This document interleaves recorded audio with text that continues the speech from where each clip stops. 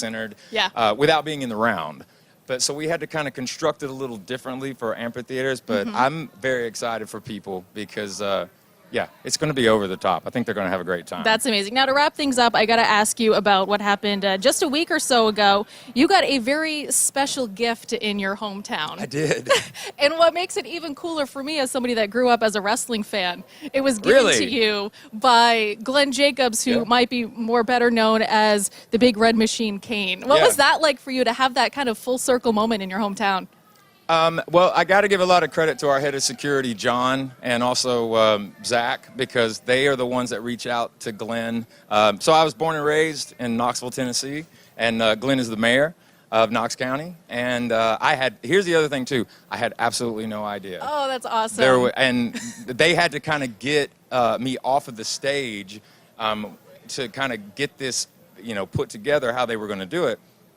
But somehow nobody spilled the beans, and I had no idea. So when we were at the show there, and the other thing, too, was it was postponed earlier because I had some vocal issues towards the end of the tour. So people have been waiting for this show for, ever. Oh, no. And so all of a sudden, I'm off the side of the stage, and I know what Kane's music is, and I know what, and all of a sudden, I look, and, the video changed, and it's like the intro, because they did his pyrotechnics and everything, too, when he walked out.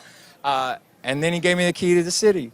That's incredible. He actually gave me the city, or gave me the key to the county. I'm still in awe of all that. And then we did rehearsals in Knoxville for this tour. We stayed an extra couple of days after the show, and I actually got to go to his office and sit down with him. And I talked about growing up in Knoxville, and he wanted to kind of have a more in-depth conversation. And it was filmed, and it's going to be coming out pretty soon. But what a wonderful individual he was for even being able to come there and do that for us. But I take it very seriously. It's a lot of, a lot of gratitude, and I'm very humble. Yeah, that's incredible. Brent, thank you so much. Thank We are so excited to see you guys tear up the stage tonight. Tickets are still available. Come up to the box office. Music starts at 7, so you've got plenty of time to get here. It's Liv Maddox with the one and only Brent Smith, 105.7 The Point. Look at this, your dream home. You're renting right now. How about buying a home and building some equity? Look at you, an adult buying a house, maybe your first house. So listen, there are so many pitfalls out there. You could go with the big out-of-town bank where they treat you just like a number, or you could go with Kevin Putney, the local guy who treats you like a human being. 314-862-0123. He's going to make the whole loan process simple and painless. It's easy. You call, you qualify, you close. 123. Call, qualify, close. That's it. Kevin Putney's going to find the mortgage that fits your needs. A loan is like a fingerprint. One fingerprint, one loan, specific to everyone. Make that call. The process is simple. 314-862-0123. Online at 123mortgage.com. I'm going to my house.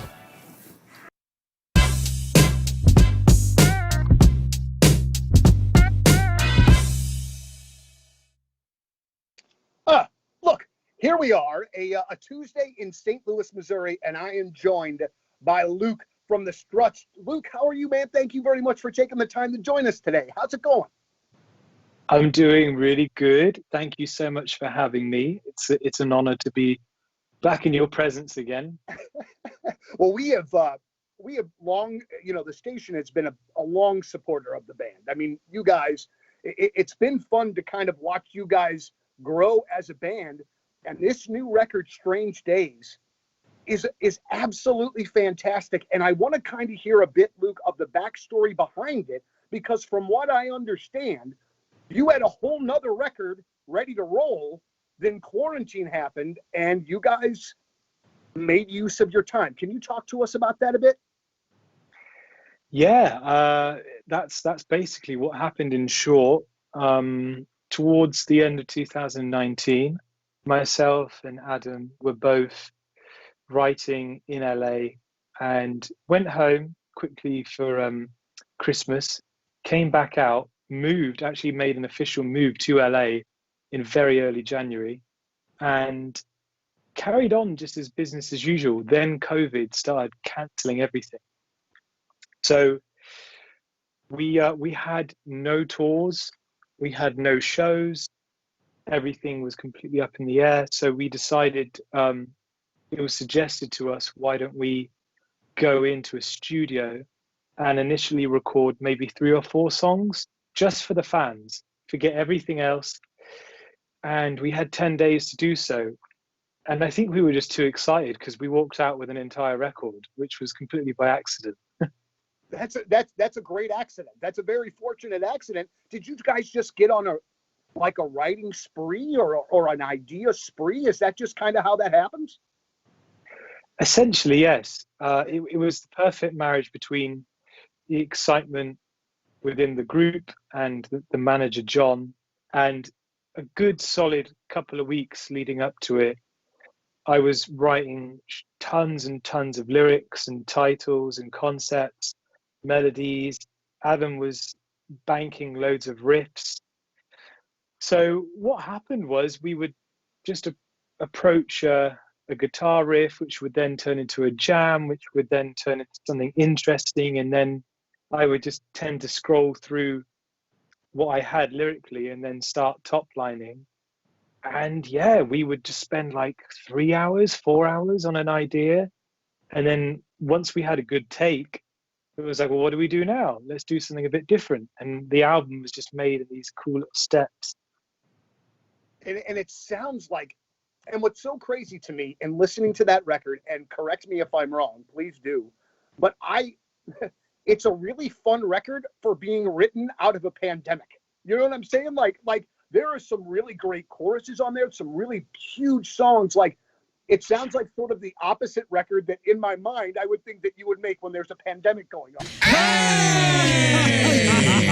Good Top of the morning to you. And top of the morning to you as well. Oh, my. Top of the morning. Oh, now we're pretending we're Irish, huh? I am Irish. Who's pretending? You are Irish, I'm right? Irish. Yeah, I have 76% all up in this. I got a little. 76% Irish. I got some okay. Irish floating around. All right, so some Irish kicking My around. in there. grandma's name was Patton. 76%. She was a Patton before she was an Elvis. Scott, I'm sure. Yep, got some Irish. Why are you Basically the so whole sure? UK over there. Because That man looks like a leprechaun. his real last name is Scott O'Flanagan. Oh, Flanagan. That's right. And I do mean a little Flanagan. jig. Moon, you are the most Irished out Dude, today. I Mr. don't know if Holiday. you heard this recently, but I am Mr. Holiday. Yeah. That's right.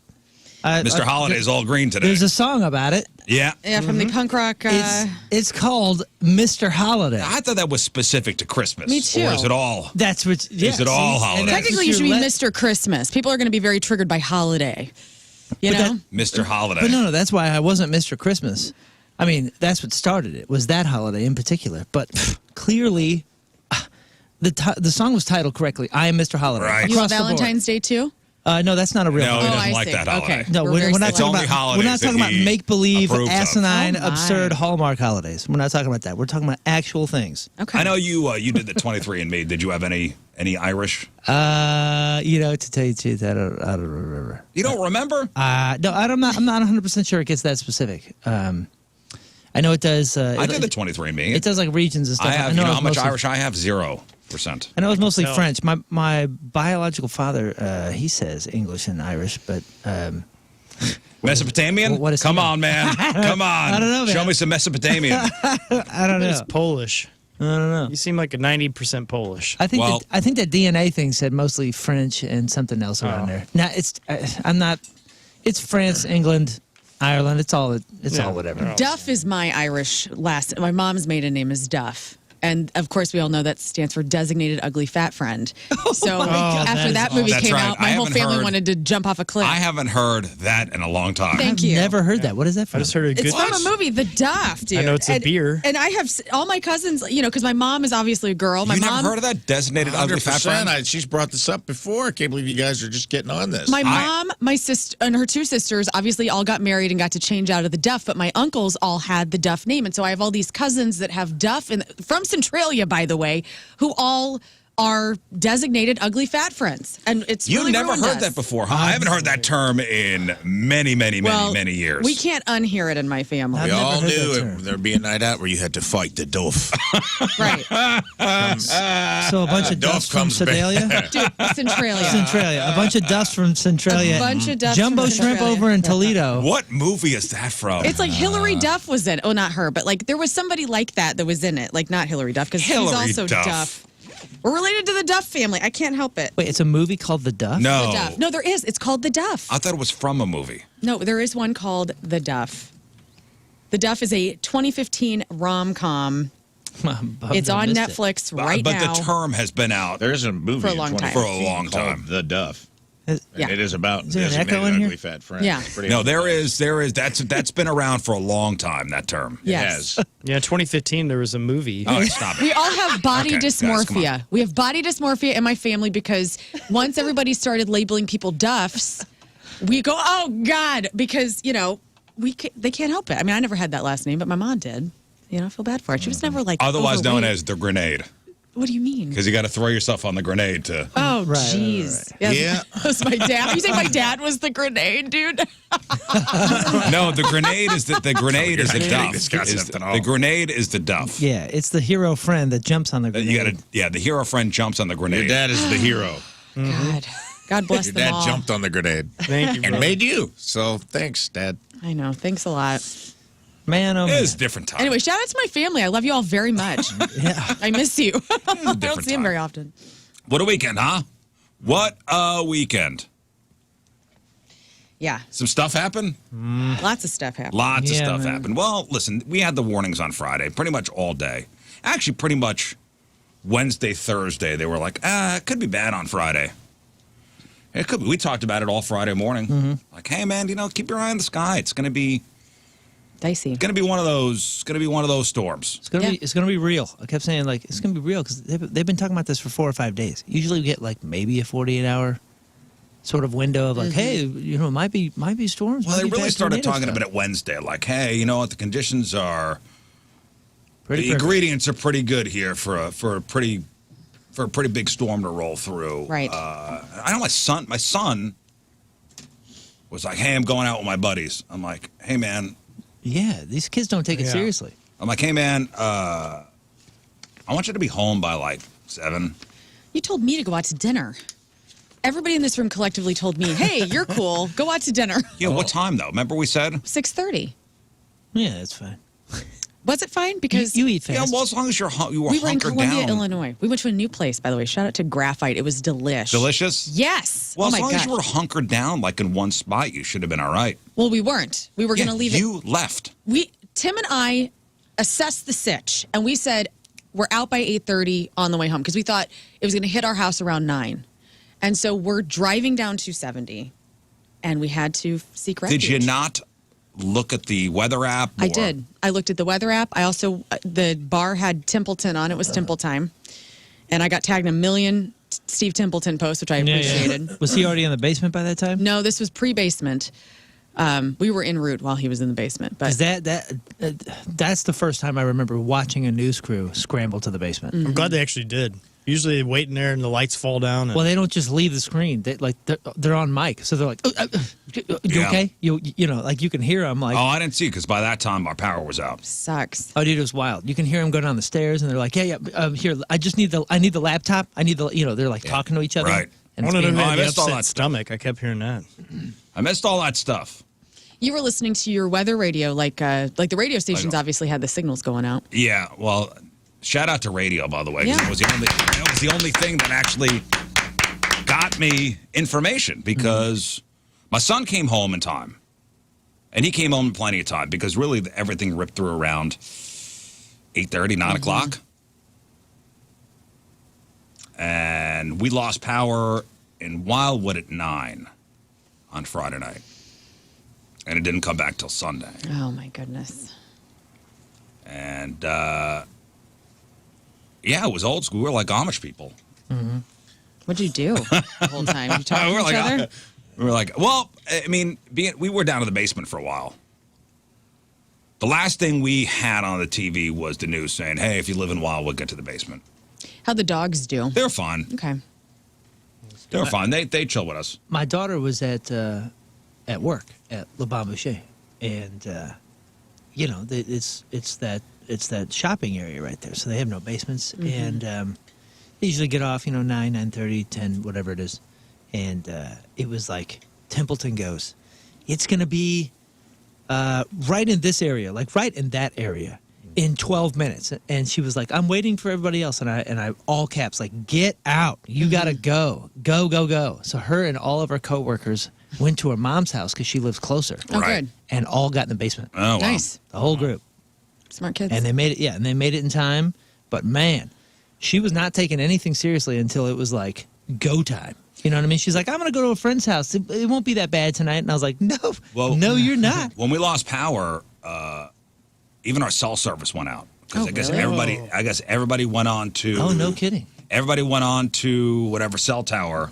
We thought we were keeping you up to date. You weren't getting our texts. I was getting some texts. Oh, I didn't know that you lost that. I was thankful you guys were texting me because we pulled into the West County Mall parking garage because Tim and I were like, maybe we could get home. And I was like, just how you go with your guts. Yeah. And so we pulled in, and I mean, there were so many people smoking weed, just chilling in the West County Mall parking garage. That's where you took refuge, is the main parking garage? Yeah, and I was able to watch the storm come in, because we were parked on the west side of the garage. We ended up moving more into the garage because the wind was so insane. And then there were like sewers that were backing up into the parking garage somehow. I don't know where that water was coming from, but it was crazy. And I was watching on my security cameras inside and outside my cats. And I had to pop a Xanax because I was like, I'm losing my freaking mind right now because I couldn't get home. Right. And there was nowhere to go, and the mall was closed. It was just like, my IBS was like, you're not going to be able to handle this. So I just had to take my meds and just sit there and watch the storm roll in. And you guys luckily were up. I thought with the TV out and the power out, I'd be able to put on the internet on my phone, but couldn't get anything. So I put on the radio. They had the mall closed? It was 9 o'clock, yeah. But the actual mall door, I know the stores, like, but they put their little fences down, but the mall doors were locked? Yeah, well, I asked a guy who worked there. I go, is the mall closed? He said, yeah. So they wouldn't let people inside? He's full of it. At least this area, no. I was like right by J.C. Penney. They wouldn't let people inside, so nobody was trying to get inside. I don't want to say they wouldn't let people inside. It was just closed. Like people were out, like left. I would figure one of the more safest places to be would be inside. For sure. Because they have storm shelter areas in those malls. The National Weather Service has confirmed 6 tornadoes from the storms. Six tornadoes from Friday evenings. I guess 19 in the state. So from Villa Ridge to Fox Creek was an EF2. From near Moore Mill to just south of Arnold, an EF2. From north of Bourbon to just south of Union, an EF1. From 4 miles southeast of Doolittle to just north of the Prairie Conservation Area, Little Prairie Conservation Area. That one hit parts of Rolla. An EF3 tornado in Iron County. The National Weather Service still surveying the track of an EF2 that traveled through West and North St. Louis. The Bridgeton area for that one. But EF3 tornado with 138-mile-an-hour winds near Poplar Bluff. Wow. Yes, my mom got caught in that. So my mom and her friends were taking an RV down to Memphis, and they were leaving from like West Frankfort, Marion, Illinois, they went to Poplar Bluff, I guess, and the RV got winded off the road into the median, and then it screwed up the driving train of the RV, so they were stranded. Smokes. And then because it's St. Patrick's Day weekend, all of the rental cars were booked, and so they had a whole situation where the RV got winded off the road? Yeah. I don't know what else to say. Blown off the road? Yeah, I guess. It was winded. I think it's winded. I got winded. Cars get blown. That's how I get going upstairs. I don't want to say winded. blown. I got blown. I also have to pull over So and get a rental car halfway up the stairs. They're like, winded. yeah. So Are they all right? Yeah, they were fine, but they had to wait. And luckily it was like the best situation. They had a bathroom, a stocked fridge. But my mom was like freaked out. I mean, they almost tipped over. It was like a whole thing. And so I had my parents down there. Then my sister was flying into Chicago. Said it was the worst landing ever because obviously up there too it was crazy. So I don't know. My whole family was almost blown out of the sky, I guess. I don't know. Well, that was really the first time we lost power at that house, at our house. And my first thought was, oh, my God, we have 300 pounds of beef in a deep freeze down in the basement. That Because was we your buy first half thought? a cow. Yeah. We buy half a cow. I'm like, oh, my God, how long is this thing going to be out? Right. I'm like, all right, guys, let's not panic. Dad, we're not panicked. All right, guys, let's not panic. Dad, we're cool, man. mistakes. I'm like, guys, we got all that ground beef downstairs. Yeah. Ground beef and roasts and... What'd you do? Did you ice it down? Well, I mean, it's been in the deep freezer. Okay. Luckily, my wife had last time a big storm rolled through. Mm-hmm. She was like, you know what? We need a generator. I'm just going to go buy one. Why do you go meals? So we have a solar-powered generator. Oh. Not a gas one. Because there's a story coming out of one of the areas where this poor guy and his dog died because he had a gas-powered generator inside. Oh, no. Which you are not supposed to do. Come on. So I'm like, oh, man, we got to save the meat. Guys, priority number one. We got the meats. We got to save the meat. So Saturday morning, we get up early. And I'm like, oh, man, the generator's still in the box. It's probably not charged. That thing comes fully charged. All right. It comes fully charged. Wow, that's pretty cool. So it's got a 25-foot cord where you could put the solar panel outside. Of course, Saturday, zero sun. Yeah, yeah. Right? There was no sun. That was all dust from down south. Yeah, okay. If you noticed on Saturday all day, it was like overcast and like dreary looking. Mm-hmm. That was all that Texas dust storm. Yeah, the red dust dirt. that came up when Cars that are storm dirty. blew through. Oh yeah, our cars were covered in dust. Same. That's all Texas dust. Wow. So I'm like, damn it. I'm like, there's no sun, but we're good. We got a full charge on that thing. Good. And Dad, can we plug our cell phones in? No. I got beef. We need to save the meat. It is a damn shame though that the upstairs fridge, we had to throw out so much stuff because we didn't get power until Sunday morning. Gosh. Where did you guys go? Like, what did you do? Would you go eat out or did you try to make something Well, home? Saturday morning, so my son went to Colorado with another family, That's the way to do with a it. much cooler family. Yeah, he's like, I'm out of here, guys. No, he had his spring break. It's spring break for my kids. They're out of school this week, so he had a planned trip to Breckenridge to go skiing with his great. buddies and another family. So Saturday morning we got up, and we had to drop him at this other family's house at 11 o'clock. I was like, hey, still no power. Let's make sure nobody opens up the fridge or freezers. Let's keep however much cold is trapped in there. Fine, don't open anything up. Let's go, I believe the Panera off 100 and Wildwood Center, I believe that is open and has power. Mm-hmm. I think everybody in Wildwood had the same idea. Go to Panera. Because it was slam packed. Probably about 600 people at this St. Louis Bread Co. Mm-hmm. And the poor staff were so stressed out. They were running out of stuff. I saw a woman, I think, crying like in the back, trying to make egg sandwiches. And everything's going to take a little longer. And there was one bitch in there that was complaining. Oh, jeez. Great. I've never wanted to roundhouse a woman before. What did she order? I wonder. Bread I don't roll? know, but she was complaining that it was taking too long. She was complaining it was taking too long. Give people a little grace, for God's sakes. Look at you right now. Love I this. mean, listen, you couldn't do anything but be calm. What are you going to do? Grace. The grace giver. I like this. The new Rizz. What are you going to do? Well, that sucks that everybody converged onto one place. Like there's so It was the many only other place that was places. open for breakfast. I see. Well, I mean, you could have driven other places. You could have driven further, and Sure, but that was the one. That was the closest. That was the closest place. And this staff, and hey, shout out to the Wildwood St. Louis Bread Co. Let's all show up there today. You guys did your best. You really did with what I guess the computers had been down. They hadn't been reset. Oh yeah. And this one, I couldn't believe this woman. yeah, I wanted to take her by her shirt collar and to get out. Was she like verbally, like outwardly saying Yes, she was things? saying things out loud, loud enough where everybody could hear. She had to make a whole show of it. Does she have a lot of kids? Because my sister-in-law lives right by that. She had to make a whole show of the whole thing. I'm not getting my food in time. Lady, we're all in this together. Mm-hmm. Oh, then check out the Nextdoor app. Oh, what was that? Oh, yeah, that was good to watch too.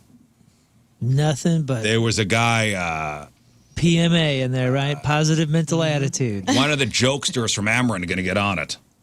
Oh boy. Oh, okay. So they're just they're all at the Ameren headquarters, going ha ha ha ha ha. Let's Let's just wait. Leave these suckers without power. I know the mayor of Wildwood was keeping people updated, and I know what happened in our area was some of these transmission cables, part of somebody's roof blew onto the cables and blew them all out. They had to get a helicopter in there to get things fixed. So hey, shout out to Ameren for getting the stuff done as quick as they possibly could. I know there are people without power still as of last night. I know in St. Louis County, more than 12,000 people still without power. Jeff County, over 6,000. St. Charles, 228 people. St. Louis County, 12,000. St. Louis City, 108. Franklin County, 1,300. Wow. Over in Illinois, St. Clair County, over 1,300. Monroe County, just over 350. So there are still people without power. Oh, we got an email from a lineman's wife that said Friday night there were over 130,000 people out of power. Gosh. And that those linemen are working 17 to 20 hours a day. Oh, do not get absolutely. Do not get to see their families. Don't have time to shower or any of that stuff. This is part of the job. Yeah, they're trying to sleep and eat for like 3 or 4 hours at a time. Yep. And then get back out on the lines. Yeah. That's what my dad did for a living, was a lineman, and these storms, it was that got our vacations paid for very quickly. Yeah. Because his overtime was insane. Round the clock pretty much for like 7, 8, 9 days in a row. Well, the person I thought would be out of power would be you. No, well, yeah, I want to get to Scott in a second. Yes. Oh, I was just going to say that I used to trim trees for Asplin as like a fill-in guy. My roommate was a foreman, and those guys, they bring people in from all over. They would give you, they'd be like, hey, there's a storm in New Jersey. It's double time. Go up there. Like, they're usually on it, man. It just takes time. Like, well, they had to call in crews from Kansas City. Yeah, they call crews in from other cities to help, and that happens often. And that's like Scott said, it's like huge. Like he loved getting called out on storms because he's like, I'm about to make a bundle of money and help people. But I did one storm thing with him, just as like I just was the guy on the ground putting the tree limbs in the mulcher or whatever, but. It was a mixed bag. Some people like appreciated it, would like bring lemonade out to you, and some people would come out and cuss you up and down about the power not being on, as if you were Ameren. You know, like, hey, we're here getting a tree off of your power line. You can actively see us working, but you know, I think some people don't have a grasp of anything in the world. The emailer was going on saying, hey, go look at the feedback or the comment section, the different things, and see how poorly these guys are treated, that they have knives and guns pulled on them all the time. Oh, my goodness. Oh, yeah. Oh, What's we've heard of that before, too. There are certain parts of this area where first responders are shot at. Yeah. My dad had an experience where he was up there and in a rough part of Springfield, and all of a sudden these two, I don't know what it was, if it was rival gangs or something, but anyways, a shootout started happening underneath his pole, and I guess they didn't notice he was up there. Right. So he just stayed still the whole time while they were shooting, and that's what he got. I do know for a fact that Ameren had crews on standby. They knew this was going to be one of those storms. Right. Yeah. And there were so many. I mean, did you see up in on Alt Road? I think it was Alt Road near 100. There was just every power pole was snapped in a row. Oh no. So there's only so many people could do. Right. I know, listen, the power company's the first scapegoat. Well, it's such a necessity, but you have Of to give course. them some grace. Like, there's hundreds of thousands of issues right now. There's only so many people working. It's And okay. it sucks. I know. It sucks. Well, I mean, I know Scott had an issue. Scott was in Shalbina Yeah. for your mom's 80th birthday. Happy birthday to Mama King Patrico. So King Scott. It's okay. It's okay. She'll take that too. I like it. That's her new nickname. Sorry, guys. Power's been out. Wait, Power's been out. is your mom marry Tony? Yep. Is your stepdad Tony? Baby. Cool. He's my pops. Mama King Scott. Yes. Sorry. Mama Scott. It's been a long weekend. Yes, it is. So you were down at Shalbina for your mom's 80th. Yeah. And the store. How was it over there? Well, we went up because it started kind of getting crazy looking, but we're like, hey, let's go eat food. So we went up to the Loose Brick. Shout out to them. And we're sitting there, and the clouds got crazy. Everything got super dark. The wind started going, and you could hear the rain start hitting. We're like, ooh, we're gonna get a good storm. And then about 5 minutes later, it was nothing. And you go outside, and there's some stuff like a column on my grandma's porch. A chunk of it fell off, but otherwise it was not much damage in that area. It was pretty mild, and so I'm like, oh, sweet, St. Louis. Same thing happened there. Just went right on through. we got a little worse. But I think your mom blew too hard on her candles. I guess so. Yeah. so you got a call from your neighbor. Yeah. Neighbor Steve, the hero. We were up at the church setting stuff up that night, and he called around 9 something, and he was like, hey, remember how you had 2 trees in your backyard? Well, now you have 1. And the other one is on top of your house. And it's a huge, huge tree. It's a tulip tree, and those things grow fast and big. That's a monster. And yeah, so it was on the roof, and then thankfully my cousin Aaron, he reached out and he went over and checked everything, and he saw that it had punctured a hole in the roof, so it was pouring water in through the upstairs closet down into our kitchen, so all the light fixtures all had water in it. So he took all that off. Well, the way the tree, it didn't even, it was just uprooted. Completely uprooted, and he's Like, it's not like a branch broke off didn't or break. it snapped. It just literally just keeled over. yeah, and it's Roots probably and all. 7 foot across from the root to the top, and because it's taller than way taller than I am when I'm sitting next to the bottom of the roots. And yeah, I mean it knocked our kitchen wall. We're gonna have to redo that whole thing. So I don't know what the walls even look like right now because there's a siding over it, but there's brick there. But I don't know what I'm facing with that. And Sucks. upstairs, we're gonna have probably a whole new roof because the middle of the roof is also Yeah. bent now. I mean, listen, And there's a tree, poking through Yeah. the entire thing. It's a treehouse now. It's a giant It is a hole. tree house. We got really good shade now.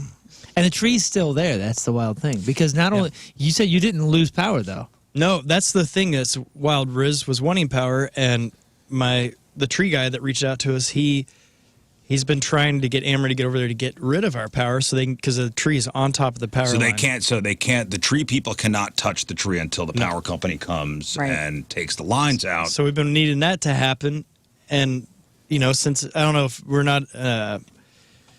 I know that Amber's got a ton going on, but for some reason ours isn't a concern to him, even though the tree is like leaning towards our neighbor's listen, house. They're trying to restore the power Yeah. I guess, Yeah, of all I'm these sure. people, and But I mean, there could be a huge issue there because a neighbor's house could get it too, and so I'm like, come on, guys, I know we're busy, but it'd take 3 seconds. Let's just knock it down. Man, it's wild. It's wild. The pictures and the video are just unreal. Like it's on Scott's house? Yeah, it's insane, dude. It's And you're it's lucky. breathtaking. I was happy that it didn't do more damage. yeah, it could have come down in the middle of the house. I'm just so glad and you it could went have there. broke all the windows. There's only one window, like it broke the outside of one of the window panes. Somehow none of the windows have shattered. Why are you That's laughing, amazing. Rafe? I was just laughing because we spent 10 minutes being like, hey, guys, Amber's doing the best they can. Just everybody lay off. And Scott goes, yeah, apparently it's not a big deal to Amber. There's a log laying on my house. No, I'm not saying they're not doing a good job. I'm just saying it's just funny. it's It's just like funny. mine's the quick fix. It's like, hey, this one's a quick little thing. You can just zip on. Yeah, like, just guys, I'm not snip, mad at snip, you. and just get those lines Yeah. out of there. It's quick. You just climb up. Tiki tiki. So they cannot do anything until, the tree cannot be removed from your roof until. But what I'm saying is there's 2 homes comes that out. could possibly be completely destroyed if it's not taken care of. That is bad. It's a big deal. Right. Well, the weather this week is supposed to be okay, right? We're not getting any rain for Wednesday a while. we're getting rain. Wednesday we are? Yep. Damn and it. there's a hole up there, and no one could tarp it because they're afraid to. To touch the lines. Yeah. Got it. So it's Those lines are live, right? yeah. I mean, I had never had an issue with power. It was on the whole time. My power lines are awesome. Yeah, you have great power Yeah. lines. Nice. They're holding that giant Powerful. Strong power. I yeah. said we could assemble a posse and go get that tree out of there ourselves, but And dude, not with live power lines. Hell no. Well, if we all float in the air, we'll be fine. Well, there was a woman who was killed up in St. Louis County. She was electrocuted just after midnight on Saturday after coming into contact with power lines in her backyard. This is in the old Jamestown area, North County. Man. So you just got to be careful, guys. There's still down power lines everywhere. So hopefully they'll get that. Well, did you call Ameren? And they Yeah, we've been calling them. The tree service has been calling them, and reached out to the mayor now that I am on first name basis, Very Nice. cool. and he's gonna reach out to him as well. So that's pretty cool. But yeah, there's another thing that a couple blocks from us, about a block over, there's 4 or 5 homes that, like earlier that day, a transformer blew and hit the ground, caught the grass on fire, so it took a lot of those homes. And that's a wild story too. It's this lady was walking with her husband, and she felt like they were going towards the school, and they felt like they're supposed to turn around, so they did. And when they did, the power line or that transformer exploded, and they saw it. Also, they were able to go knock and get people out of the house before the. That's homes went up. awesome. I saw a video this morning. I forget. I think maybe it was Bridgeton, but it was black, and a flash of lightning, and you see in the silhouette a tornado. Yeah. Oh, whoa! Wild. Yeah, I want to know. Ominous. Do you think could it be possible a tornado just dipped a little bit and picked that tree up? I don't in the know. yard? I think it was just the wind. Like it just Just the became wind, top man. heavy. Pushed You it know? over, yeah. Just the wind Ours- and wet ground. I sent you a had picture. that tree been acting depressed or anything? Yeah, he was a little. Was it a weeping willow? Hello. Yeah, he's been. Hey, Hey, tree humor. Cool. Yep. I sent you a picture of the soccer been complex that we play at, and it's gone. Everything. Oh, trashed. yes. That looked crazy. Totally trashed. Nah. We will rebuild. yes. And I want to say thank you to everybody. There's been a ton of folks reaching out, even Team Rizz folks and all that. You guys are absolutely incredible. So thank you. That's nice. I am grateful. Well, listen, it's St. Patrick's Day. Happy St. Patrick's Day, Happy everybody. St. Patrick's Day. Cheerios. We got Yeah. through it. Have some warm green beer or whatever it is you're gonna have. Warm. Well, yeah. I mean, Guinness. if you don't have power, Oh yeah. Yeah. Well, don't open the fridge. Oh, we had to throw out so much food. Bummer. Get the coolers out. I offered ice to you. I said I could bring you But ice. by the time you're only supposed to, like, dairy is only supposed to be unrefrigerated for 4 hours. yeah. But if you don't open the door, it's He didn't not. say. It was way more than 4 hours. I think it's fine. I mean, cows are outside in the heat all It day. was way and more than 4 hours. It was just, you don't chance it. It's a waste. It's a waste. Let's celebrate St. Patrick's Day, guys. Okay. Shall we? Yep. Why do we celebrate St. Patrick's Day? What is the deal with St. Patrick's Day? Ran the snakes out of Ireland, right? It's Groundhog Day is behind us. Easter's around the corner. Okay. And in the middle, it's a holiday associated with merry drinking and a centuries-old religious figure, St. Patty. There's a British guy. Was he a British guy? I'm pretty sure. Oh, yeah. Wasn't he taken He's a over as British a guy, yeah. slave or something? British from guy. Ireland? I think he was jolly good. So who was St. Patrick Moon? I believe he was a guy who was taken as a slave over to Ireland. He was born in Britain, kidnapped, brought to Ireland as a slave at the age of 16. He escaped slavery and went to Ireland. Legend has it that St. Patrick died on March 17th. People in Ireland started observing a feast on March 17th to celebrate stuff in his honor. What did he do, though? Didn't he convert a lot of what was it? Druids? Not maybe Protestants? It's different Is it? time. No, Druids. Yeah, there was like a whatever the Brought Christianity there. yeah, he brought Christianity. He converted a lot of folks to Christianity and brought it. Oh shoot, what was the main? I wouldn't say religion, but what was the main faction up there? Was it a Protestant? No, Protestant is Christian. But Oh. Protestant is just Like a different version of it? Oh. Scientology. No, it wasn't Scientology. What the heck was it? Like, it wasn't the Druids. They're the ones with the Stonehenge and all that kind of stuff. But it was something like that. Pagans. Pagans? It was Celt- pagans? Okay, Could have been the pagans. Celtic. Irish culture. What'd you say? You're just shouting. He also invented the aglet. getting in on it. Irish culture and heritage experts previously have said the holiday was once a solemn religious day, but it started getting its boozy reputation when the Americans started celebrating Are you it. kidding? Ah, yes, the 1700s. Although it's not a federal holiday, it is a bank holiday and a great source of pride in Ireland. Leaders also use the day to promote Irish partnerships across various industries. So we're the ones that booze it, head. Yes, They don't do yes. that? 30.5 million U.S. residents claim Irish ancestry in 2023. Cook County, Illinois, which is where Chicago is. That is the largest Irish American population. Huh. Beat Boston, huh? Cook County, Illinois, which includes Chicago. It's the U.S. county with the largest Irish American population, according to 2023 census data. So there you go. Nice. Good to know. So there you go. Now you know. Now you know everything. You know, CNN did a funny. So this dude didn't do nothing with snakes. I've been living that dream my whole life. Did I make that up? No, that comes from the Simpsons episode where Lisa learns about Ireland and the snakes. I've been impacted as well. Don't worry. Wait. I thought he drove the snakes out. Yeah, of, that's one of the rumors that he did, which I agree with. Yeah, because There's they no that snakes. didn't come from the they put the Simpsons. Please speakers. tell me that. No, it did No, come we- from the Simpsons because Oh no, that was way before that. Yeah. So they say the legend may have the snakes representing the pagan beliefs that were widely held in Ireland during the time. St. Patrick banishing these beliefs as Oh, spread the snakes word are a of God. symbol for pagans. I thought he was like the first Steve Irwin. Pagan beliefs. I imagined him out there like, crikey, Just now that I know he's British. I'm gonna have to dig deep into the paganism of She's a the beauty. Celts because I have a book at home called Celtic Magic, and it's all about like being Bill Wiccan, Russell. Oh, but it's not necessarily. I mean, I guess the Druids and the Wiccans were together. I don't know, man. Maybe that's where it all comes from for me. Who knows? All right, so then you're not Irish. I mean, then you can't celebrate St. Patrick's Day. I guess I can't. I got black on today. CNN had this funny article. It's a funeral. Irish names you're probably saying wrong and how to pronounce them.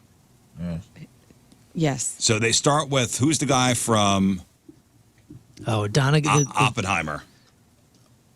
How do you say his name? Everybody grab a pen. Oh, I know what you're talking about. what guy? We've gone The back main and guy. forth. Main guy name? from It's 28 Days Later. What's his name? Cillian. How do you say it? Killian. Are you sure? Killian Yes. Murphy. Yeah. Yeah, only because we've discussed this here because I said it wrong for so long. All right, here's the pronunciation. Killian. Okay. Yeah. Going for Correct. all of us. Like the Thanks. beer, Killian's. Okay. SAOIRSE. Saoirse. Yeah. SAOIRSE. She's an actress? Yes. Yeah. She was in Lady Bird. And she's the one who almost every other interview has to say her name. Yeah, Saoirse Rowan. Yeah, Saoirse. Ronan. SAOIRSE. Here's the proper pronunciation. Thorsha. Sorsha. Saoirse. Sorsha. Such a pretty name. Sorsha, pretty name. Saoirse. I don't know this name. EABHA. EABHA. EABHA. But the E's got a little thing on the top. Ava. A little jewelry on it. Oh, it's got that. Ava. Ava. Ava. Ava. Ava. Thank you. That's right. Okay, here's a good one. SIOBHAN. Oh, Siobhan. Siobhan. SIOBHAN. S-B-H-A-N. That's the one that I learned Soban. long ago, and I was like, oh, that Succession makes taught no us sense. this. It makes my brain spin backwards, but it's Siobhan. Siobhan. S-I-O-B-H-A-N. Siobhan. Okay, so I recently found this one out. Like maybe within the past 2 years. Because of Nice. Succession? Wasn't that her name? Well, yeah. Shiv. That's how I found out. When the dad would call her Siobhan. But I always thought it was S-H-I-V-A-N. Right, yeah. yeah. When you hear it, you see it totally different. And I see S-I-O-B-H-A-N. I thought it was Sealbon. I'm like, who would name their kid this? Sioban. Chemical company. You shall be called Sioban. All right, here's another name. M-E-A-D-H-B-H. Oh, I thought you were done. M-E-A-D-H-B-H. It's a trapper keeper. And this is an Irish name. Medva. Medva. M-E-A-D-H-B-H. Medva. Medva. Meave. Me. Excuse me? Midv. Meave. Meave. Could have made that one a lot easier on yourself. Yeah. T-A-D. Midv. T-A-D-H-G-H. Does feel like someone's drunk dad signed the birth certificate and they're like, Daddy. Tarkov. we're going to name you Midv. Yep. What did he say? He said Maeve. This masculine name was once so ubiquitous that it became an ethnic slur for Irish people. Oh, Really? Tave. No, I don't At want least to it's say a slur In that's the hard same- to spell. In the same manner as Paddy or Mick. Tave? Mick is a slur for the Irish? Yeah. Oh, no. You Mick. Tav. T-A-D-G-H-G. Tave. Tig. Tig. Tig. Oh, yeah, why not? Tig. That's kind of cool. F-I-A-D-H. What? Say it again. F-I-A. F-I-A-D-H. D-H. Fidva. Oh. F-I-A. Five. Fa. Yeah, 5. Fa. F-I-A-D-H. Via. Fia. Fia. Via. Yeah. So the DH isn't always a V. Oh, yeah, the D just took a break. Okay, this is. Yeah. I don't think the D's mean anything. O-I-S-I-N. O-I-S-I-N. Yeah. Ocean. Oshin.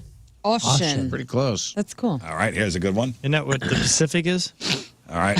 Write this one down.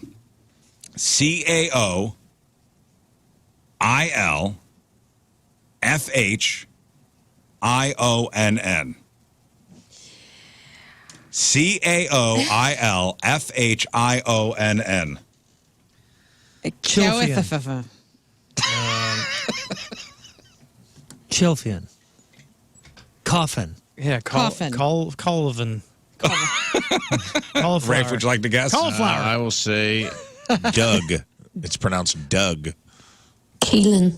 Keelan. Of course it is. Makes sense now. Could you imagine being a child and having that name and just everybody that you meet and having to spell Well, it in front of? imagine- My goodness.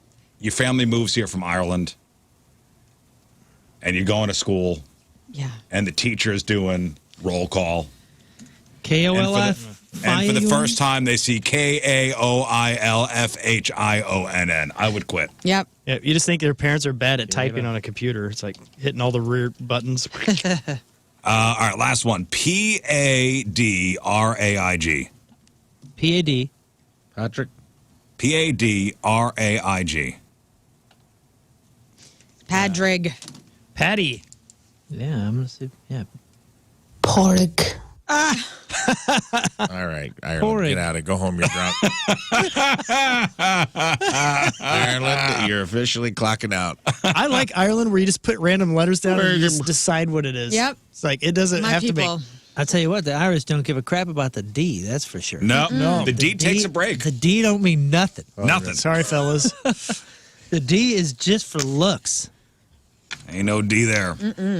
All right, so St. Patrick's Day, your green beer, whatever. I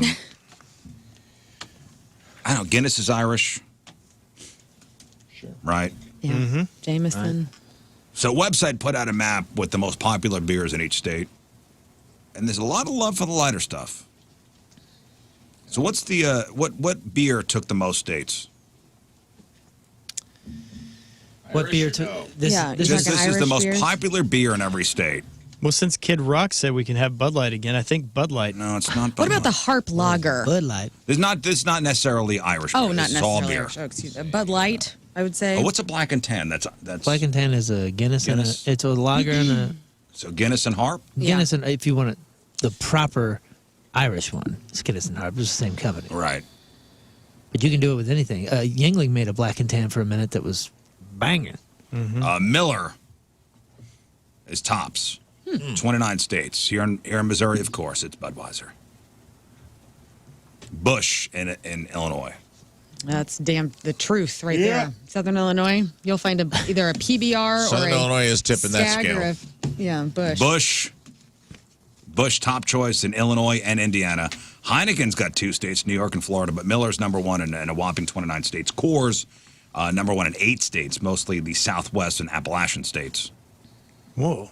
Figured it'd be up in Montana and all. Blue Moon is a top pick in Colorado. Corona, Connecticut, and the 3 states with Guinness. Blue Moon to Colorado? Blue Moon is the top pick in Colorado. What the heck? That's with all this stuff. They got Yeah, a lot of smaller ones. They like got Coors, Fat they Tire got, or Flat Tire, whatever that is.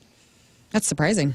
Like, wasn't Modelo having like a surgence for a couple years? Wasn't like the number 1 beer for a while? Did they take And Texas? that was in the state of Chihuahua. Well, to come up with this list, they used Google Trends data along with online popularity ratings. They did not use sales data or consumption metrics. Okay. So it's possible that people drink differently than their online behavior suggests. So that's how they came up with the numbers. But Busch, Illinois, straight Bud heavy here in Missouri. Wow. And that makes sense. We're real Americans here. I just a couple random things here. You guys ever drink Mickey's before we move Oh on? yeah, the little Mickey can, I don't know what Mickey's is. The green one? little Mickey's is short it? beer. Little glass It's a bottle? little, that's a little Irish looking beer. It's like came in a little like snub nose fat boy bottle. 6 packs. No. all Like a green. red stripe bottle? No, it's greener than green. Yeah, I dude. remember It's straight up St. Patty's Day green, and it's malt liquor. It was like the cheap stuff, right? Yeah, it never was very expensive, but man, it was. Is it good? Nah, it gets you Okay. drunk though fast. Well, that's... Malt liquor. Anybody see the video over the weekend of the guy's last wish to ride his favorite horse? No. What do you mean? So they strapped his ashes to a galloping horse, Cute. and they had the horse run around while spreading the ashes. It was kind of, I don't know, You got liked it. me the tingles. It was Yeah, cool. that's nice. Did you see it? Yeah, I've seen it where the horse kind of bucks a little bit. His last ride or whatever. Yeah, so it's a video going viral about a guy who passed away. One last wish to ride his favorite horse. And his family made it possible with his ashes. So they all gathered, they strapped the ashes to the back of the horse, and the horse galloped around, spreading his ashes in whatever field that they were in. Yeah, that's That's beautiful and really sad. That's amazing. That's what I thought. I was like, oh, man. That's incredible. And it seems like the horse knows exactly who it is. Right. Yeah. Whoa. So I was thinking, what would your last wish be? Okay. Well, that's a pretty it cool made me one. think about. It made me think about, like, what do I want my last wishes to be? I thought of 3 things for myself personally. I'll give you time to think. All right. First off, at my funeral, I'd love for there to be a raffle. Let's what? raffle off my stuff. Okay. Like what kind of stuff? I don't know, like all autograph my stuff? possessions. Deep freezer going on. No, it's going all my fast. possessions. It'll be a raffle style giveaway.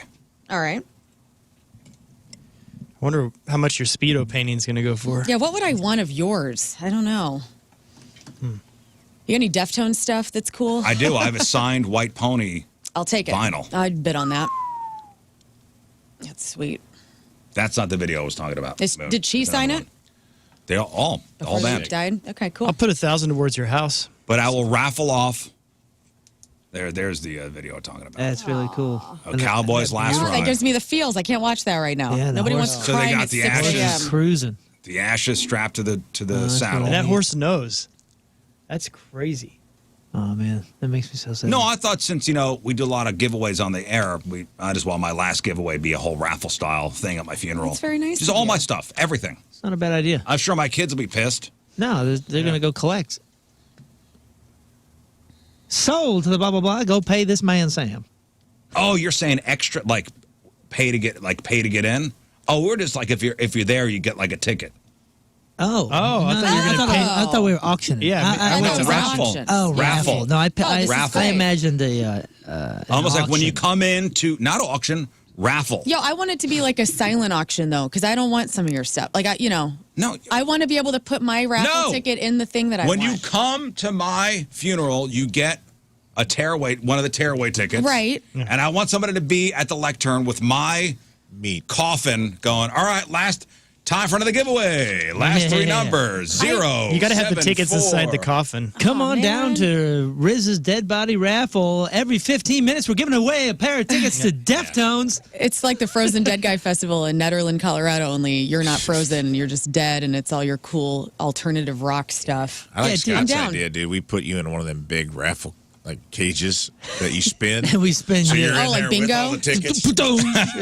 Yeah. Oh, it'd be like a You're in there. People you got to reach in and reach around your dead rigor mortis He's a- body and pull out one ticket. King He's Scott. in those Speedos. The Speedos in there. I'm Just not going to be buried in my Speedo. Oh, come on, you don't know. That'll be one of the raffle items. Oh, It's that's going to great. be as if you're going to an Hot event shots. where you get a raffle ticket. Yeah, but $100 entry. Everybody, $100 entry. All the proceeds go to the Rizz kids. Oh, yeah. No, free. I think It's we free. should do this at a Hot Shots, really. I mean, I think they'd be down. Like, the Fenton one would This be is my definitely last down. wish. Just your body up there on that stage What are you where we trying did to the dance. You trying to make good? You Trying to hijack my. You trying to give things. You trying to be a charitable person Yes. in your death. So is this your last Also- bid to be a good guy? Also, I want my obituary to sound like I really did something like meaningful, so really embellish it. Okay. Lots of adjectives. Got No, it. like This is the plan. he saved orphans from a fire. Something Oh, really, yeah. really get creative. Okay. Okay.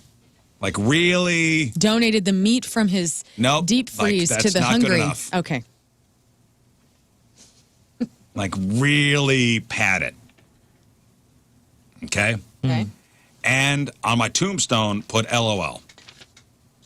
And don't say why. Okay. Just your name, We're just going to keep people guessing. your name, the years, LOL. That's it. I love that. I think that's great. Perfect. So I thought of those three things that I want for me personally. Okay. I want a raffle at my funeral for my stuff, non-paying. Everybody's entered. Make my obituary sound like, I went out saving orphans or something. Like really embellish it. And then on my tombstone, just put LOL. Okay. I think I know what I want. Wow. God. I want a disco. I will, of course, be mulch. And so we will get the mulch back here to St. Louis. And then the mulch will be there. Maybe we will have planted some cute plants, and that will be in the dance floor. So then we will have a death disco. All the great hits of my lifetime and before will be played. I'll have the playlist created. I'll do some drops. There will be some voiceover, like fun voice of God things that I'll say to you mid discotheque. Okay. And then I want all of my money to be donated to a wing of one of these cat rescues, like the 10th Life Cat Rescue, where I get my own room forever in time. And it's just designated the Lern. Well, your cat last yeah. wishes don't sound as much fun as mine, but okay. Well, I've only had 10 minutes to think about this. So that's what I came up with. You had a Cats weekend. and dancing. It's perfect. Let it be known. Cat dances. Moon? Man, you know what? I try not to think about this too much because I don't want anything. I don't care. I don't know if it's that I think I'm not supposed to care, and I put that on myself real heavy. But like I truly Can feel you just make something up? yes, I truly feel like it should be up to my kids. Whatever they need to find closure or whatever they have, like do that. So, dude, my kids are pretty creative, and I have no idea what they're going to do. I with want me. your last wishes. But that's kind of the But thing. just make something Yeah, up. let's make you into Just a make guitar or something up. something. Why are you yelling at me? You literally put this on me 90 seconds ago. Because it doesn't have to be serious. Just make something up. Like, what do you want? I want to be put into a soccer ball and used during a World Cup. Love Hey, it. you know what? That is perfect. Great. That's awesome. That ball would be so heavy and hurt their feet when they kick it. Yeah, I'm gonna get your shoes dirty. Get your shoes dirty. That's a good one. That's cool. Cool, do you want thanks. this? Do you want like your ashes to kind of flail out of the ball as people are I playing? want every kick to be poofy. Okay, yes. great. Yes. Yeah, This is great. And I want the ashes to be on the player. I want the players to go Yeah, covered in moon. because your ashes got in their mouth. Yeah, the bone dust. And before you put the ashes in there, you have to soak it with fart spray. So Cool. every time it poofs, it's Whatever you want. It's just it I think at smells like me. I think at this point we're being a little unreasonable. I think we could get the World Cup I thing can't done. do right. Okay, now it's unreasonable. Okay. Oh man. Fart spray. Rafe? Man, besides being shot out of a cannon, which is a real request, on a battleship while Bob Seger plays, and appears out of nowhere, I think I want a world buffet. That'd be tight. Oh. Like a world buffet. You're coming to put me to rest. I want you to eat yourself around the world. Just whatever, everything. I want the spread, dude. I What want to be kind like of the ultimate? Do you want different stations, like an Italian yeah. station, Oh, like yeah. an The Asian deviled egg station? station. Yep. That's great. How about to make your own deviled egg station? Yeah. Why not? Is there a dessert bar? Of course. Great. This is a world buffet, guys. Wow. The world. Somebody's making crepes. Does it exist in the world? It does. It will be at my ceremony. Tiramisu. Let's get it. There it is. A bowl of mixed vegetables. It's like Epcot, only Rafe's dead. Yeah, it's Epcot food. I want it to Wow, be. dude, Rafe's funeral was lit and had like a make your own pasta station. Asian There was station was crepes. amazing. That'd be sick, man. I mean, it just would be. Are you in the room? Are we eating the? Well, is I'm the body dead. there? No, I got shot out of a cannon. You know, Oh my gosh. you're up from above and watching everybody enjoy. How do we know some of the food isn't made of you? Well, That's see, and you know Oh. what? That's the mystery. That's the mystery. That could be interesting. I'm like part of the world. You should give out Raffle tickets. there's a Rafe corpse that's made out of all the foods. Yeah. You know, it's art, but you're also eating like his Yes, that thigh. would be And tight. and the funeral's over. I want to Only when the anatomically body's correct, gone. Yeah, that's anatomically right. correct sushi, Rafe. Oh, you know what? Where you know they pick do. rolls off of me. Well, yeah, that's what I say. You know they do the naked Sick. body, Yeah. the Yeah, naked yeah. body sushi, except it's Rafe's corpse. Yeah. Covered in cellophane. And totally course. embalmed, so nothing's weird. covered in cellophane. No one's Nothing allowed to strange is leave going until the on. body is completely exposed. Yeah. Yes. Wheel me out there like Vladimir Lenin under a glass case and just put sushi all over the top of me. That's sick. And somebody's got to take a shot out of his belly button. Yeah. And you See? got That's where the chocolate wasabi is. on top of your eyes that are closed. It's the gold coin chocolates, and somebody can It's eat called those. gelt. Perfect. Gelt. Tight. What kind of fish are you I'm gonna have? Like saying a yes spotted? to all of these. Yeah. Well. I think spotted dick's pudding. That's pudding. But It okay, is. It's got- like a sponge cake in a can. So there's From one. England. Really? Yeah. Never Scott? knew that. Yeah. Hold on, that's just one thing. Oh, okay. all right. let's do Oh, that. that's Three No, things. it's fine. All right. That's one thing. Second thing, I would like, and I want a big fish.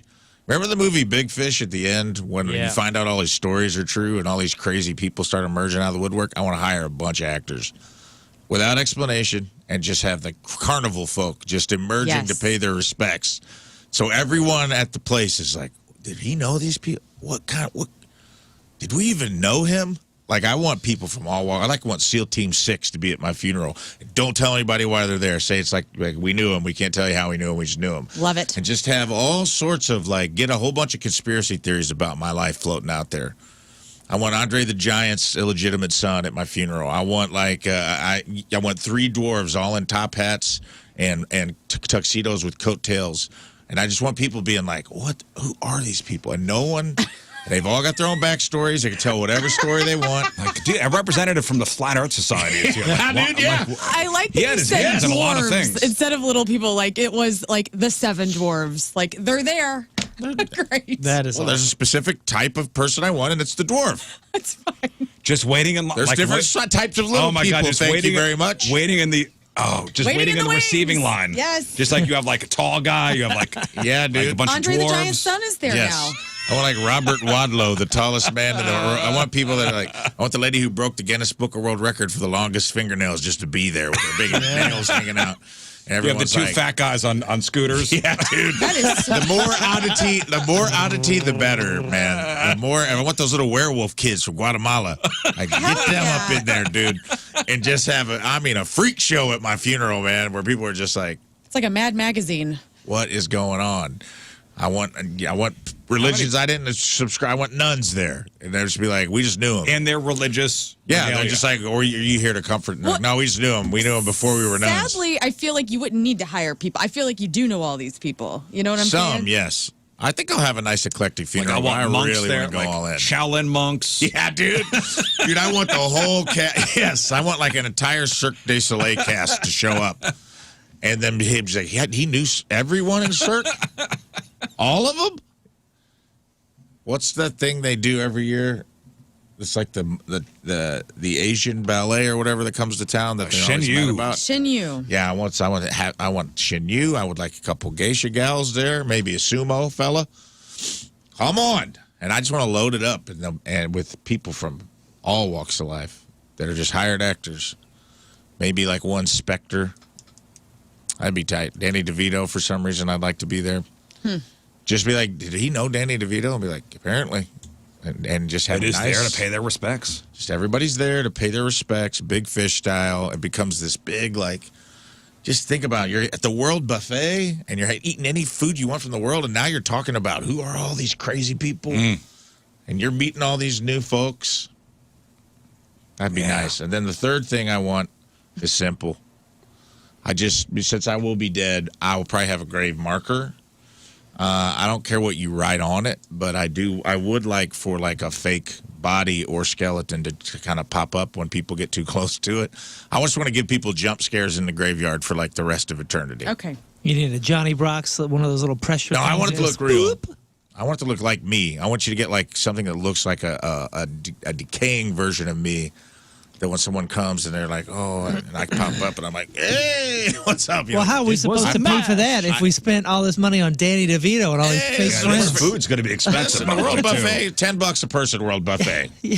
Not a big deal. That's a reasonable price, The dude. fake friends cost us a lot of money. That's a reason. Like, oh yeah, way to fly them in and put them up in a hotel. The fake friends are going to cost you about 2.7 mil by the time you get them all in there. But the World Buffet, $10 a head. I feel like that's a good. That's a fair price. That's a fair price. That's a discount. That's great. For a crepe bar. You kidding me? Oh yeah, with somebody making crepes? Thank yeah, you. hell That's very Crips, reasonable. crepe bar. I am looking forward to the crepe bar. Me too. If I outlive you. Scott? Well, mine are pretty simple. One would be a final role in a movie. I'd like to be in the remake of Weekend at Bernie's. Like, that'd be awesome. Another one is I'd like to finally be able to be attached to an umbrella and toss off the arch and the whole city mourn for about 6 months and 3 days or so. Oh, wow. I think that'd be nice. You want to be thrown off the arch holding an umbrella? Yeah, I want to see if it works. You know, I've always... You mean like a parasol? Like straight off the center? Or can we slide you down the side? Actually, that might be more fun to slide. Let's go sliding. Or you talking like Mary Poppins style? Holding Yeah, like that's what I was thinking. Is I'll try that to see if We it can do actually that. works. Yeah. How are we going to get his hand to hold the umbrella for Duct tape. Yep, duct tape. Oh, yes. My apologies. I wasn't Yes, thinking of course. duct tape. Duct tape will work great. To get you up there, but we... I think that'll be fun. Then the final one I would really like is to have a tomb at the Bass Pro down in Springfield, where you walk in there, you see my tomb and everything, and I think that'd be neat to select. Oh, That is your sweet. final resting place would be at the Bass Pro. Yeah. That is pretty cool. And I think that we could do the funeral and everything with the waterfall in the background. And Let's just put you in one of those bass tanks, and you're just the man in the You know what? suit. You know, Oh, just you're like- hanging Just around. throw them in the tent, just floating. you know the Yeah, skeleton just- that always yeah, has the just chest that moves opens around. into fish tanks? Yes. I could be that skeleton in the Yeah, you're fish just- That tank. is sweet. Yeah, you're the one-eyed Willie guarding the goal. Yeah. That's pretty. Or we could put you in the scuba dive in the old school. What do they call that with the big old Yeah, the metal. golden helmet? You know, those 20,000 things freak me 20,000 out, leagues dude. under the sea looking guy. I like Deep this. diver, right? All right. Yeah, Deep right. sea diver outfit. Yeah. That is I want a tight. burial at sea, but just put me in the Bass Pro fish tank, and Dude, that's it. That would be rules, cool. Yeah, There's your less guys' work. funerals rule. I hate mine now. You could be the bubbler. Also, yeah, great. retroactively, I would like whoever does give my eulogy at the Big Fish has to have the Robert Palmer girls dancing behind them and don't explain it. with the slick back hair. Slick back hair and one Fine. girl kind Done. of playing the guitar, but not really. Yeah, you just hear the strings acoustically. Wang. Wang. Yeah, yeah. Plug it in. Clang. I look forward to all of this, I Yeah. guess. I don't know. What else can you say? Well, now I hope somebody wrote this stuff down. Let me see. Okay, that was last wishes. Oh, another thing making the rounds. When was the last time, Moon, you were in New York? Last year, I think. Yeah. Right? Yeah. Yeah. Well, around Christmas. Yeah, it's Thanksgiving. I played Jersey, but flew into New York, stayed in New York. That And night. you did some walking around, right? Yeah, I actually went down to that Juliana's place in Dumbo, the down under Manhattan Brooklyn overpass. So spent a little bit of time in there. And Red Hook, I don't know if you know what Red Hook is, but I had some friends over there. Last time you were in New York, Lern? 2018, I think, 2019. Did you do some walking around? Oh, yeah, I went everywhere. Went everywhere. Central Park, went Times Square, all over. Don't tell me something bad. My daughter's going there. She's only 16. Nothing bad. It just, you just see all types of people. Okay, yeah, because she's going for a week. She wants to go to college up there now. So where's she going to go? She going to go? 16-year-old kid with her friend. I'm sure they're going to go everywhere. Everywhere they want to go. I'm sure they're going to see the memorial. Like just in the city? Yeah, who knows? I don't know, man. She's an adventurer at this point. You meet all sorts of people, and you run into all sorts of people, and you never know what's going to happen. I don't know. Odds of getting sick from this, 1,000%. A woman from New York spotted a guy sitting on a sidewalk in the Bronx eating a rat. Oh, great. Whoa. And when I say eating a rat, not cooked or anything. Like just tearing fur. Just raw. Huh. A raw New York City Have you guys tried it? Maybe rat. I can't. This is unbelievable. What is he gonna do next with this rat? He ate it. They're not paying me enough. This is crazy. Yeah. They're not paying me enough. What? Paying you for what? Just be sitting here watching Documenting this. things. I don't know. Oh, jeez. I don't like. There's the video. There's the Oh, pal. He's got a What's live he rat in his doing? hand. Oh yeah, there's the tail. There's the tail. I don't want to look at that. What's he gonna do? He gonna eat it.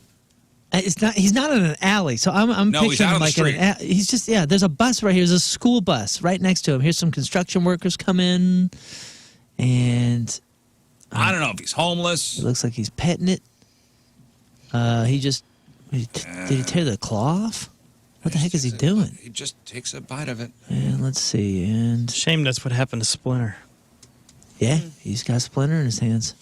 All right, one final thing here. What would you do? Mm-hmm.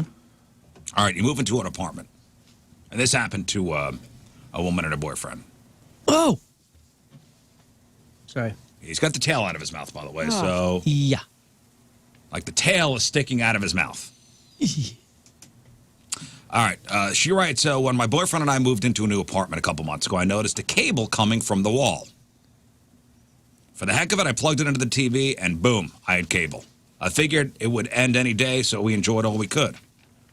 Guess what? Weeks later. I'm still split on what we should do. Oh, man. The boyfriend's like, their mistake, their loss. She's not so sure. It kind of feels like stealing, and I think we should be doing the right thing and canceling the cable. How would you even know how to cancel it? If you don't have an account, how do you cancel it? Well, I guess you know what cable provider it is. So I guess the apartment is still juiced. You just call up and say the address? Huh. Would you? Victimless crime. Yeah, I feel the same. This ain't your I mean, business. somebody's paying for it. Wait, Maybe. wait. Yeah, but it's not impeding on what they're doing. They You don't know that. No, it might just be. It may they turn already it be off. paid for. It may be a goof. Would you tell anybody? I wouldn't I would tell nobody. I don't even know. I don't know what you're talking about. It's a gift from the cable gods. Yeah. Yeah, because I mean, felt like writing this dummy back. Like, what are you doing? again, Like, I would run all of these thoughts through my head. Is somebody else possibly paying for this? What's the likelihood of that? I'm going to say little to none. I don't know. even if it is a quote unquote trap, there's a cable coming out of the wall in the apartment I'm renting. Yeah. Of course I'm going to plug it in. Here's the only fear. Let's say in 6 months they figure it out and they go, "Hey, you've had 6 months worth of cable. Yeah. We're going to charge you now. Here's the bill." Nah. I mean, that's possible, and they have you there, right? Because It's not you your have. name, though. They can't just put something in your name. True. Even if You have it's to sign up for it. even if it's an apartment, and maybe somehow there's something in the contract in the fine print with the apartment, like Yeah, but you run the risk of telling the landlord, and he's like, "Oh yeah, I forgot to turn that off." I just hope they're dummies and didn't read their contract and it said they get free cable for renting there. Because a lot of those places have free cable inside the apartment buildings, so that could be a thing too. and they're stressing about it. And they're going to cancel They're stressing about it. Yeah, we want to cancel this. They've been taking us to the house long enough. This feels like a small win for the little guy. Just let it ride. In fact, I'd go plug a landline in and see if they got a bundle. Yeah. Not a I'd bad be like, idea. hey, I might have internet and phone. Who knows? This is crazy. I would tell nobody. Same. Because if you tell the landlord, there's a chance of him going, "Oh yes, I forgot to," and then there goes the free cable. Yeah, be responsible enough to turn things off, landlord. You know? That I would say that seems to be a you problem. And it's a victimless crime, like you said. I mean, who cares? It's cable. Who Well- even has cable these days? I You do. Wow. I do say that, but I'm being hypocritical because I mean, my whole business was upended by people thinking, oh, stealing music, victimless crime, man. I mean, music should be free, blah, blah, blah, blah, blah, and all that kind of stuff. At some point, yeah, Lern. At some There we point, go. He enough got people you. stealing I never things had Napster, ruins people's livelihoods. And, people are trying to make TV and make this and make that. I'm not saying the cable companies are awesome, but Hey, if there's enough people just taking cable out of the wall, You know what, though? for I free? did get a lot of Costs more mixes for the recently Paramount's with a not lot of getting- songs on them. Yeah. So I guess I did steal music. In the Yeah, 90s. that's a little different, man. Paramount Plus isn't getting my cable money. Like they're getting paid. They do big contracts to be carried on those cable packages, but they already got their money. It's the cable company that's not getting paid, and I'm cool with that. Yeah, man, right? Yeah. That'll show them. Every time You're you an turn on the outlaw, TV, you dude. go, that'll show them. that'll show them. Watch this. I'm going to leave the TV Excuse on me, all damn day AT&T. just for the- Spectrum bankrupt. Time Warner. Yeah. I get his picture in the big board meeting, the Spectrum board meeting. Like, if one more person steals cable, we're belly up. We were doing great.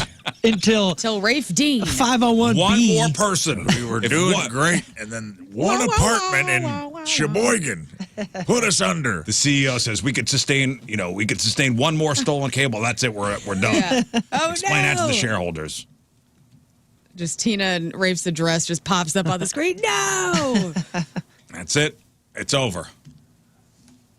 Mass layoffs. Also, they could watch King of Queens reruns. Damn you, Kevin James. All right. Nobody's telling, right? No, Scott, what are you doing? What's the Christian thing to do? Well, I would Thou do shalt what not Moon- steal cable. Well, I think my gut would say but like you said, you can't come back and get you. But I don't think you're stealing it, right? 'Cause I it's- don't know, Scott. What's the moral thing to do here?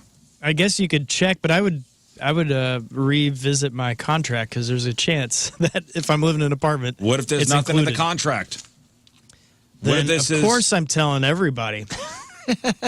This is. I'm assuming this is. Jesus has seen you wink? He's No! double winking. Jesus saw you wink.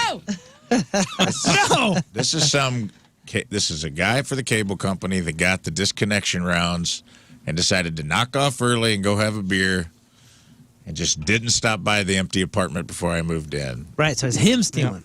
It's just him being bad at his job. I'm sorry, a thief handed me money. You know what? Somebody brings up a good point on the instant feedback. There's probably somebody out there paying for cable they're not using, and they don't even know. It all evens out. Oh, that's It all- for it sure all- happening. It all will even. It's the it all person evens paying out. for this account. Yin and yang of the universe. My dad is probably the last human being in this nation paying whatever the absolute max is for cable. He's probably paying $200 a month for cable right Complaining about now. it? No, he doesn't complain about it. That's the problem. Is he's like, I like what I have, and I'm sticking with it. I'm like, Dad, but as things go and they become more available, or supply and demand, they're cheaper. You understand? You could change this and save $100 a month. And he's like, I like what I have, and I don't want to change it. I have cable. Why? I don't know. Do you How even much watch are you it? paying? Have you changed it? Have you I got jockeyed the for bundle. Like I got my internet. Bundle Ruski. Well, that's all I got right. the internet. The My dad's cable. probably paying for dial-up still. He's hundreds of dollars. He is that guy. He just won't change anything. I like think what I it's got. like $230 a month. I got to check. Ooh, $230, No, man? it's Wild. cable, internet, and phone. Oh, that's not bad And then. phone. Well, you should have said that. You and my dad need to talk. That's pretty It's good, though. cable, internet, and phone. Well, how much you pay for your high speed? I have $95. $80. I got AT&T, $95 for my 5G, and then I got like 100. Tim got a new phone, so we got like 175 phone bill. No landline, so it's about the same as yours, I guess. $80 for internet. 55. I'll call them every year and threaten. I'm Bounce if I don't get the introductory rate again, and they always cave. Oh, you know what? I got that. That Rocket app. Yeah. Mm-hmm. They did renegotiate my bill for me. That's fine. Oh. That's good. Yeah. So it works. Yeah, it did. It works. You got to pay them like a fee. Like they take gotta like pay 'em a little 30% percentage. or something. But yeah, they've done it for us a couple times too. So It it's worth works. Looking into. I just send my mom on the thing, if I don't feel like yelling at somebody or getting into it. Send, Just have Jill call in. Send Jill. Yeah. She's rocket.com or whatever. All right, let's take a break. But first, all right, today's Team Rizz Member of the Day is brought to us by Hot Shot Sports Bar and Grill, the official sports bar of the Rizz Show and home to St. Louis sports fans since 1990. There's a lot of people saying, hey, check out the Hot Shots Arnold.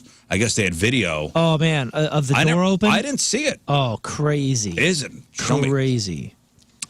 From Belleville, Illinois, Kathy Morgan is our Team Rizz Member of the Day. Kathy has been a fan of the Rizz Show since the very beginning. Has been a point listener since the 90s. Loves how the show keeps Jeff's memory alive, as well as, every broadcast is A+ with the additions of both Lern and Rafe. Kathy loves all the games we play, especially when we go off the rails. She loves Rafe's in memoriam and loves the overall camaraderie. Kathy Morgan from Belleville is our Team Rizz Member of the Day. Get super sweet Team Rizz Member of the Day soccer jersey. Get yourself signed up 1057thepoint.com/Team Rizz. All right, we'll take a break. We'll come back with crap on celebrities. And did you hear the story of the booking company in St. Louis that got suckered out of all this money because they thought they were booking Missy Elliott? No. Oh. Yeah. I'll tell you about this situation. Damn. All right, 7:23 Monday, traffic and weather. Moon coming at you. Traffic is brought to you by Golden Oak Lending. Do you need extra cash? Golden Oak Lending can convert your home's equity into cash in as little as 14 days. Let Golden Oak Lending cure your blues. Right lane blocked, right hand shoulder block. Due to a crash, 270 southbound at Big Bend. Your point forecast, a chilly start, but sunny skies on a high of 68. Right now it's 38 at the Point Studio.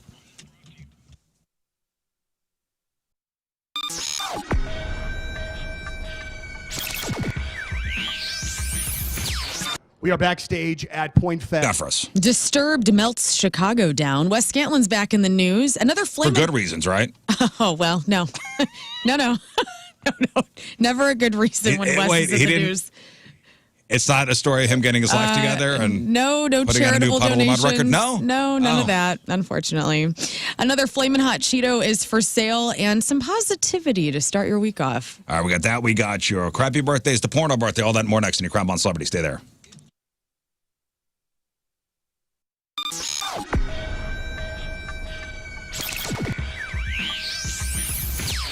Check 1, 2, 3, 4, 5, 6, 7, 8, 9, 10. Check 1, check 2, check 3, check 4, 5, 6, 7. Ready to roll?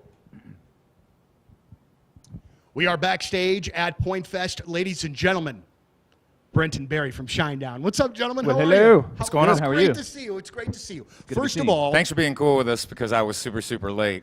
I was very, very late. Some things in rock and roll haven't changed. The singers are usually late. now listen, if we're going to do it, you are 18 minutes behind. I don't think that that's even late as far as rock stars go. I think that's just about flat. All right, we'll take that. We can take that. Yeah. I don't know if do we look at ourselves as, the RS, the rock star type? You don't have to. But he's complaining about how high grocery prices are. And listen, I get it, but Schnucks is doing something about it. Big news from Schnucks. They have lowered the prices on over 2,300 items all around the store. That's a big number. And they marked down price on things like Honey Crisp apples. We love Honey Crisps. Jack's Pizza, Rida Potatoes, Tyson Family Pack Chicken. Those Organic Girl Salad kits. Even if you had one of those like big 32-ounce Chobani's that you like, the yogurt tubs, lower price. How about stock cold brew coffee? New lower price. By lowering prices on over 2,300 items, Schnucks is bound to have lowered the price on something you love, some of your favorites. Just check out the digital shelf tags around the store and find tons more items, all with lower prices. And don't forget about the Schnucks Rewards app. Even more savings on there. Now that's everyday savings you could count on. All at your local Schnucks. New lower prices every day on 2,300 items.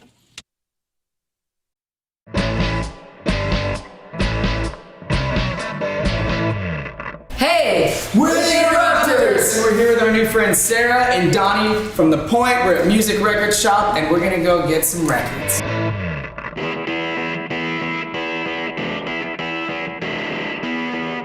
Reggae and ska. This record Have some is going to change your life. It really is. This is nightclub, gangsters, Rudy, A Message to You, Rat Race, man, Ghost Town. So we come, Interrupters, before we come out on stage, we play Ghost Town, and it's on this. You just have to get, this is, I insist that you get that one. Okay. If you were gonna get a Ramones record, are you a fan of the Ramones? I don't know. A lot of times I hear songs and I'm like, oh yeah, I love that song. I just can't remember You know, who like, it was. I Want to Be Sedated. And like Blitzkrieg Bop. So this is their second record, and it's really good. In 8th grade, I went to Catholic school. I had to walk from my school to my parents' office, and in between the school and the office was a reggae record store. Like it was a record store, mostly just reggae. From school until then, that most of my time was spent at that record shop. Wow. So Yeah. I mean, that's kind of where it started. Like, and the pretty owner much. of that record shop was like, check this out. It's called Incense, and you burn it. And I was like, cool. Woods Basement Systems. Maybe that storm, kind of shed some light on some issues with your home. Now, Woods Basement Systems are the all things basement-y experts. That's how we know them. You know, their family's been serving our area for a long time, since 1986, I believe. It's a long time. You know, local experts in basement waterproofing, foundation repair, crawl space repair, and more. And you know as well as I do, issues with your home, which is your biggest investment, by the way, they're not going to get better with time. It's not one of those things you can just ignore and let go. It's probably going to get worse if you ignore it. But it's going to get better with Woods. Won't get better with time. Will get better with Woods. And maybe that storm shed some light on some of the issues that you're having with your basement foundation, any sort of cracks or any of that kind of stuff. Get that stuff taken care of. And by the best, who's been serving our area for so long, highest rated and most reviewed. This is Missouri and Illinois' most trusted basement waterproofing and foundation repair company. Woods Basement Systems not only will help you with that, but they can actually fix your driveway, your sidewalks as well, and you can use it the same day. They fixed my front porch. So they do a lot. Woods Basement Systems, the all things basement-y experts. There's a special offer waiting for you at moonloveswoods.com. That's moonloveswoods.com.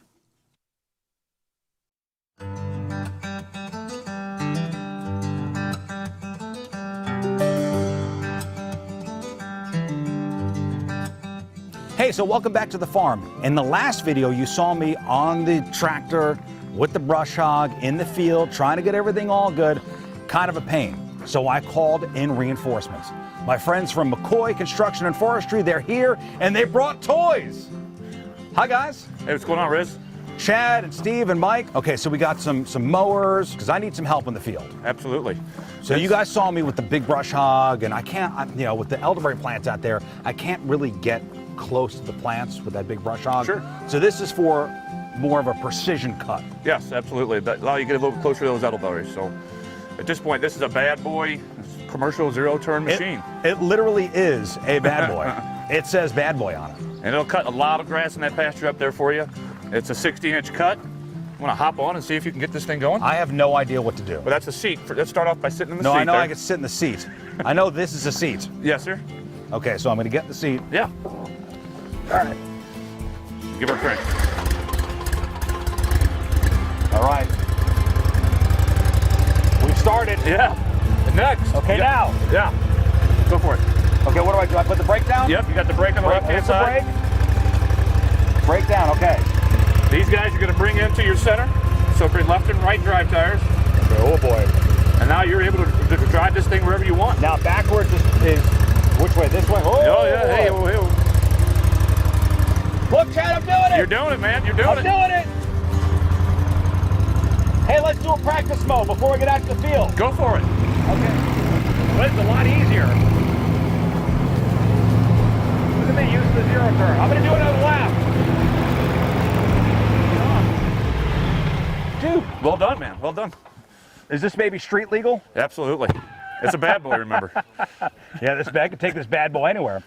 So, Chad, what I think we should do is I think you should get on that one, and then let's go down to the field, and we'll mow a row or two. Sounds good. Let's do it. All right. Let's do it.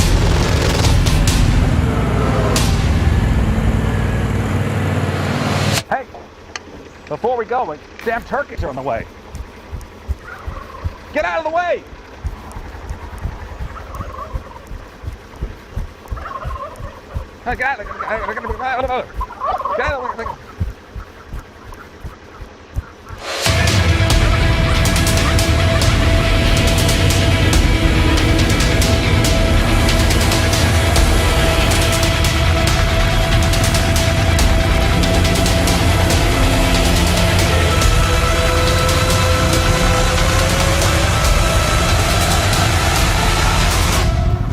Well,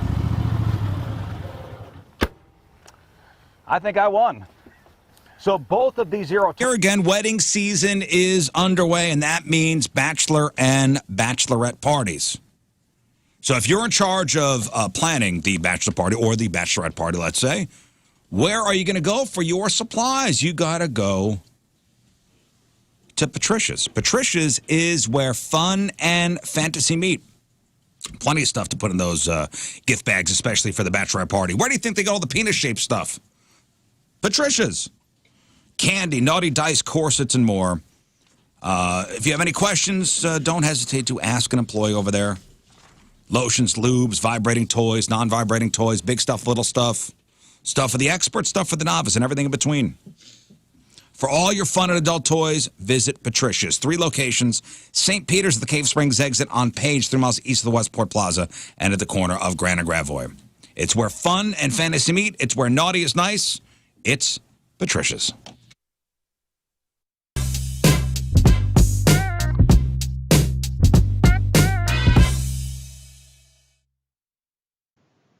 How are you, everybody? Donnie Fandango, and I am very lucky, and I know I'm nervous because my hands are sweating like crazy.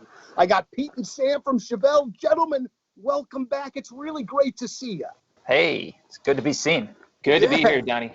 Well, and it feels like there was a number of years where we were running into each other a couple of times a year, but now it's been... RizzShow phone number 314-624-3833 or 618-398-3833. The Mick Ultra Studio Cams, 1057thepoint.com/Rizz. The socials at RiZZ Show. Your emails, RizzShow1057thepoint.com. Of course, the Coleman's Campers text line, 314-649-3862 or 314-649-DUMB. Sex Time Fun Facts coming up. Rafe on relationships also on the way. Mm-hmm. Man, I got to tell you the story about this local St. Louis concert promoter or booking company scammed out of $270,000 because they thought they were booking Missy Elliott, but turns out, nope. Or ripping that for Fred and Ed, yo. So a Texas man, this is from the Post-Dispatch, I read this morning, a Texas man scammed a St. Louis concert booking company out of hundreds of thousands of dollars by pretending to know Missy Elliott. This guy's name is Joshua Eldridge. He got a $270,000 down payment last year after he signed a contract to book Missy Elliott for the Afro Nation Detroit 2024 Music Fest in Michigan. But Missy's manager said he'd never heard of this Josh Eldridge guy, and she had no plans to play this show. So instead, Josh used the money to buy plane tickets, clothes, living expenses. Still hasn't paid it back. And now he's facing a wire fraud criminal charge. So this company out of St. Louis is called Vision One Enterprises. And Josh, by the way, was arrested last week in Nashville. So Josh, the scammer, approached Vision One in early 2024 and said, hey, I could get you Missy Elliott for this music fest. Oh, damn. For you guys. And he said it was, he was in contact with Missy's team. He'll negotiate the terms, including all the performance fees. He even sent screenshots of fake conversations between him and Missy Elliott's agent to bolster his claims, let's say. So in March of 2024, Josh submitted a proposal. $500,000. So $500,000, Missy is going to play the festival. Let's go. Okay, so part of that $500,000, she's also going to provide promotional photos, and she'll even do social media stuff to promote the festival. Damn. But $500,000, but you got to pay $270,000 up front. Okay. So this Vision One company out of St. Louis, they sent the money. That was in March. In April 6th to be exact, they're like, hey, we never got any photos or Missy talking about the festival. Like, Right. Time for you to fulfill some of your end of this bargain. Now the concert booker, this Vision One, was like, hey, what's going on? He's like, this Josh guy's like, Missy's voice is gone. We'll get you the stuff. 2 days later, come to find out, the same day that Missy's supposed to be playing this festival, she's booked for another show. Oh. So like, hey, guy we sent $270,000 to, it says Missy Elliott's playing this other show the same day. He's like, it's a mix-up. It's fake news. It's a mix-up. See, he kept the charade going there. Huh? Yeah. The next day, Josh sent a document featuring what appeared to be Missy's manager. Been like, I guess we'll return your deposit. He never did. Wow. Manager says he don't even know who this Josh guy is. So he'll be in court on April 9th. It's like our own Fire Fest almost, you know? Yeah. Interesting. Yeah, $270,000. It just, to me, it just shows how easy it is to scam somebody like that. Oh, yeah, man, I know Metallica. You need Metallica to play your backyard party? Yes. How much? I got you. How much? You know what? For Metallica to come play a one-off show? Yeah. Million. Now, you could look this up, guys, how much it would cost, but I'm going to get them to you for $500,000. You're kidding me. $500,000. What a bargain. I feel like that's a steal. It's a steal, man, but you got to send me $250,000 up front, and I'll get it all worked out. Yeah, they're $1.5 million to book a private event for Metallica. Anywhere from $1.5 million to $2.1 million. I'll be honest with you, $1.5 million sounds cheap. It does. For Metallica, For all one-off. that pyro? And maybe the pyro's not included. I mean, Pyro this is not just included. the guys. Yeah, they're just showing That's up. just for them to show up. Right. But I can get them to you for $500,000. Ooh-wee. Wait, that's not for them to play? That's for them to attend? Booking Metallica for a private event. Yeah, that's got to be playing, right? I'm assuming to play. But not full production. But not full production. They're going to come and be a band. Still pretty sick. That is sick. 1.5 mil actually sounds cheap. But Well, why yeah, don't you make that happen? We got a birthday coming up. Birthday coming up. Yeah, your birthday's I want this her week, birthday pal. coming I up. wanna Who do you change my want? funeral thing. You want Garth? You want Garth Brooks to come and serenade you on your birthday? Of course I do. Okay. Well, normally it would take Garth to get Garth Brooks out. Yes. Probably cost $1 million. Let's see. Let's Okay. More than that. I don't have that. See, is there any coupons right now? Maybe he's got a group. Garth Brooks costs. Ooh, about the same. 1.5 Okay. to Yeah. 2 See, mil. 1.5 to 2 mil. Dang. You do But that. I could get, dude, $20,000. Oh, my goodness. Yes. Where do I 15 grand sign? up front, and dude, it's done. David Lee Roth. Not because, I just. I always want to know. 300,000 Real good deal. for DLR. Excellent And he deal. brings a sword. And he brings a sword, and there's He no will Van Halen do. done. He will do 5 minutes of kata. He will. But That's he'll- fine. That's but what he we will also sing bought. Yankee Roads in Spanish. That's tight. How much you get the Rolling Stones? Okay. That's what Homeboy did down in Branson. Oh yeah, Bass Pro guy. Yeah, but he charged a lot of money to get into that Yeah, show. he had to lose his. Private event. Private event, Rolling Stones. million to 1.7. Huh? Not bad. You think he lost money on that Rolling Stone show? Yeah. I mean, wasn't it packed? It was small. packed. It's just a small venue for them to play, and their venue fee has to be, I mean, for full production, it has to be a crazy number. It's a drinking crowd, though. I think it was a look at what I built, and it was worth losing the money. He called in a favor. That was the story. He did. Well, they wouldn't play it otherwise, but I'm saying, like,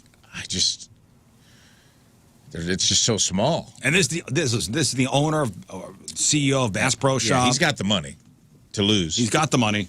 I think he wanted to showcase what he built down there, and he was like, "This is Right. It was an it's a advertisement. legitimizing." $1 million to get the Stones. Yeah. How? And I just looked up who is the most expensive person to book for a private event. All right, Mariah wait. And I have an AI answer here. Okay, probably Taylor Swift, It's not. Beyonce. You're in the right area, but no. This is interesting. Okay, Right. wait. And the range of this is very interesting. So, pop star. Pop star, live. entrepreneur. Live the band? Alive? Not live the With band. Ed? Yeah. No, not live. Entrepreneur. This is the most expensive Jay-Z? band. Subjective, depends on factors like performance length and Is travel. it a band? but Is it a band? This is an artist. Celine Dion. No. Entrepreneur. Gaga. No. BTS. You are close. It's no. just- no, she said it's a- one person. It's a woman. Oh, okay. She's very good at everything she does. Ethel Sharon. Does she put out? No. She does not put out. She's married. No. Does she put out? Does she Melissa put out other? Etheridge. Does she put out stuff currently? It's been a while. Barbra Streisand. No. Gwen Stefani. Dolly Going Parton. way old in this. No. It is old. Somebody No, old. this is somebody. This is Contemporary? of our pop, like contemporary, like still making stuff. She's been out of the game for a while. She had a couple babies. Beyonce? How much? She's I already said super Beyonce. cute. How much Yeah, would we've already this? said How much would it Rihanna cost? is what I meant. 1.5 to $8 million, depending. Rihanna. Rihanna is the answer. Really? Yes. Way to go for her. Didn't she? She did some Chic's birthday, I think, recently. That's who's that. By the way, that's who's paying for this. That's stuff. why we can find this information out. Is these are Because- they're all going to Saudi Arabia doing these shows. Yeah, these are actually things that are happening. Dude, Slayer is 150K. I mean, Dude, everybody's all this dead. stuff. Let's throw in. You hear stories all the time of, Jennifer Lopez, flying over to Dubai to play some Chic's, Sweet 16. Dude. Taylor Swift's up there too. 3.7 to almost 8 million. 7.4. How much was Slayer? 150? 150. Okay. Who do we know? So if you got Some of this if you got stuff's- 1,500 people to throw in $100 a piece, you could just book Slayer. To come to St. Louis for a one-off show that isn't a A festival one-off show for In Forest Park. 1,500 people. for free. That's kind of sick, dude. We have that many You people. can get 1,500 people into someone's subdivision. Yeah, but that's just to get them there. You got to, have a stage. You need a sound system that's going to be able to Chesterfield handle. Amphitheater. Sorry, Able Slayer. to handle. Hey, hate the Slayer, not the game. That's what you said. You said 150K Slayer. There you go. You're playing right next to the grill. Here's That would be here's an sweet. extension cord. Plug your stuff in and let's get Plug it going. into where? To your generator, dude. Your solar generator. Smoke some ribs. We're gonna have. Did you say you had to pay to get them there? Yeah, so I'm sure it's 150 just to get them to play, them to play. No, it's not a band like that. No, they'll figure it out. 150 to get Slayer. Yeah, if that's what they're requesting, that's because that's what they're asking for to Cover. co-headline a radio station festival or something like that. You know what I'm saying? And the expenses will be on them. Okay, what he's travel saying, expenses. what he's saying though, what Rafe is like, hey, 1,500 people, $100 a piece, we get Slayer to play somebody's party. Yeah, But that's not included. You need a sound system. you have to provide sound and stage. Right, and that's expensive. Yeah. Oh, But you don't have to. It doesn't have to be top. I mean, they're just there. You can hire. I'm sure they a have certain normal. requirements. You could pull up a trailer, put up some PVs. You know what I'm saying? I'm sure Like they have $1,000 certain extra requirements. see, $1,000 for a sound. Hey, I'll person. rent you my board. I'll rent you There my you go. board and my towers, and you'll have. Are we a little getting Slayer, rehearsal guys? thing. Are we gonna all rally together? Are we all chipping in for Heck, Slayer? you know Dude, what? there's like- I'll rent them my drums and guitars. This is great. there's like 1,500 Team Rizz members. If we could have a Team Rizz party at $100 a pop, At a Hot Shots. and just have Slayer play Hot Shots Fenton, dude, that'd be sick. Yeah, I got the Close Parking 44 lot. down. Don't, Yeah. And don't tell nobody about it. I got the backline covered. Just have How it much you happen. get Brett Michaels? Okay.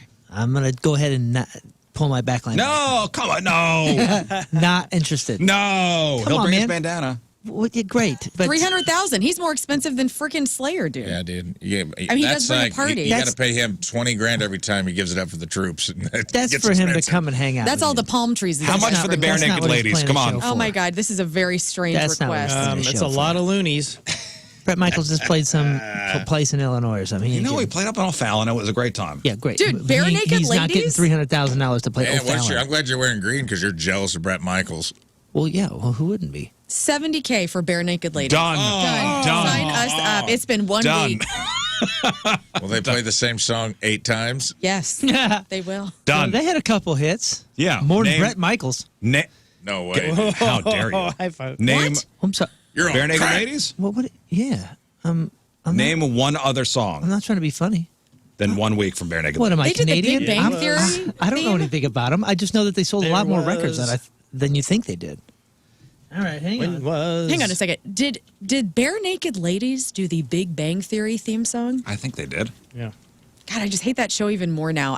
So bare naked ladies have the It's band, and then they have the It's all been done. I think that's what it's called. Do they have the apartment song or something like that Yes, too? Old Apartment. These song titles are dumb. All right, Brett Michaels 1 sold a week. lot more records. My bad. The Old Apartment. How dare Pinch- you. I didn't realize Poison sold that many, but that was also a different time. Testing 1, 2, 3 is a bare naked ladies song title. Kill me It's- now. It says Yeah, that that Poison song. sold over my 65 mic up. million records. It's just stuff they say in sound That checks. seems impossible. That's very believable. But I guess it was 1, the 2, 80s. 1, 2. Turn my mic up. I'll have the pastrami. It's just stuff bare naked ladies say into the mic during a mic check. They just name their songs that. You have the song Pinch Me. Well, I'm glad we have a plan to get Slayer into St. Louis at Hot Shots. And we're Fun. getting bare naked ladies to open, apparently. All right, so today is March 17th. Back in the day, 1,564 years ago, in the year 461, St. Patrick's died. Did I say St. Patrick's? You did. St. Patrick. St. Patrick died. 180 years ago, 1845. Thank you to Stephen Perry. Not the Steve Perry, but the inventor of the rubber band. Ah, yes. Stephen Perry. Love his rubber band balls. Thank I love you. that song, Rubber Band Man. That's a great song. Wow, there's a Is that the Spinners? Yeah. No, that's T.I. St. Louis's own. T.I.'s from St. Louis? Wasn't he? Nope. No, he's No. from Atlanta. Oh, I apologize. You thinking of Akon? Am I? 35 years ago, 1990, Biz Marquis' one hit. Got what I need? No, that's not what it's Oh, called. Biz Marquis. Oh, come on. Rump Shaker. No, Just a Friend. Just Oh. a Friend hit number one. I'm fairly certain Thought that he had another hit. the My Rubber hip hop Band mixed Man up today, okay? was T.I.'s first single. It might have been, but I think he sampled the Spinners Really? No way. original. I did not 30 know years that. ago, 1995, the first vaccine for chickenpox approved in the U.S. 27 years ago, 1998, Van Halen releases the album 3, featuring Gary Sharon. Whoa! Not you. We don't talk about it. Not you. 22 years ago, 2003, on the very first episode of MTV's practical joke show Punk'd, Ashton Kutcher stages a prank involving the IRS that makes Justin Timberlake cry. Oh, and Dax Shepard is involved. Well, That that's is what so made great. Dax a career, right? 'Cause Oh, yeah. he was the guy. He But was do you remember that episode? I do. He's It was on the phone with his mom. It was the first episode of Punk'd that was 22 years ago today where Justin Timberlake cried. That was great because that was seeing celebrity in an entirely different, vulnerable state that we had not seen before. And wow, They they there's panic just like us. they do. There's one of them they never aired. It was Zach Braff from Scrubs. And the punk thing was that a kid keyed his car. And like a kid. And he beat the hell out And of the kid. he went to go beat the kid up. That is You're, awesome. You're Zach- joking, man. No. I was joking. No, look it up. Okay. Look it up. Zach sure? Braff and Dax Shepard look too much alike to be in Look the it same up. episode of In the same Punk'd. room. Yeah, I don't like that. And 2 years ago today in 2023, Taylor Swift kicks off her Eras Tour in Glendale, Arizona. It was a Total giant bust.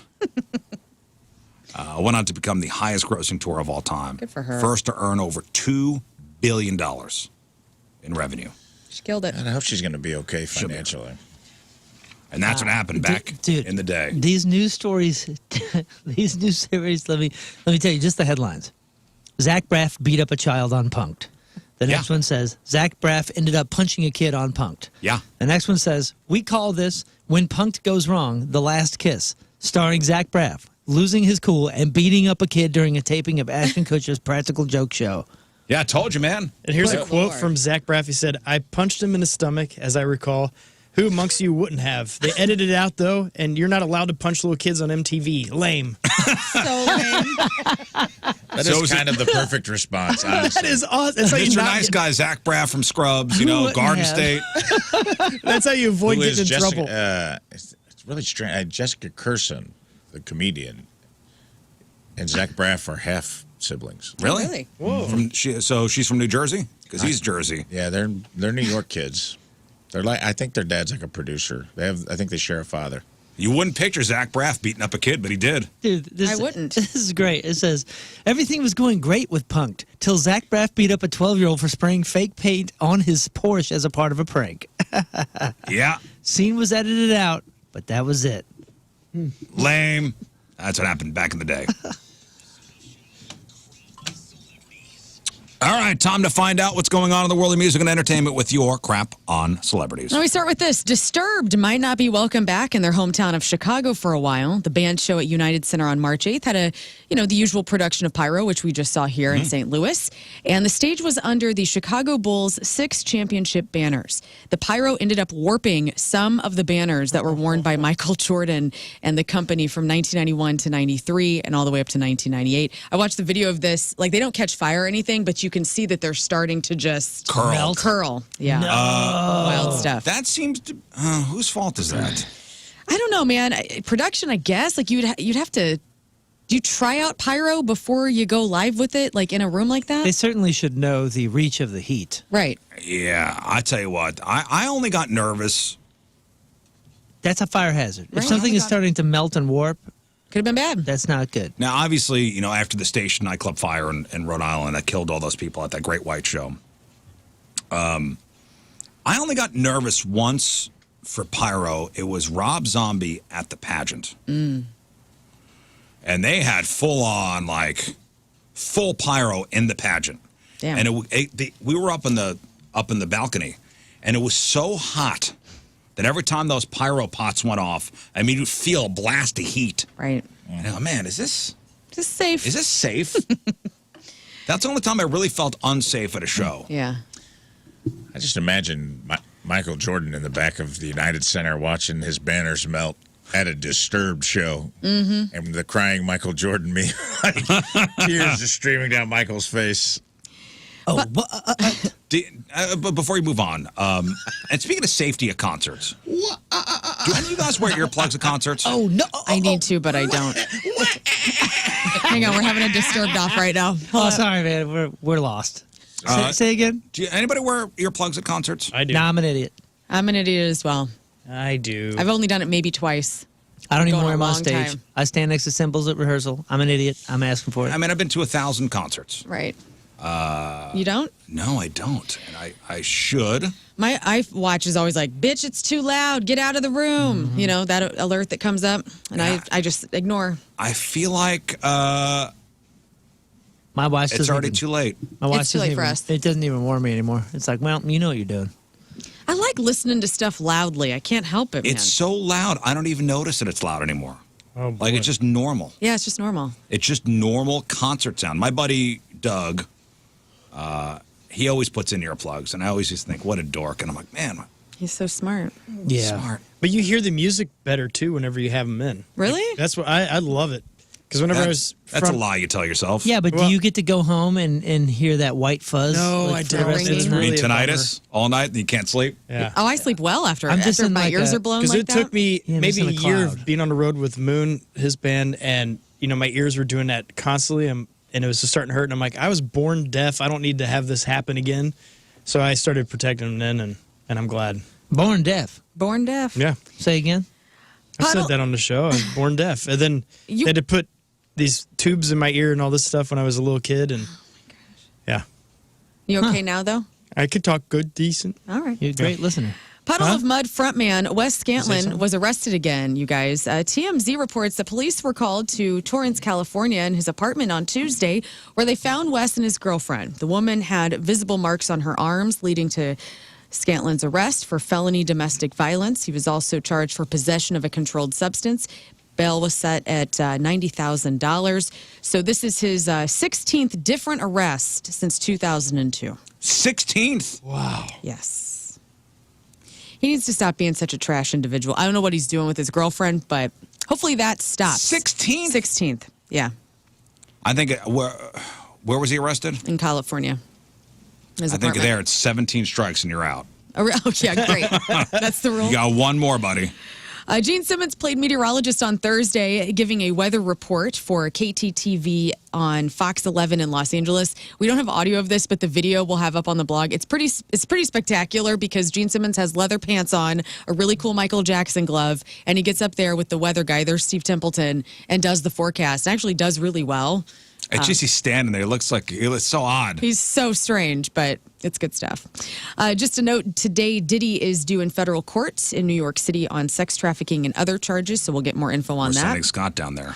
In TV news, Jenny Ortega shared details about the upcoming second season of Wednesday for Netflix this year. Also, the unconfirmed premiere date is due to incomplete work. She mentioned that Wednesday's second season is shaping up to be the show's most explosive collection of episodes yet. It's going to be visually exciting and have a lot of bizarre scenes. I liked the first season. I thought it was great. Yeah, it was cute. It was good to watch with the kids, too. You're a Ted Lasso fan? I am, yes. Who isn't? Jason Sudeikis, his mustache is making a comeback. It's set to return for a fourth season, surprisingly. Apple TV announced on Friday. No other castings are officially confirmed at this time, but Brett Goldstein, who plays Roy Kent, and Brendan Hunt, who plays Coach Beard, both back as executive producers. Jason Sudeikis was on the New Heights podcast with the Kelsey Bros, and he says Ted's coaching a women's team now, so that'll be different. And the show, of course, originally debuted in 2020. Oh, man. Yeah. It ended all right. It ended perfectly. Well, the women are coming. It's going to be a women's team this time. Oh, man. You Yeah, but okay? I don't care that it's a woman's team. How dare you even say that I would be upset about that part of it? I just like how you're like, it ended perfectly. We don't need to bring it back. We don't need It was great. It was great the way it ended. I'm I kidding. just don't like that we're just trying to squeeze another season out of it or two. I have faith in Apple, though. They've been producing some Oh, my pretty God. The great last crap. episode of Severance. I Am I will- right? Yeah. Am I right? I can't wait. You didn't see the last episode of No, I Severance? saw it. I can't wait for the actual last episode of Severance this week. When the 70 minutes. when the Severance one ended, it said Apple TV was like, "We suggest Dope Thief," and I turned to my wife and I said, "Apple has not let us down yet. Let's Did you just watch do it? Was Yeah. it terrible? Tim wants to watch Dope Thief. So we started watching it, thinking it was a binge one, and we watched the 2 episodes that were out, and then it was like on the next one coming in a week or whatever. And I was like, "No, gosh, dang it." It's not bad. It got us enough where we're like, now we got another Yeah, it show. started autoplay, and I'm like, nope. Now we watched it. Dope. Nope. We kind of dug it. Nope. Thief. It's got the cat that played, who's the dude from Medellin, the cartel guy, the guy that got killed on the roof in the 80s. Oh, the guy that Colombian did guy. Escobar. Escobar. Thank you. It's the guy that played Escobar. He's the Oh. co-star in it. Back with drugs, huh? Oh yeah, I didn't think about that. No, the season finale of Severance is supposed to be 70+ minutes long. I saw that, yeah. But I will say, in regards to Ted Lasso, I felt like they didn't wrap his story up very well. I felt like they wrapped up everyone else's, but Ted's like, and I don't want to give it away if you haven't watched the show, but screw him. He went home. He went to be with his boy. sort of. They sort of implied that, but he was kind of reeling from the divorce too, and that never really got super. Well, he had all this. He had all this trauma, and he went home to be with his boy because remember his boy was bullying kids, and I didn't watch it. Didn't they show him coaching his son's team? Was that? I thought so. Yeah, I mean, it was kind of a sweet ending. Did he shave his mustache off at the end? no. What are you, That crazy? was a That's sad Shaved his ending. mustache I'm off just the end, and asking. it I was didn't all watch it. swastika tattoos. We were like, no, Ted. Damn it, Ted. Hello, Ted. It's like Samson. Can't take his mustache. A couple weeks ago, I was telling you that OJ's estate was auctioning off this Bible that was given to him by Robert Kardashian. And I said, one of the Kardashian girls are going to probably put in money to get their dad's handwritten autographed Bible to O.J. Simpson. Well, that's exactly what happened. However, Kim Kardashian's $15,000 offer to retrieve her late father's personalized Bible to O.J. Simpson's estate executors was declined, leading to an impending online auction. So the Bible, a gift from Robert Kardashian to O.J. Simpson during his 1994 murder trial, contains a heartfelt message from Rob, comforting and having some spiritual guidance to O.J.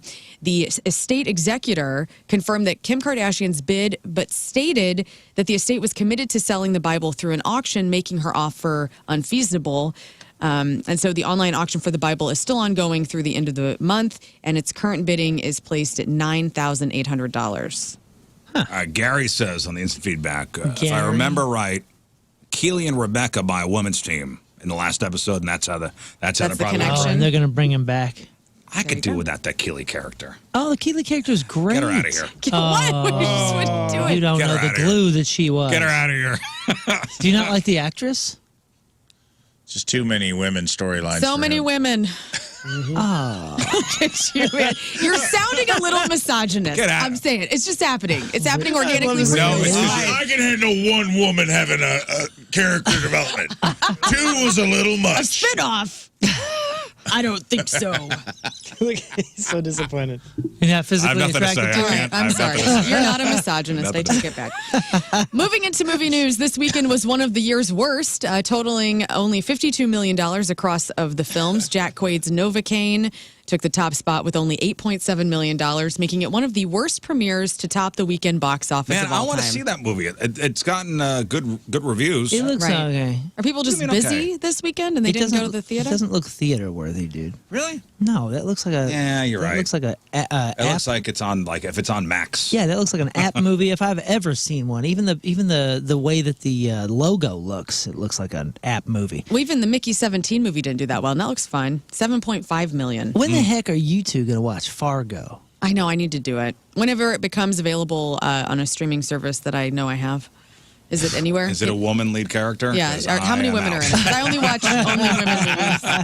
No, that Keely gal is in one of the later seasons. And No she's, thanks. She's just so good, dude. Julia Roberts. No Nope. thanks. Jennifer Garner is reaching out to fans for a good cause. I noticed that she was on Cameo, and I was like, oh my gosh, that's awesome. So her videos are $500 for a limited time. She's raising money for the California Wildlife Relief. So if you have a Jennifer Garner fan in your community, $500 she'll do a personalized Cameo video. I love her for that. She's the best.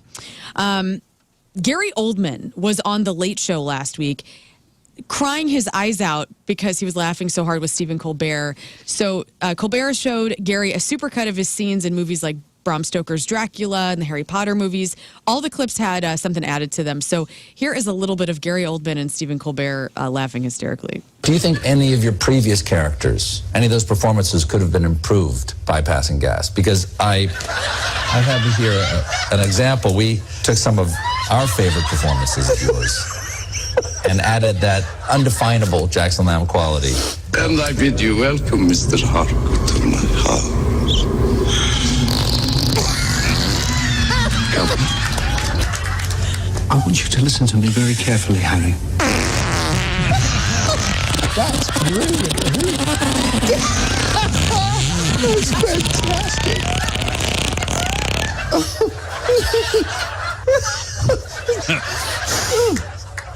Gary Oldman was crying. It showed him like 12 clips. That's Dude, all. Gary Oldman in The Professional. Remember that movie? No.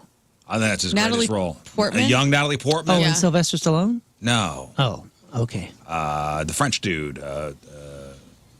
Yes. Yes. You know what I'm talking about? Yes. guy. Yeah, what that else was guy's he French in? French guy. It's like The Professional, Leon. Something. Yeah, Oh, yeah. I know who you're talking about. Jean- He's a bad Kinda guy. has an Jean egghead. Reno. John Reno. Jan Reno. Jean. I do have an announcement to make. Okay. Hey, And a concert announcement. Oh. real quick, that Gary Oldman thing, the what they're talking about is his Jackson Lamb character, who's like this really dirty MI5, like farty. He's always Yeah, he's farting farting in front around. of people. Yeah. From the show Slow Horses, which is another Apple thing that was freaking exquisite. Which, by the way, like the Lighthouse, the Robert Pattinson, and then Pattinson, and what's his face? They're Willem Dafoe. They're farting nonstop in the lighthouse, and so I like that we're kind of leaning into that. Kind of that happens. Farting is so hot right now. Concert announcement. Ready for this? Are you doing it? Yeah. Ready. Oh, you want to do it? No, please. You have it pulled up. July 17th, Hollywood Casino Amphitheater. Collective Soul. Nice. Live. Our Lady Peace. Oh. It's a good show. 90s show. Love it. I want to see Collective Our Lady Soul. Peace. Live. Our Lady Peace. Where at? The Amphitheater, July Glad 17th. to see Our Lady Peace touring again.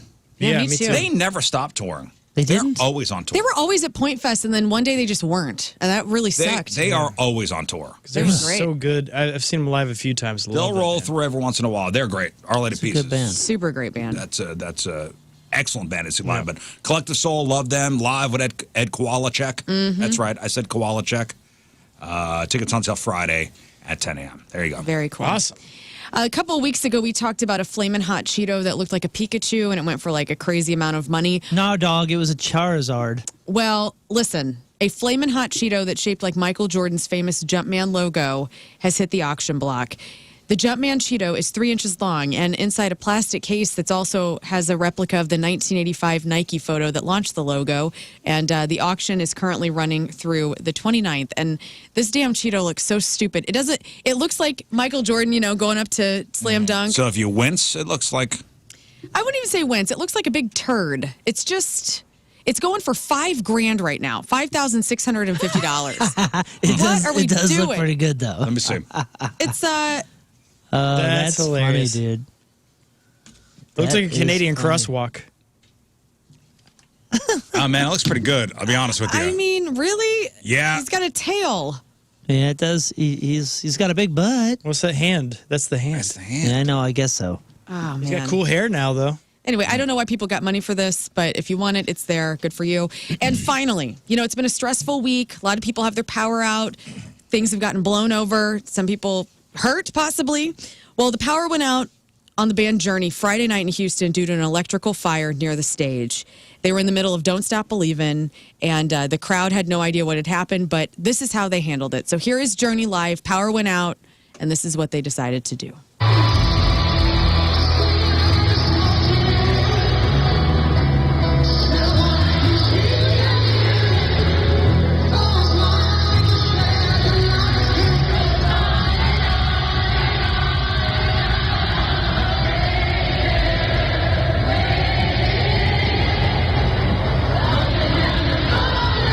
That's nice. Where were they at? Houston. So don't stop believing, St. Louis. Yeah, We'll don't get stop through it. believing. And that's your positivity for your week. I will have no more of that. And that is That's your it. crap on All doom and gloom celebrities. from now on. That's right. Celebrity celebrating a birthday on this fine day. John Boyega, that's Finn in the new Star Wars movies. He's 33. Hozier is 35. Grimes is 37. Rob Kardashian is 38. Coco is 46. Coco? Justin Hawkins. Yeah, Coco, Ice-T's wife. Oh. Justin Hawkins is 50. That's the lead singer of The Darkness. Natalie Zia, that's Rabbit on the Detour, also on Justified. And The Following is 50. Mia Hamm is 53. Melissa Oftemar, the former Smashing Pumpkins bass player, is 53. Matthew St. Patrick, Keith on 6 Feet Under, is 57. Billy Corgan is 58. Rob Lowe is 61. Gary Sinise, Lieutenant Dan. Gary. Lieutenant Dan Ice Cream, he's 70. Let's see, Mark Boone Jr., that's Bobby on Sons of Anarchy. That's another one you guys got to watch if you haven't seen it. He's 70. Kurt Russell is 74. Patrick Duffy is 76. John Sebastian, the lead singer of The Lovin' Spoonful, is 81. And Patty Boyd, the ex-wife of George Harrison and Eric Clapton. They say Layla is about her. She's 81 years old. She probably is the biggest muse or one of the biggest muses in rock and roll history. Patty There are Boyd. so many songs written about her. She's cutie. Today's porno birthday, which is being brought to you by Patricia's, where fun and fantasy meet, is Stormy Daniels. And today's birthday girl has been in 374 fine films, including Baby's Got Rack, Battle of the Breasts, Big Boob Bonanza, Bon Appetit, Rafe's favorite, the Camp Cuddly Pines Power Tool Massacre, Hot Cherry Pies 11, Lern's favorite, The Hung Jury. I love that movie. Scott's favorite, Meatless in Seattle. It's cute. Saturday Night Beaver. Moon's favorite, Space Nuts. Yes, nothing better than some spice nuts. She was in Welcome to Tuna Town, which that title I like that. turns my stomach. And who could forget her role in 2015's Silence of the Clams? Yes. Stormy Daniels is 46 years old. That's your porno birthday. Those are your crappy birthdays, and that was your crap on celebrities. All right, we'll take a break. We'll come back. Sex Time Fun Facts. Am I too trusting? That's what one woman is asking. A woman hits her boyfriend in the head with a salsa jar. And hobbies that men enjoy, but they might hide from their buddies. Fun. It's 8:11.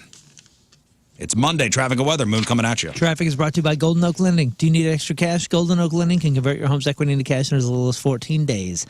Like Golden Oak Lending, cure your blues. Right hand still blocked and right hand shoulder blocked. Right lane blocked and right hand shoulder blocked due to a crash 270 southbound just after Big Bend. Your point forecast, chilly start, but sunny skies. High of 68. Right now it's 38 at the Point Studio.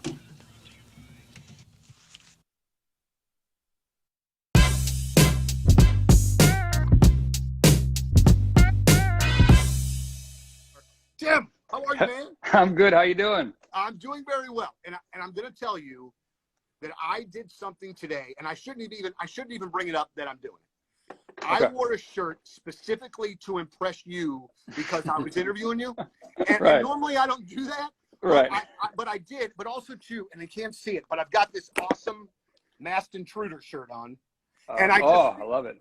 yeah, and I just figured that would be one of those bands that you would be, very cool, like that we're a band that Rise Against played with somewhere along the way. You know what I mean? Yeah, I think we have a Masked Intruder. Correct me if I'm wrong. I think they're a Fat Records band. Yep. And I still consider us part of the Fat Records family. Flip the script on your future, right? Now, you've heard me talk about Centric for a long time now. Now you could find out for yourself how you can train for a new IT career in as little as 4 months. Not 4 years, 4 months with St. Louis's leading IT training company. Now, Centric is the longest-running, most experienced entry-level tech program in the country. The programs train you on the most current technologies employers are using because, unlike four-year schools, they could quickly adapt the curriculum to match changes in the job market. And they will help you land a job. I mean, that's the goal, right? They know the goal is to get the great IT job. So that's why job search assistance is a huge part of the program over there at Centric. In addition to your tech training, they know there are other skills you need to have developed to help you find that right job. Centric's career services team provides you with seminars and workshops and other services throughout the training that prepare you for your job search, and they will help you land that new IT job. Over 1,700 companies have hired Centric grads. You're next. Centric.com/Rizz, CENTRIQ.com/Rizz.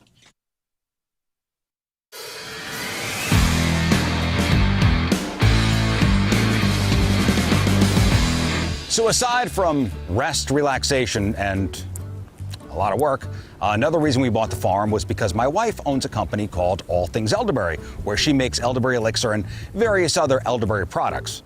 So not only are we building a house on the property, but this is the field over here with over 70 rows of elderberry plants, over 9,000 elderberry plants on this field right now. So let me take you up there.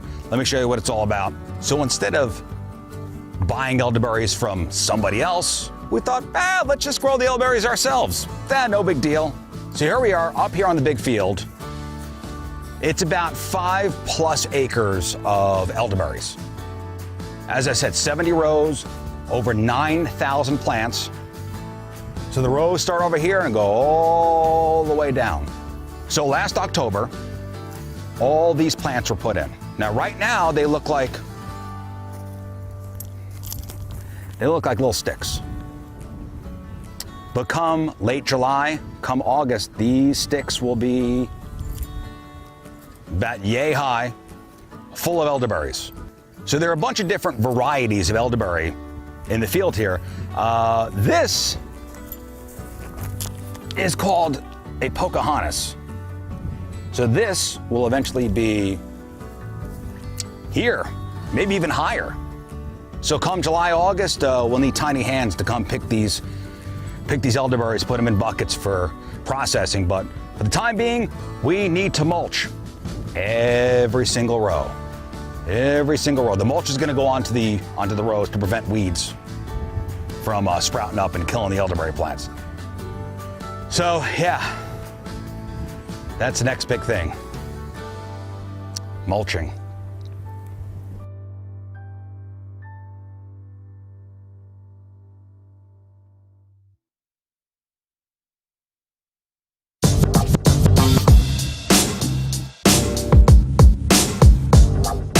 All right, backstage at Point Fest, and for the first time playing our fantastic festival, a rock and roll band that we have come to like quite a bit in the last 6 to 9 months. Gentlemen, it's great to see you. From that new career, you know, that new career that you've been wondering, like, oh man, what am I doing in this job? I need something new. I need something that's going to have some longevity, some plan. Well, start your career as a floor layer apprentice with the Carpenters Union today. You can call them at 314-644-4800 or go to apply.ficstl.org. Get some information, see what I'm talking about, and apply. This is a get paid while you learn situation, an earn while you learn education model. That means you don't have to set aside a ton of time or a pile on debt, delay years of valuable earning potential. No, you can explore an alternative path that while you're learning the skills necessary to embark on a successful career, you're getting paid. You're getting paid in the process. Receive real world experience on job sites and get paid while you do it. And by the way, union membership means union benefits, medical, dental, vision coverage, pension, annuity benefits. Hello, if I'm speaking your language, you got to call them. You can apply. Call 314-644-4800. Once you get started, you start getting paid right away. Apply at apply.ficstl.org. That's apply.ficstl.org.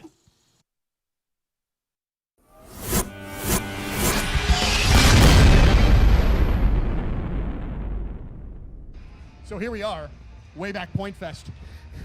Goldfinger, everybody. Shaka. Yes. Hey. Yes. And so here's the thing, okay? John, first thing first. Seen the band a million times. Phenomenal band. You've changed members here, but now you've got a goddamn all-star team going on with our buddy Mike, and then we've got Phil here and Moon, and it's just... Phil and Moon. Yeah, you know, it's funny. He's never called me that. I've never called you that ever. And I'm sorry, but that was the fine. first thing that popped into my head. Moon was telling me, because you know, I've known Moon a long time, and I've watched him transition into this amazing frontman of Greek Fire. It's just an incredible transformation that we've made from when I first met him with this like afro out to here, and just like this kid straight out of college. Did you go to college? No, I did not go to college. This kid straight out of high school. Like, did you go to high school? I did go to high school. I even finished with a kid. Okay. Well, it's really Me great too. to have you guys. But how does Mike get in the equation? How does Moon get in the equation? Like, how do you decide these guys? Because I know you, obviously, with the work you do as a producer, there's tons of musicians everywhere that you can get to be a part of Goldfinger. I think the first time Goldfinger played with MXPX was probably 1996 up in Seattle. Yeah. Radio show. Yeah, radio and show. I remember like same thing. I mean, Mike was a teenager when I first saw him play, whenever that was, and I've known him for forever and ever and ever. And I watched MXPX grow from like an opening band into like headlining bigger than Goldfinger. It was like amazing watching. Look at this guy. I mean, he's such a handsome guy, great songwriter, great voice, great bass player, everything. And so when we just started talking one day, when Kelly joined Buck Cherry, it was sort of like I had tours booked, and I'm like, who would be my first choice? Right. Mike Carrera would be choice one. And I called him, and it all worked. And here we are. How about that? Here we are. Still doing it. Woo! And Great new record, by the way. And it is. The knife is fantastic. Yeah. And I told Moon this, like, I don't buy CDs anymore. I'm a download vinyl guy. But I was buying something at the record store, and they had the knife, like, right there at the display. And I was like, well, I got to get this. And it's fantastic. Down to your logical 314-843-8000. So if you got your vasectomy done there on Friday, you would be going back to work today. That's how it works. They do the vasectomies on Friday. Quick, easy procedure. They're not putting you under. They just give you some local. Half-hour procedure. You rest over the weekend. There was a lot of great college basketball this weekend. You put your feet up, you ice yourself down, and boom, you're ready for work. Dr. Watma says they're the busiest in March because of college basketball. It makes sense. No picking up the kids, no yard work. You earned it. Relax. And how painful is recovery? Minor swelling, discomfort for about a week. Will my sex life be affected? No change in interest level or ability to do anything. It's no more kids. South County Urological, 314-843-8000, online at southcountyurological.com.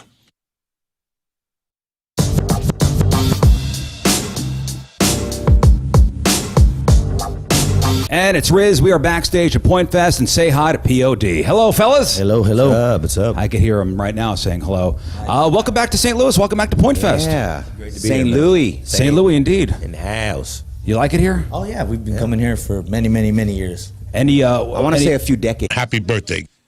Rizz Olympics Episode 4 is out now, and the stakes have never been higher. We're actually at Casino Queen. Mm-hmm. DraftKings at Casino Queen, and we're playing blackjack. And we had a good time. High stakes blackjack, that's right. So watch this week's episode of the Rizz Olympics at 1057thepoint.com, the Point YouTube page.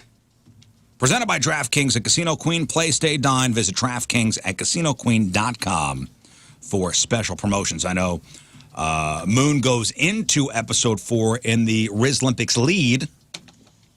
Yeah. You're darn right. And we'll see. You're champion.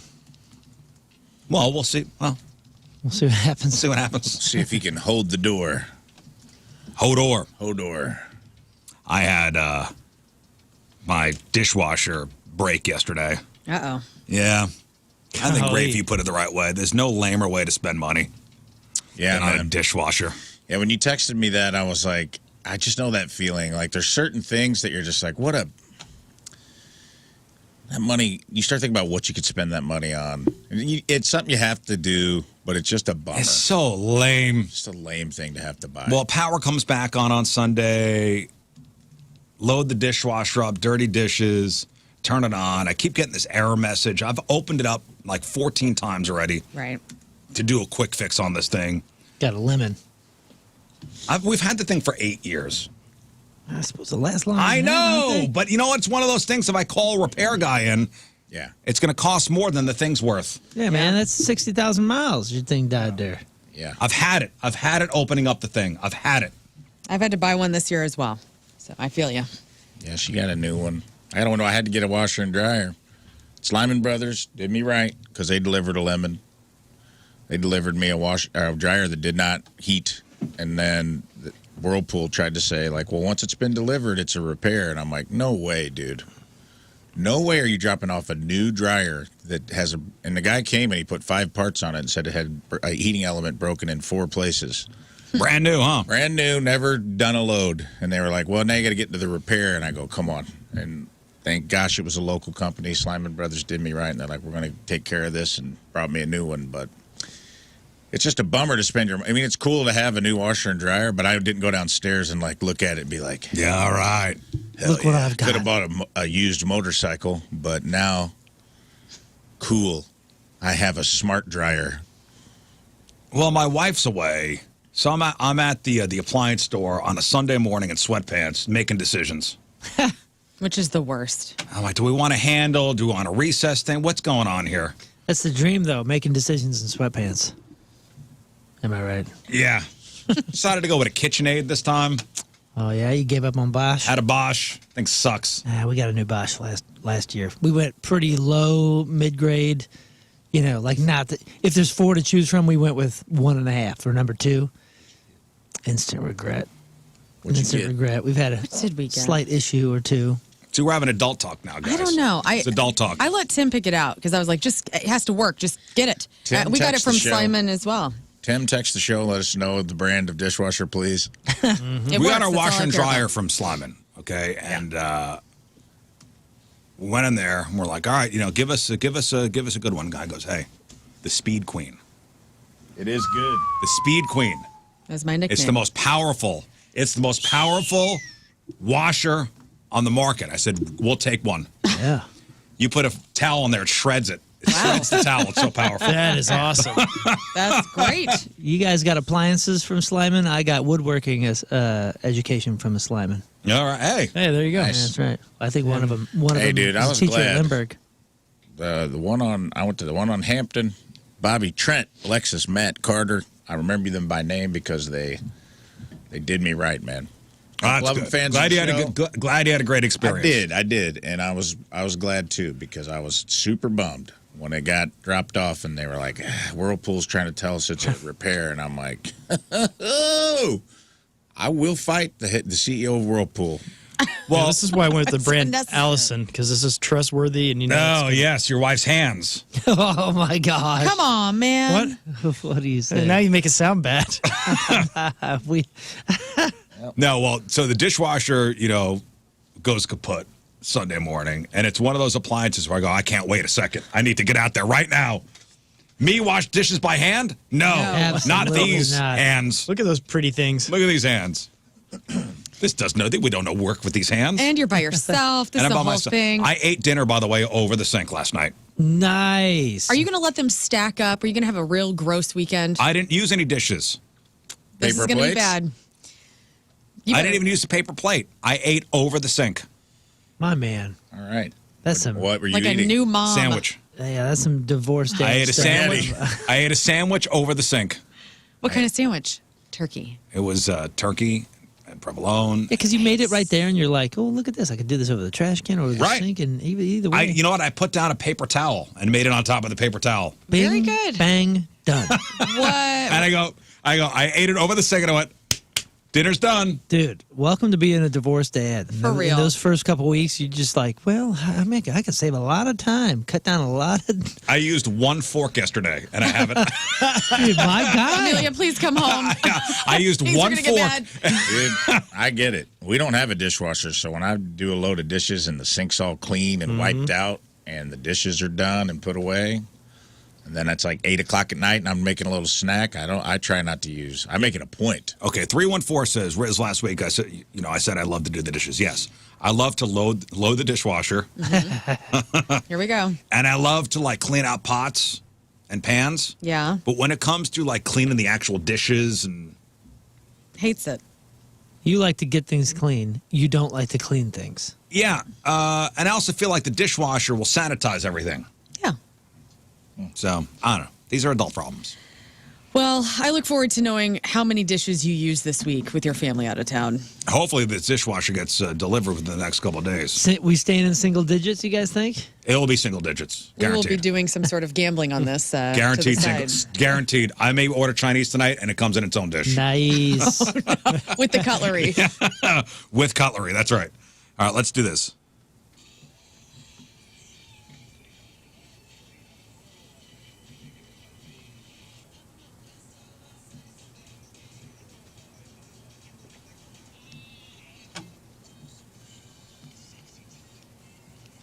Sponsored by Patricia's, where fun and fantasy meet. on the Coleman's Campers text line 636 says appliances are made to last more than 7 years. Average person has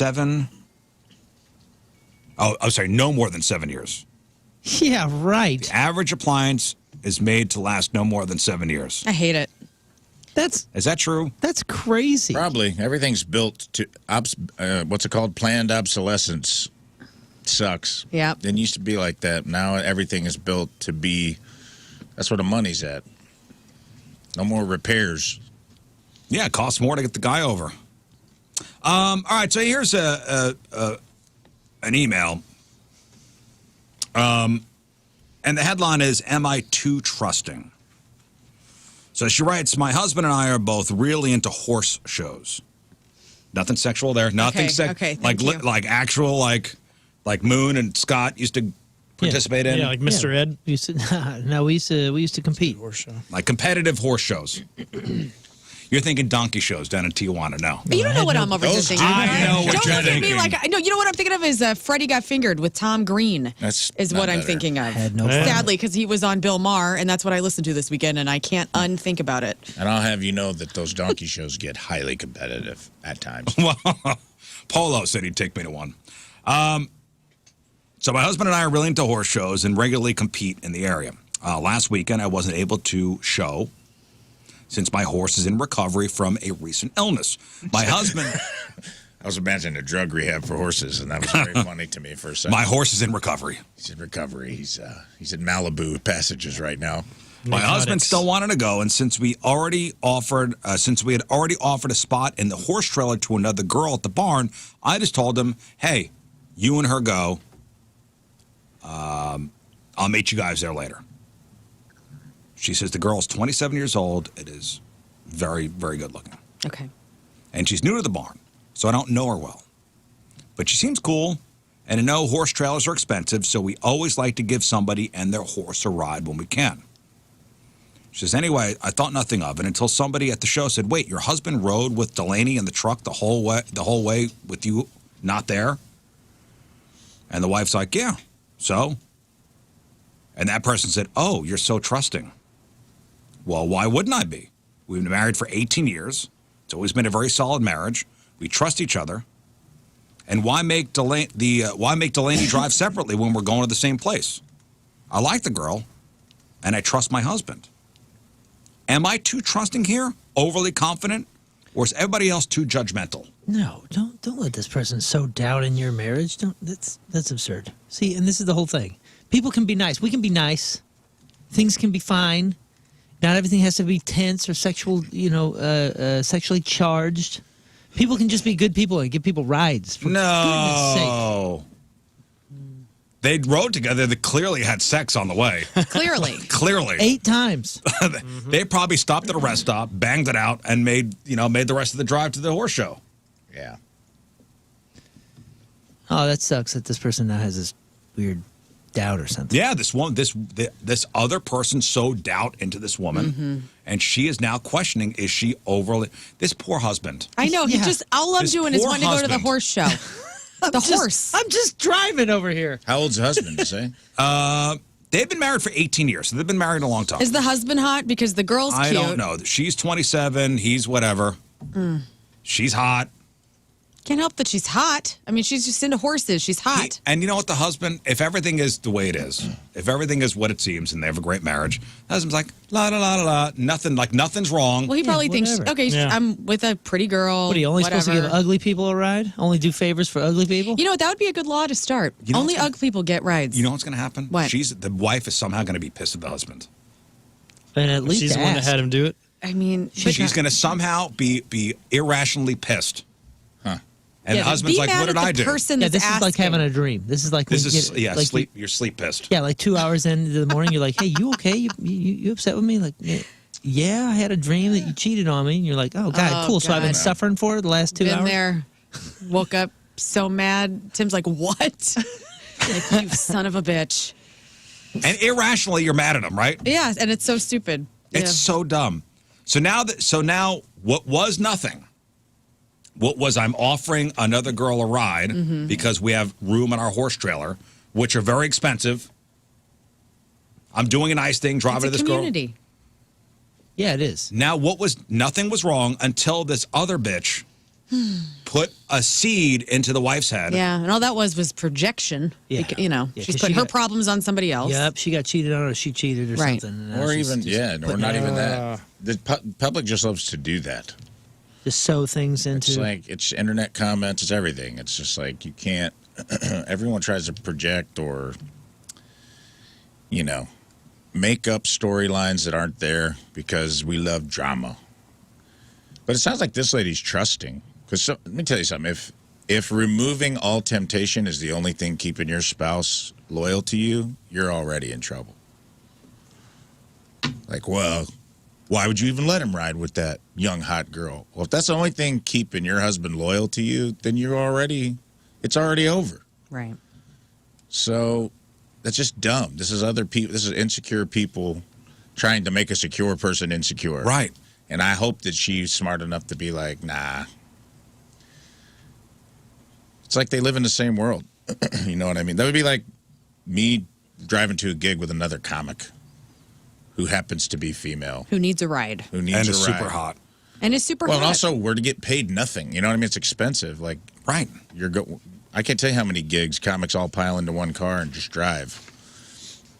And just because it's like we're all getting paid a half a sandwich and $50 to do this show in Herculaneum in the early parts of our career, and just like people being like, well, I can't believe you let her ride with him.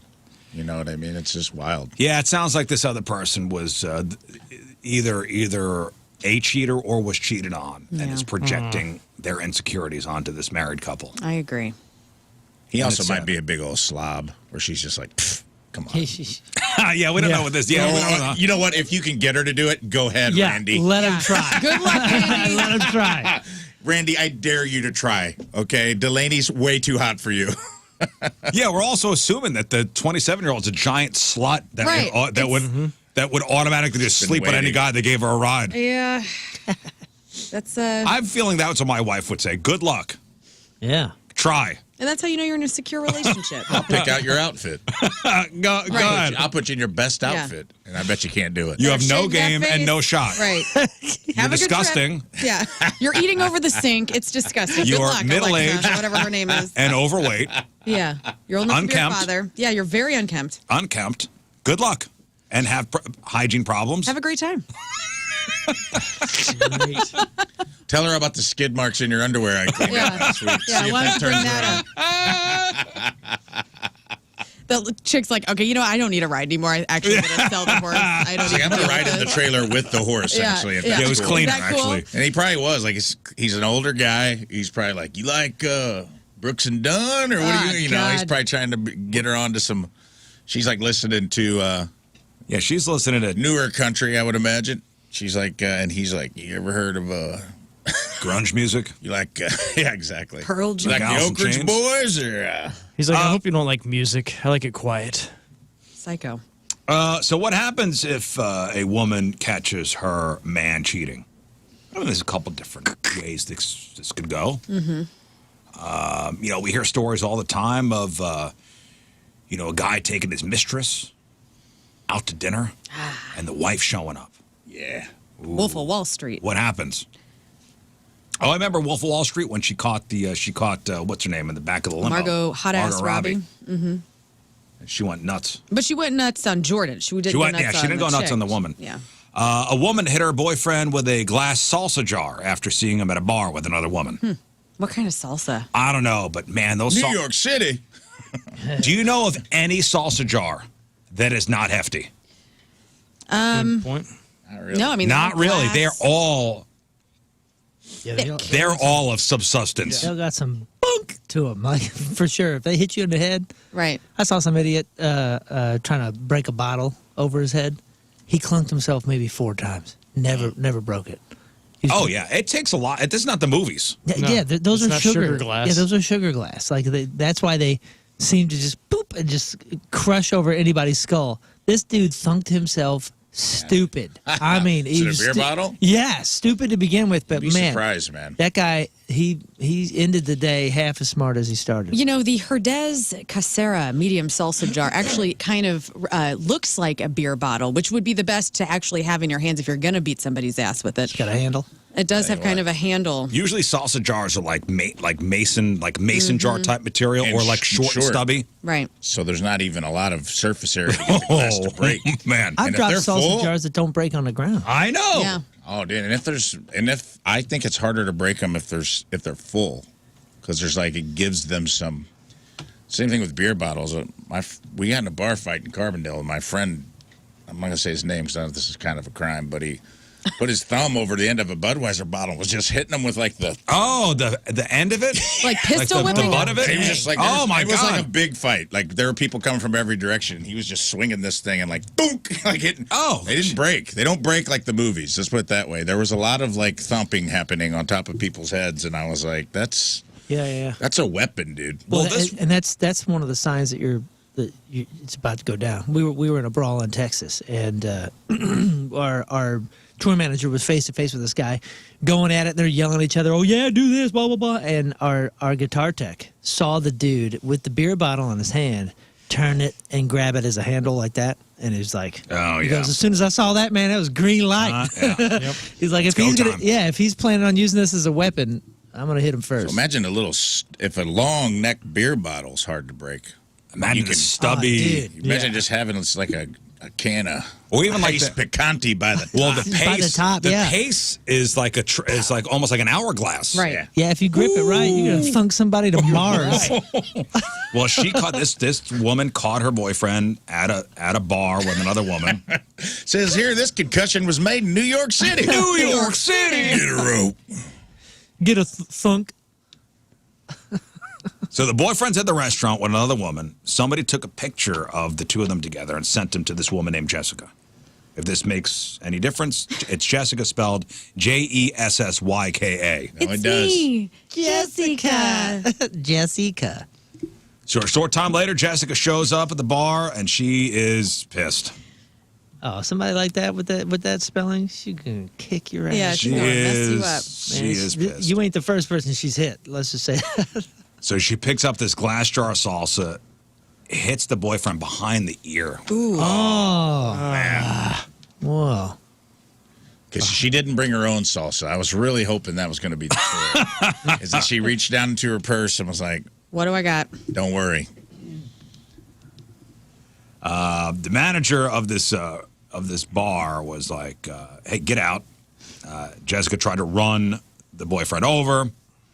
Police officers get there. The boyfriend's like, she hit the hell out of me. Oh, dude, anytime you throw a punch with something like that, I mean, you can do so much damage. It can hurt somebody so badly. While the officers are talking to Jessica, while the officers are talking to the boyfriend, Jessica's calling this guy multiple times saying, so you ready to put me in jail? You ready to put me in jail? The guy's like, yep. This is a different charge, right?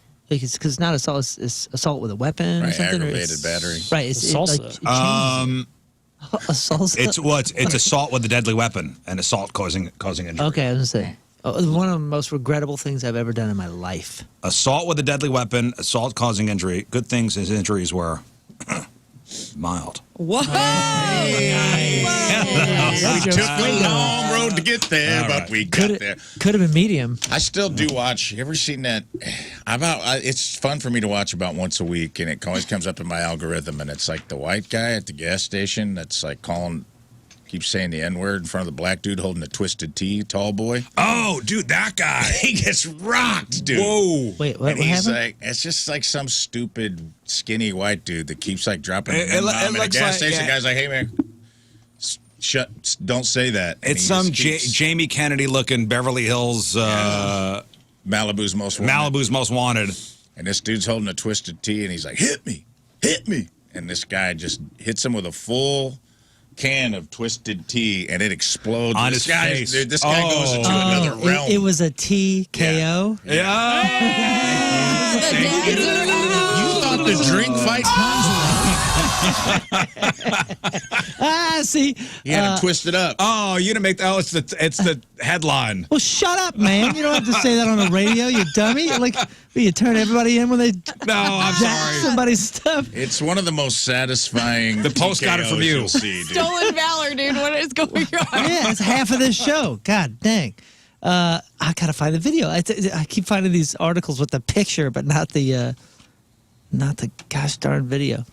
Dude, one of the most regrettable things I've ever done. It still haunts me to this day. And I was like in kindergarten or first grade, and I was at we were at a friend's house, and my brother upset me, and I was like, "Oh man, I'm gonna hit him, but I want to hit him with something in my hand." And what was I standing next to?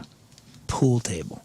Oh. I grabbed a cue ball, and I thunked my brother on the head, and dude, Dude, there's a Steven Seagal movie where he puts a cue ball on a sock. I felt so bad. What movie is that? I think it's Out for Justice. It's dope. Where'd he get the sock? He basically uses like nunchucks.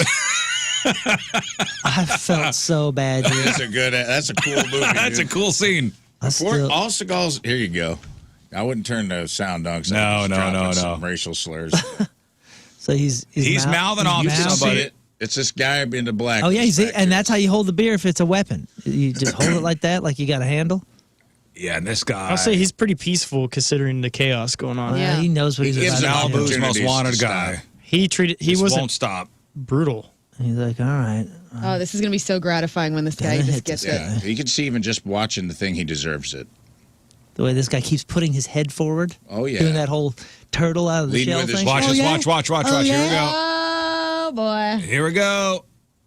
You want to go? Let's go. You want Arizona green tea?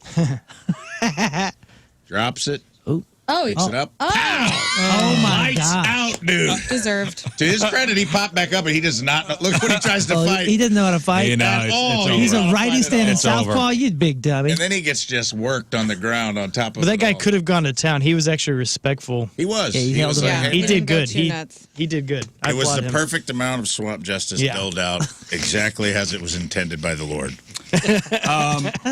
And once a week I watch it, and it makes me laugh. What? This is bookmarked. Sexy Time Fun Facts. It's about, it's of course about relationships. It's also about the differences between men and women. Do you know a guy who loves working on cars?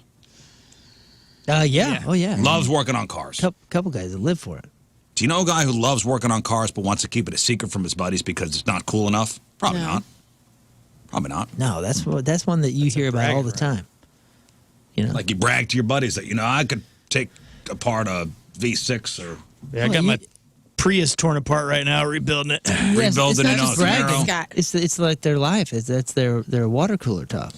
But they might hide other less masculine things. So there's a list online of hobbies and interests that men have that they admit they've kept on the DL from their buddies. And here's some good stuff on this list. All right. One guy says, I have stuffed animals and plushies from Squishmallows on my bed.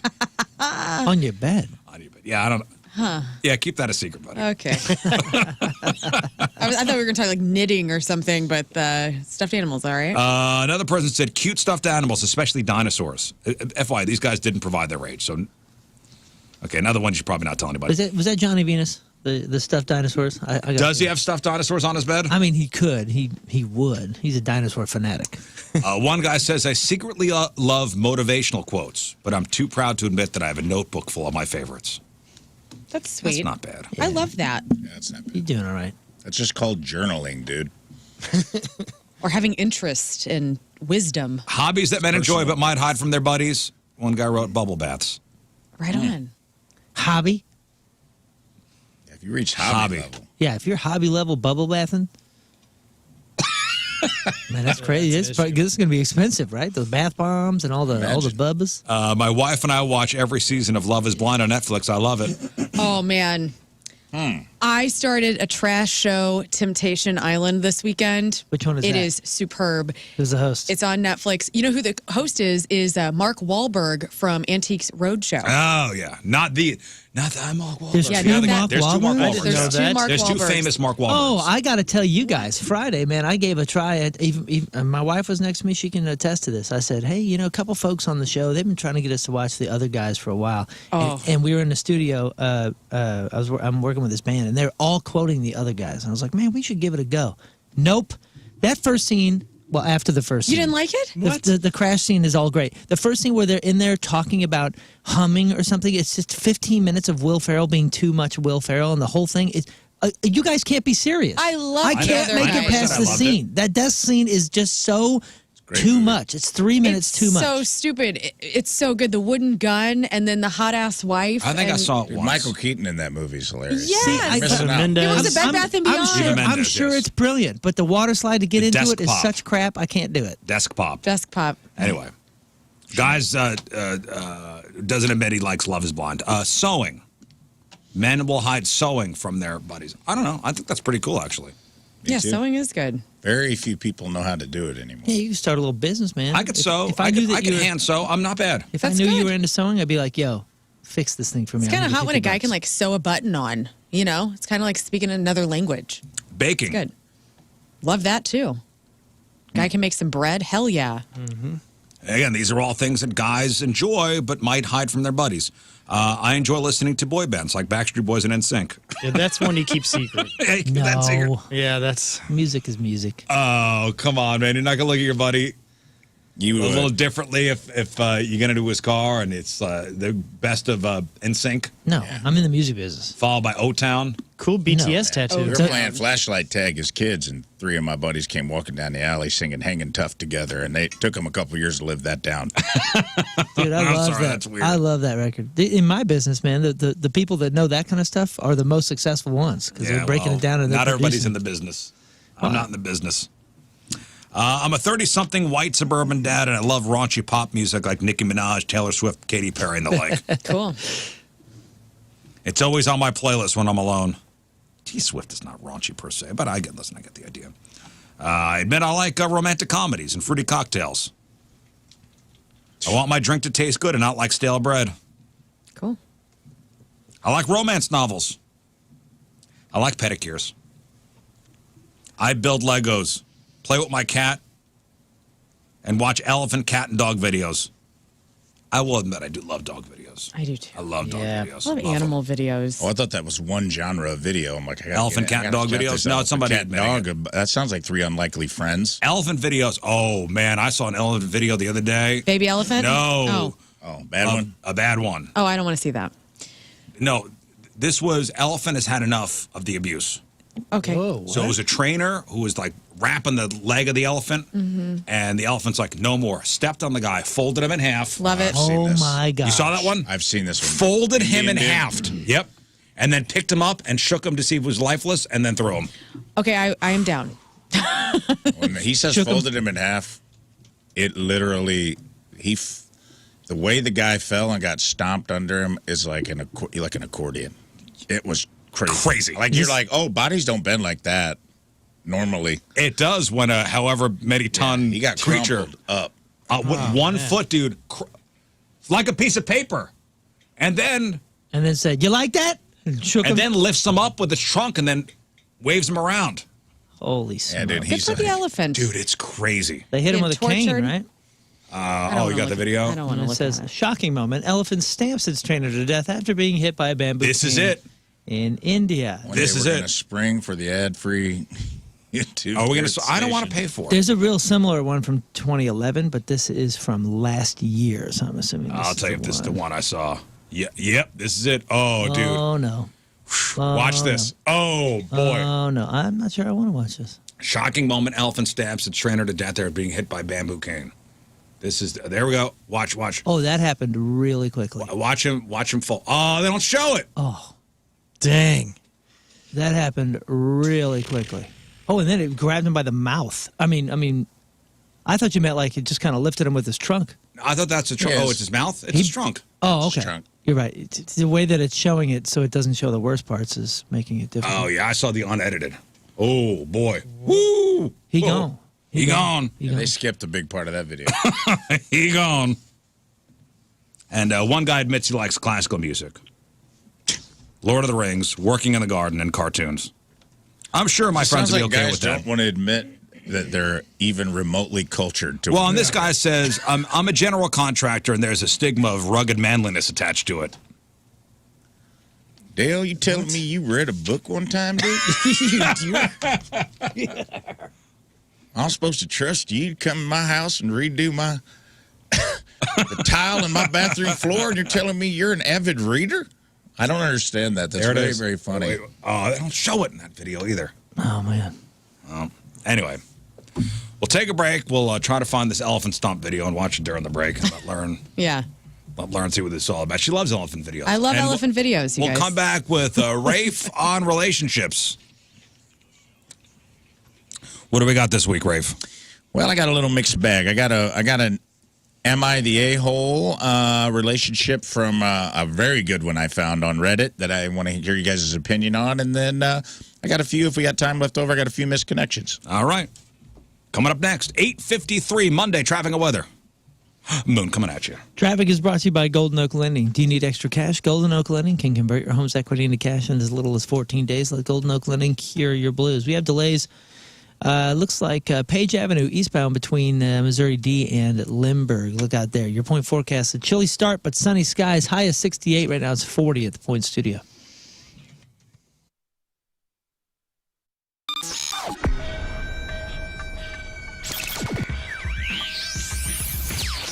We are backstage at Point Fest, and Kevin from Candlebox joined. How are you, sir? Great to see you, man. Great to see you. So there is so much to talk about with you, and had the great fortune of being a chat with you a few weeks ago. But there's some things that I wanted to talk that we talked about then that I'd like to talk about again today. 25th anniversary of the Candlebox debut.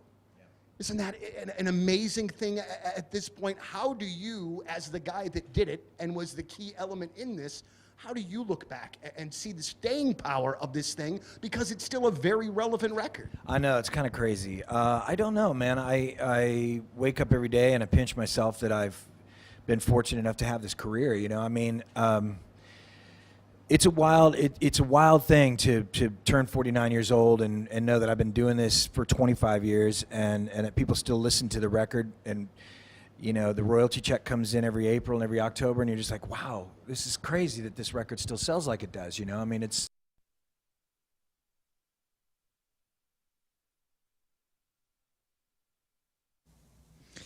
You know, it's important to know who is on your property, and especially when you're hiring a company to come over. And that's why I love Green Envy Lawns, because they have service pros that are commercially licensed applicators that are certified by the Missouri Department of Agriculture. And they're not part-timers or some high school kids. These are legit pros that have had background checks, the whole 9 yards, and they're coming on your property and they know what they're doing, because Green Envy Lawns has been doing this now for over a decade. So they know how to treat our products or our yards right here in Missouri, and they have a product that's formulated for our Missouri soil, our weather conditions, and even our turf types. So you know your yard's going to be exceptional with we just had the big storm, but we're going to get plenty of rain coming up here, and that means those weeds are going to start growing, but you can take care of that right now if you get Green Envy Lawns on your property, and you're going to have a yard that's beautiful all year long. And I guarantee if you drive up and down your street, you're going to see the best looking yards will have little Green Envy Lawn signs in their front yard there. So reach out to Green Envy Lawns. They're open Monday through Friday, 9 to 5, and they will take your calls, and their programs, they have no hidden fees. There's no contract. It's incredible.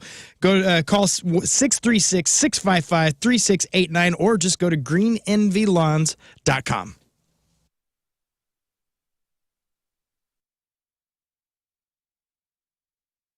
It's Donnie Fandango for 105.7 The Point, and I'm absolutely thrilled to be joined by Dan Auerbach, the frontman of the Black Keys. And Dan, we got a lot of stuff to talk about with a single and a new record coming, but I wanted to bring up a couple of things first that you have done in the last year that I just loved. And two of the things specifically, the covers record that the Black Keys did, I just adored, because it introduced me to a bunch of songs that I didn't know, and I loved that. And then also, too, I know you produced the Robert Finley record, and I loved that one, too. I didn't know anything about that man until, I saw that you had worked with him. So I just kind of wanted to start things off by saying, man, I really appreciated both of those projects that you were obviously very deeply involved in. Oh, man, thank you so much. That's great to hear. I mean, Robert Finley's the real deal. He's a Louisiana soul and blues singer, and he's touring. He's going to be touring all year. It's really exciting for him. I will absolutely see that man. I mean, it was like, because as I'm listening to that record, I'm thinking to myself, why did I not know of this man before? Why do I have to live under a rock? You know what I mean? Like, it was that kind of, why haven't I been able to be a fan of this guy sooner? Oh, man, he is just like next level. He just like shines on the stage. It's crazy. Cannot wait. Well, let's get back to Black Keys stuff. And we just got the brand new song from you guys, Wild Child, all right? And I love it. Now, listen, I've always thought that there was a really awesome groove in all of the Black Keys songs for the most part. But this one, I would even consider it funky, as a matter of fact. Would you yourself, the creator of that song, call it funky, sir? I would definitely call it funky. Yeah. Or good. Maybe funky with an O, funky. Oh, that's even another level. But I do, man, like, there is just a little bit of that sort of infusion in there that really, I think, differentiates it. What was this like the first song that was recorded? Was this one of the last ones that was written? How did this come about, when it comes to the rest of the album? I think the record is pretty varied. There's songs on there that are like the first take, just like super raw.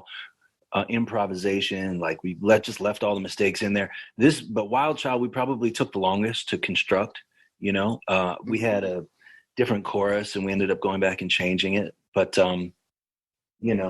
but at the foundation of the song is just definitely just Pat and I in a room together, improvising, coming up with songs, just like kind of making it up off the top of our heads. But it's funny that you say that. Like, I think this is the first Black Keys song that has wah wah pedal on it. Oh, wow. See, and I don't have the trained musical ear to pick that out, but that would make sense. Absolutely. That's so funny that you said that. It's crazy. Yeah. Because I'm listening to it and I'm thinking to myself, like the first time I heard it, I was like, I'm moving my butt cheeks in a way that, man, it's pretty great. I'm dancing in my chair. I like that I made you laugh, Dan. I really do. So, one of the things that I read too about you and Patrick being back into the studio, the album also too, and I can't forget, is going to be called Dropout Boogie. It'll be out on May the 13th. But I was really interested to see, I'm always fascinated with how bands write their stuff. And what I had read was that, and kind of you just said it, is that you and Patrick, you go into the studio, you just kind of, for lack of a better term, you kind of riff off each other and you come up with these songs. You don't go into the studio with anything kind of already etched out. Is that correct? For the most part, yeah. I just think it's a really important part of who we are, is that improvising, because it's like a natural take, like straight from the gut, and it's like it just highlights the natural connection that we've always had. It's the reason we've been playing the music for so long, 20 plus years. I mean, we started playing when we were 16 and 17, and we kept it up because it was so much fun. It's just always been fun. It's easy, like sometimes it's real work making music with certain people, you know what I mean? But yeah. if you're lucky, like Pat and I were, you could find someone where it's just like instantaneous. You don't even really have to speak or think about it, That's really amazing. And I think that speaks to the kind of the magic of that musical collaboration. You didn't know that. And again, and I know I saw it in the press release for the single, but like, what are the chances that these two kids from Akron, Ohio, that are going to live a block and a half from each other or grow up a block and a half from each other are going to have this kind of, this kind of synergy or whatever you want to call it? It's really pretty amazing. Yeah. I mean, you're basically talking to a lottery winner. You know what I mean? That's what it feels like to me. The odds are so stacked against it being possible. Do you think, like, you guys having such a good handle on that, like saying things like that it's a lottery, that maybe that's why you guys, like, I've interviewed you a couple of times, I've interviewed Patrick a couple of times, and there is no ego, you guys, like, there is none. Like, I feel like you kind of get it. You know what I mean? Like, you're not going to be guys at all that are going to... And going to start talking about mosquitoes and ticks, and why should you hire a professional pest control company? Well, you want to protect your family, you want to protect your property. Diseases carried by pests like mosquitoes, ticks, and mice it's a public health problem here in the U.S. Bugs in and around the house are more than just a nuisance. They could be a real threat to the health of people and pets. So why should you hire the best pest control company in the area, Amco Ranger? Number one, I've been a client of theirs for many, many years now. 100% satisfaction guaranteed. At Amco Ranger, they're not satisfied until you're satisfied. They're a local St. Louis company. Best price guaranteed. Guaranteed. Amco Ranger, they got their best price guarantee. If you find a lower price on a comparable termite or pest protection program, they will credit you the difference. Trusted, family-owned since 1965, over 60 years of experience serving the St. Louis area, A+ rating with the Better Business Bureau. All the employees are well-trained, they're licensed, they're background checked, and they're your one source for all pest control needs. And ask about their bundles. They combine the most popular services into one plan with incredible discounts. Amco Ranger, 636-441-BUGS, online at amcoranger.com, AMCOranger.com, protecting what matters since 1965. It's Lux, and I'm joined by Josh from Bad Flower. Dude, what's up? Cheers. How are you? Cheers. I'm doing so well. I'm so glad we're getting to chat here. What is that? You got stickers on your cup. Oh my God, I got so many stickers. My vaccine sticker. I got my Canada sticker. I got all my good stickers. Nice. I'll hook you up with some stickers when you come here, because we'll be seeing you in less than 2 weeks at Point Fest, which is... Talking before about hobbies that guys have that are not masculine enough to tell their buddies about. Mm-hmm. Here's one guy, 30, married. Squishmallows are awesome. They're big pillows. I listen to Christmas music all year long. Buddies don't know about it. I respect that. I had a friend, he hid it from me for a long time, but he was like a superhero. He collected a lot of we'll call them figurines.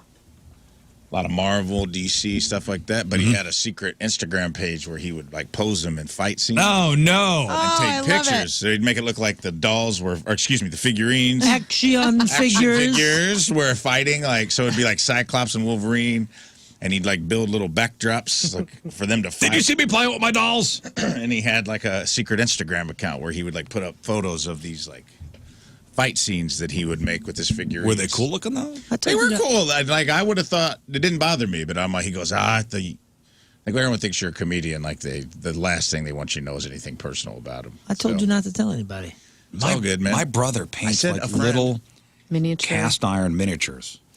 Ray Collier, who's the music director for Keishi, one of my good friends, his whole house is full of just collectible figurines of Superman and all, Marvel, DC. He's got the horror films. Like, it is so cool. Ray's a nerd. Unopened? He is a nerd, unopened. Well, that's actually, no, different. a lot That's of them a are collection. open. Excuse me.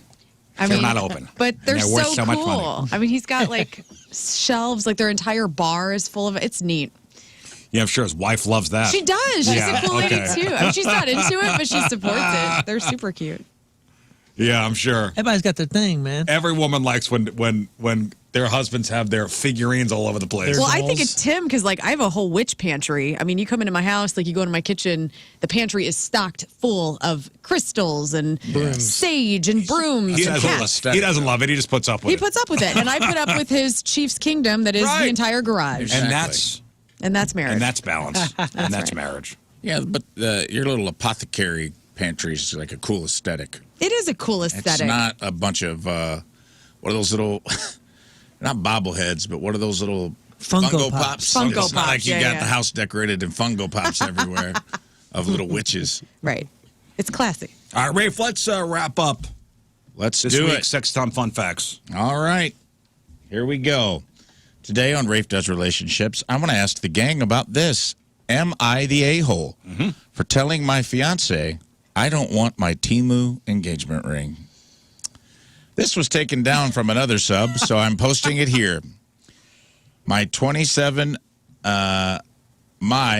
27-year-old female. My fiance, a 29-year-old male, proposed to me a few weeks ago. It caught me completely by surprise. Been together for 3 years, and things have been going great. So I was really excited, and I said yes, 1,000 times yes. I really liked the ring when I first saw it, and my friends and family all think it's stunning. It's an oval cut with diamonds across the band. Diamonds in quotation marks. I asked where he got it, and he wouldn't tell me where, but he got a great deal on it. I didn't think anything of it until yesterday. We were in bed, and I asked him if it was a diamond or moissanite, mainly out of curiosity. I don't have a preference, by the way. He said he didn't know, and he'd have to look it up. When I glanced over at his phone, he was on the Temu app. I asked him if he got it from there, and he did not respond. So I asked again, and he responded with something like, "Does it matter?" And then he left the room upset and ended up sleeping on the couch. I spent all night confused. Today decided to download the app and look up my ring, and I found one that looks identical. The exact ring I have is listed for $38. Oh, my God. I am mad. He makes good money, $200K a year, and I feel like he could have shelled out some money for a ring better than the one on Temu. Am I the a-hole for telling him that I don't want it? I got 4 married people in here. I would be pretty sure that if I got my wife a Temu engagement ring and tried to pass it off as real, she'd be upset. Yeah. And then not tell her, too. And then be Try all to hide be all cagey about it. Yeah. Of course. Yeah. Yeah, I Man, got to that'd start this be thing awful. off with trust, and that's not cool. Oh, you know? and don't give me the garbage. I don't care where it's from. You care. I Well, don't care where it's from. I don't care how Well, much they it's want from. They want honesty. a quality, honest thing, and isn't that the whole thing? Like, don't guys save up 3 paychecks I don't to know pay if- for a ring or whatever? It's supposed to be 3 months' salary. I don't subscribe to that whole thing. Okay. You get a ring that you could afford, but even, yeah. and don't put yourself into crippling debt for a crazy She ring. doesn't sound like she's like demanding a $20,000 But you make engagement ring. $200K, and you get a $38 ring from Temu Right.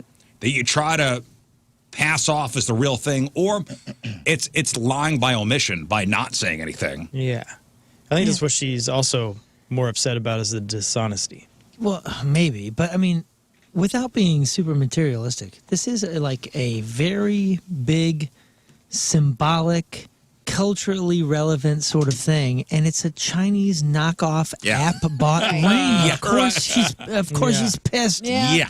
And how about this idiot? She's going to find out eventually. Yeah, when her finger turns green or whatever. Yeah, never mind the price. It's a Chinese app. Yeah, and they were also saying like some of the metal from the team was like poisoning. Yeah, that's made. That's literally like openly knockoffs.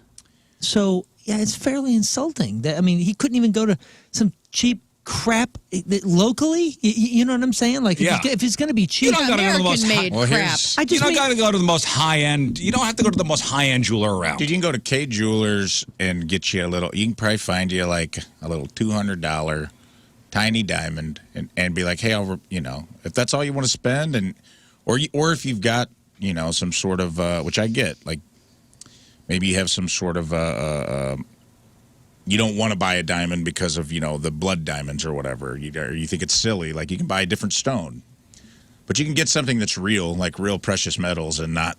If we're taking this as you're a piece of garbage, it's 100 ways you're to a do jerk. Listen to the update. After reading responses from my first post on the subreddit, it got taken down. I was freaking out a bit. He came home while I was FaceTiming a friend about this. I hung up with her and talked to him for an hour or so.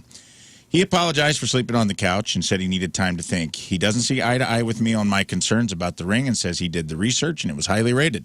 5 out of 5. So he's doubling down. He says if the ring breaks, he'll replace it, but he did not say with a higher quality ring.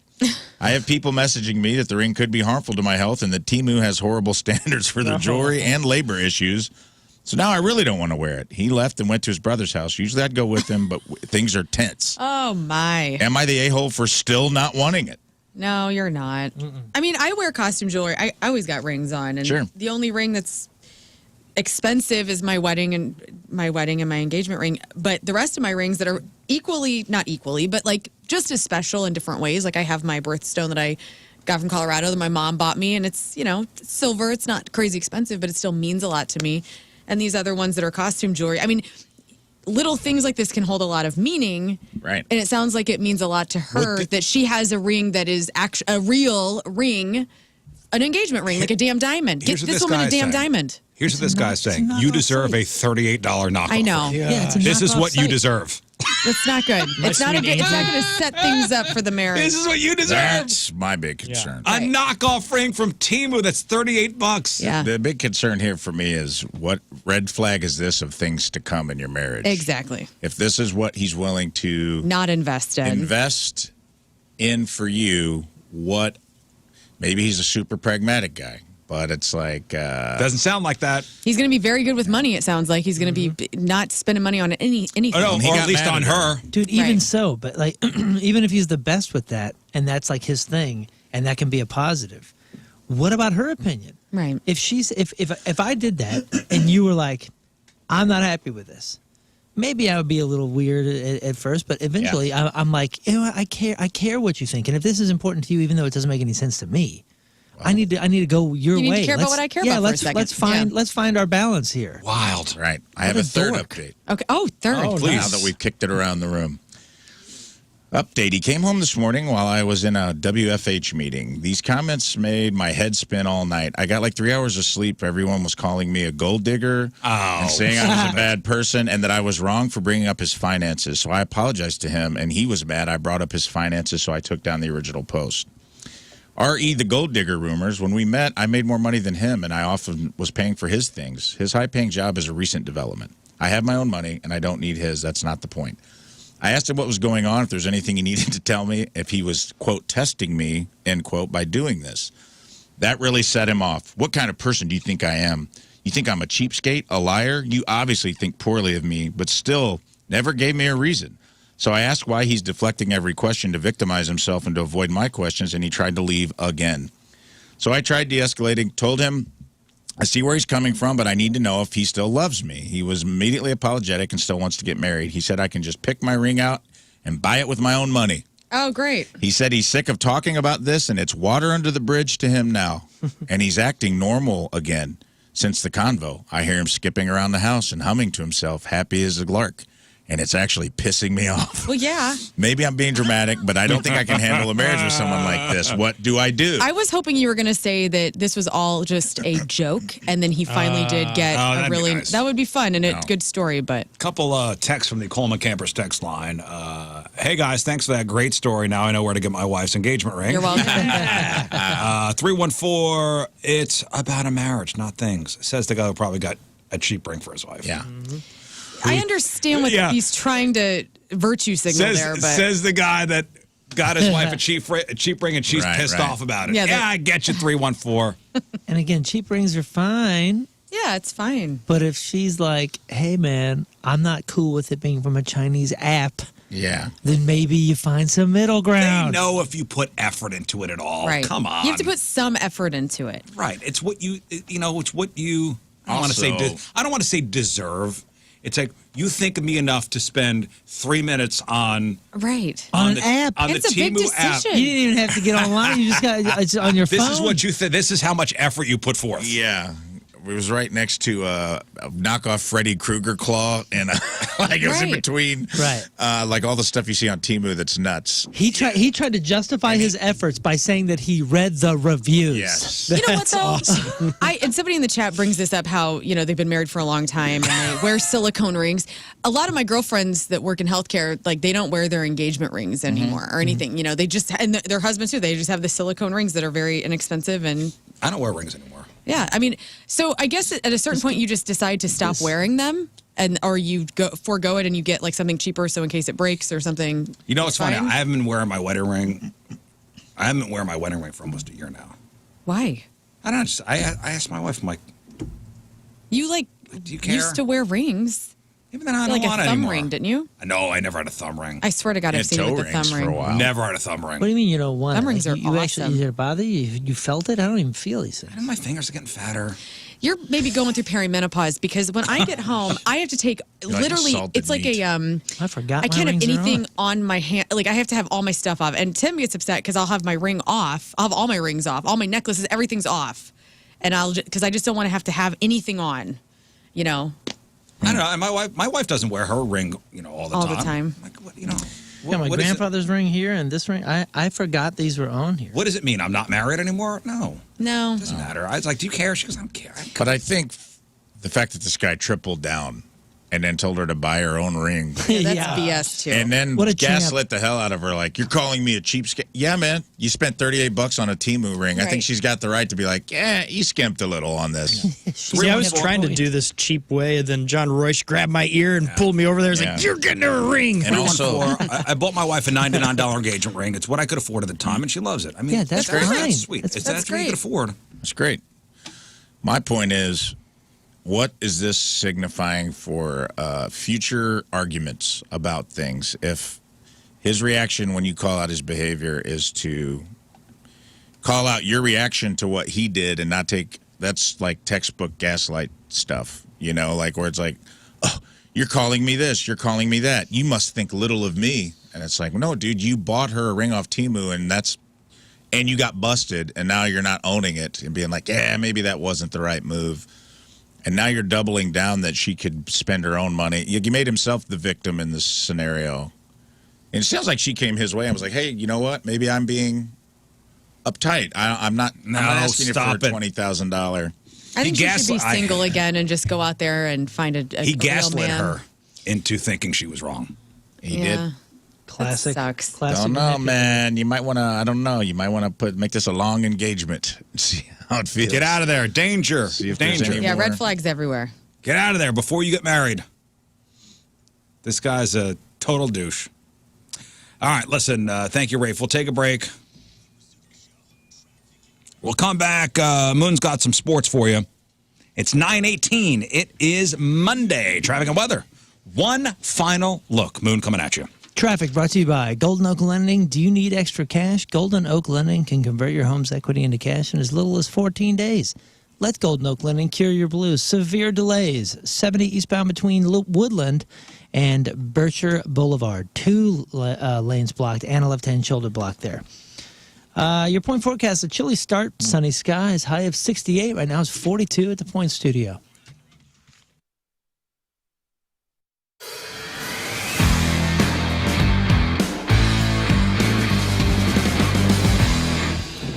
Aha! Welcome back to the farm. So today's a special day because I got Mark from Colonel Landscaping here. Hey, Mark. How's it going? So Mark brought us a gift, the gift of a tree. So Mark, what is it? What does this symbolize? What is this tree? What do we call this? So this would be kind of like a statement tree. Or a memorial tree sometimes. Moving on to a new piece of land, you put this thing in there, it grows along with you as you grow with the land. Well, a memorial would be like if I died and then you plant the tree. So we'll call this a statement tree. Statement tree. So this is a statement tree. Tax season is upon us. I spent the whole weekend going through about 8 million W-9s from comedy clubs, so nobody knows more than I do that tax season has arrived, but it doesn't have to be a bummer. What better way to reinvest in your home during tax season than with brand new energy-efficient windows? During Universal Windows Direct's tax time sale, you can save big while making your home more comfortable and energy efficient. And right now, buy 2 windows, get 2 free. No limit. Need 4, you get 4. Need 8, you get 16. You get it. It's the perfect opportunity to upgrade your home without breaking the bank. And here's something that'll make your wallet even happier. Pay no interest till 2030. That's 6 years of no interest on payment on windows that half of them came for free. That should be enough to get you to call right now. But if it's not, guess what? There's more. This month only, Universal Windows Direct is giving an extra $500 off of your home improvement project. Whether you need a few windows or a full home upgrade, the bonus savings makes the perfect time to act. Not only will you love the savings, but you'll love how much better your home feels. So why wait? Take advantage of this limited time tax time sale before it's gone. You get buy 2, get 2. You get 6 years of no interest financing. You get $500 in your pocket during tax season, only in March. Call 314-334-2522 or visit universalwindowsdirect.com to schedule your free in-home estimate today for the last windows you'll ever need. Go to Universal Windows Direct, and like me, you will be hang. I love my windows.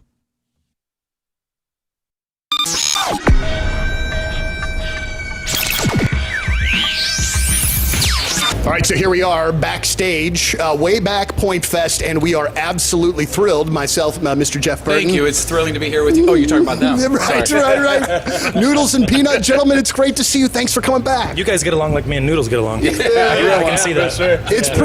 I mean, like, we have known each other for a long time. Yeah, like, kind of the same, there are. I mean, he was at my bachelor party, for goodness sake. So you know what I mean? Nice. No stories. Okay. No backstories.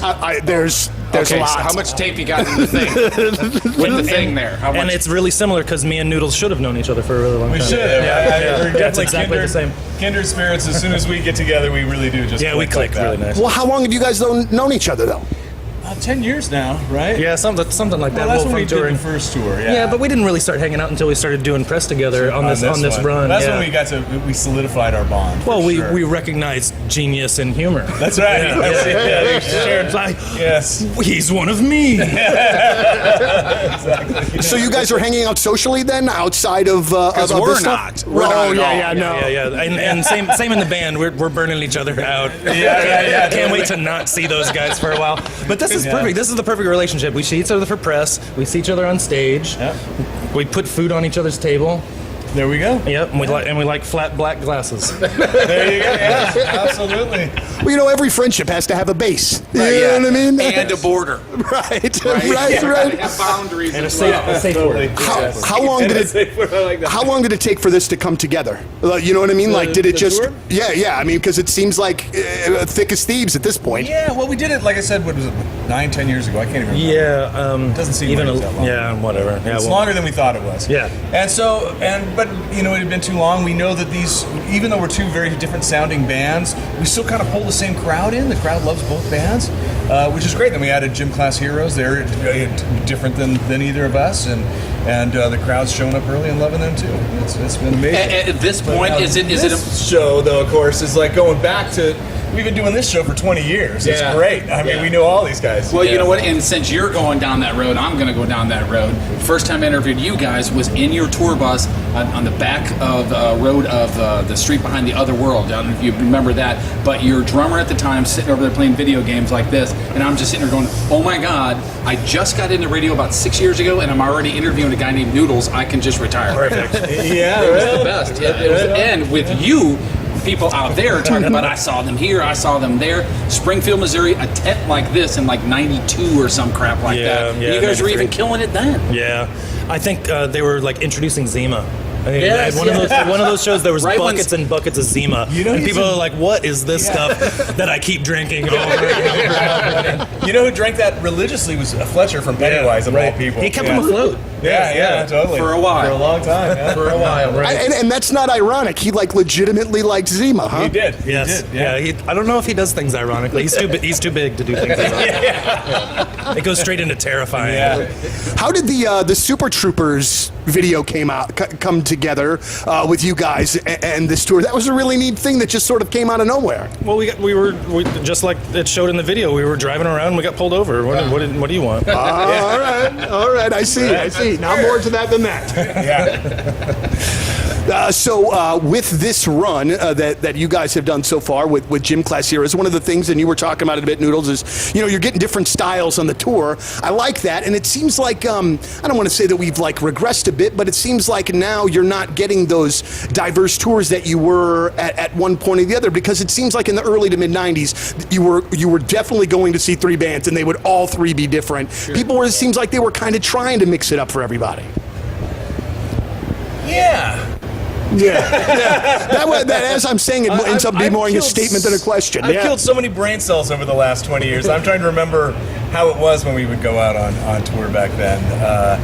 Some of the bands we toured with, definitely kind of came from the same kind of rock and punk rock background.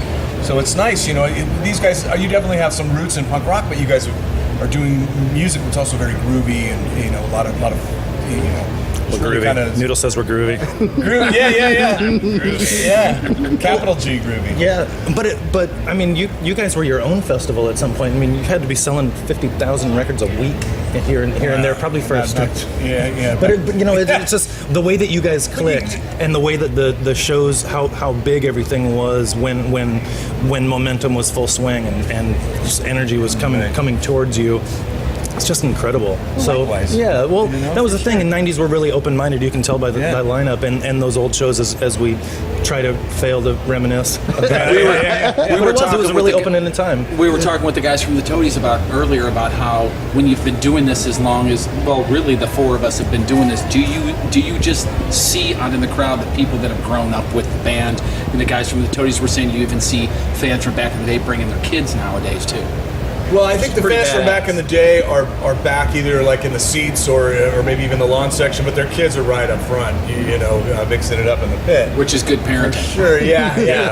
Responsibility. But it's great, yeah. I mean, we still have a lot of young people out front, which is just amazing to me. Totally, and they know it feels so great. They know the old stuff. They know the new stuff. Yep. I think that the younger kids want the new stuff, want it to reflect upon the old stuff, but also have us push forward into the future and make it sound like present tense. And when we play new stuff, I see that in the audience. Like, oh shit, the kids love it. The newest album is their favorite album because it's the newest one. They want to be on the freshness. So I don't know. It's fun thing to be supported by such great other artists and great audiences. And this is insane. Funny you say that about, showed up. It's funny you say that about the new music too, because I have teens, and if you have a song that came out a year ago, that is so old it's ridiculous. Oh gosh, right. But you know how it is when you have old, hardcore fans from back in the day that want those first 2 records, right? We get that a lot, but now more and more, like you said, there's people going, why aren't you playing more off, the last record, Days Gone By, or Rise and Fall, which is one before that. More and more, I'm getting a lot more requests for those songs. That's great. Is Parkrest Plastic Surgery, Dr. McGuire, Dr. Kaplan.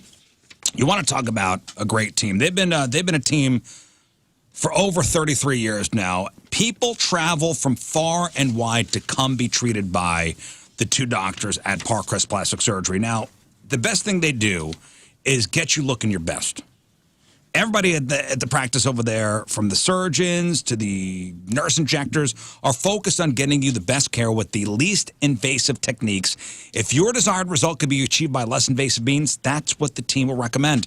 Their focus is to build your confidence by helping you achieve your goals with those natural-looking results possible. If you're looking to get rid of fat in hard-to-target areas, they got you. If you're looking for a mommy makeover, they got you. If you're looking for laser hair removal, if you're looking for a hydrofacial, permanent makeup, radio frequency microneedling, they got you. Book yourself an appointment at Park Crest Plastic Surgery. Online at parkcrestplasticsurgery.com, parkcrestplasticsurgery.com.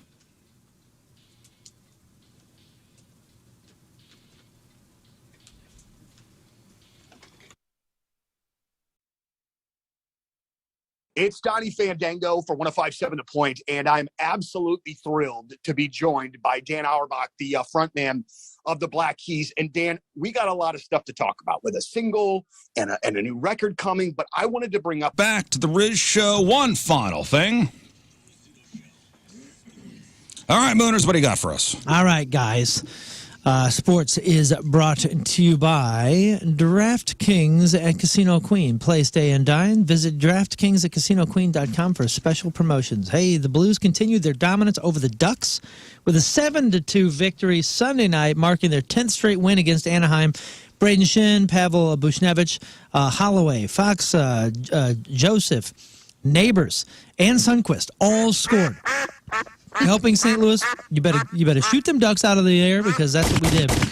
They are 8-2-2 since the Four Nations break. The Blues are now tied with Vancouver at 73 points for second in the Western Conference wildcard spot, though the Canucks hold the tiebreaker. The game was delayed due to some travel issues, but the Blues stay focused. Shin, honored for his 1,000th career game, opened the scoring with just 41 seconds played, and later fought Jacob Trouba after a hit on Kyrie. Very cool. Yeah, so he got in a fight on his 1,000th. The Blues wore special jerseys and warm-ups featuring Shen's name and number in tribute. The win keeps St. Louis in the playoff hunt as they push for their first postseason appearance since 2022.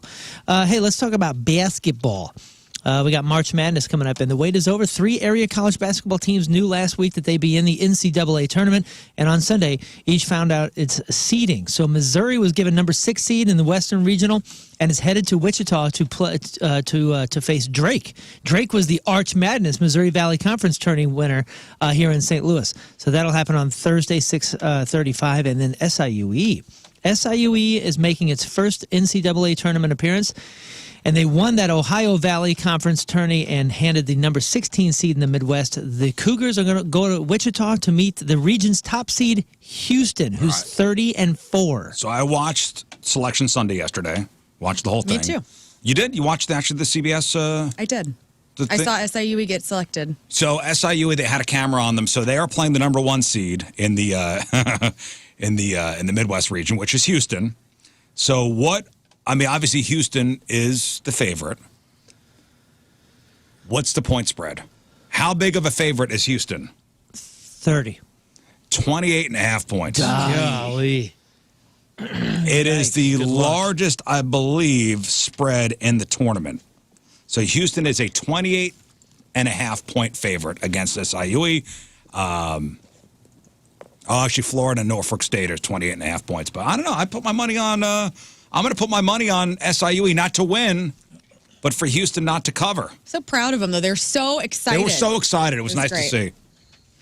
I'll do this story real quick. Juan Soto used a small slice of his $765 million deal to surprise Mets teammate Brett Beatty with a new SUV as a reward for giving him his number, because he wanted the 22 number.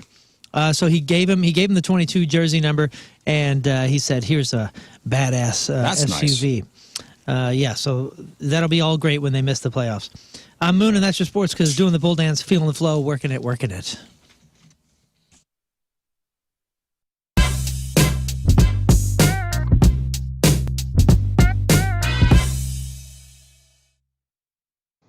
Hey everybody, it's Jeff Burton from the Rizzuto Show. Thanks for tuning into the Facebook takeover with, my goodness, Taylor Momsen. How you doing? Hello, I'm good. How are you? I'm okay. I'm going to get the geeky fan side of this out of the way first, which nobody watching is going to be surprised about. But I've been a fan for a while. You and I have chatted a handful of times, and the last couple of times that we did it, I'm sure you don't remember this, but we do a picture together, and I started collecting them. Can you see that?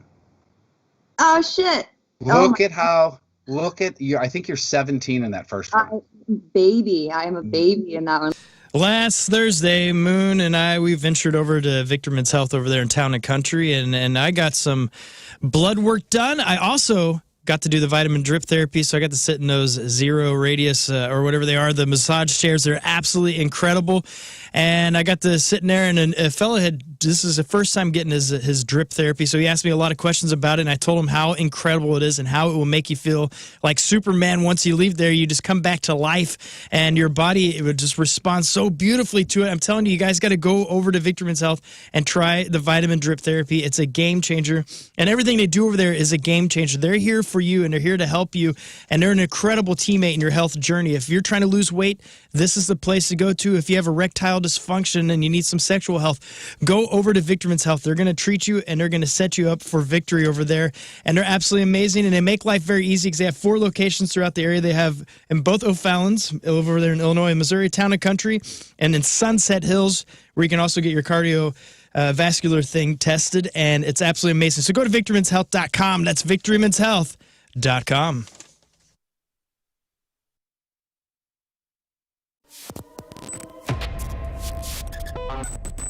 We are backstage at Point Fest, and I got to tell you. Say it again, but slower. Backstage at Point Fest At Point with my Fest. dude, grandson. Woo! How long has it been since the last Point Fest?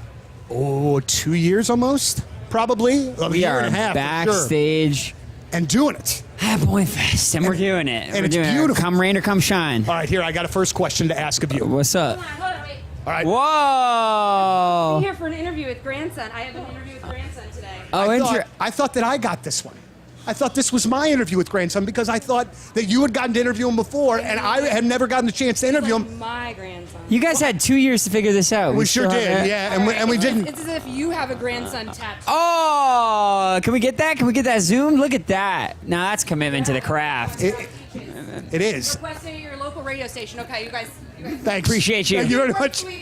So my question: when are you getting your grandson tattooed? I That's don't the have any question. tattoos at all, I man. see. So We'll that- have to change that. So that's not even like a lot of tattoos running around backstage at a rock show. Okay, so that's how it happened. Lux and I had a conversation to where we said, okay, who is going to get to interview grandson this time? And I won this time. She's won a couple in the past. Yeah, man. There's enough of me to go around. But you're one of those guys that we cannot wait to see you, man. Thank you, man.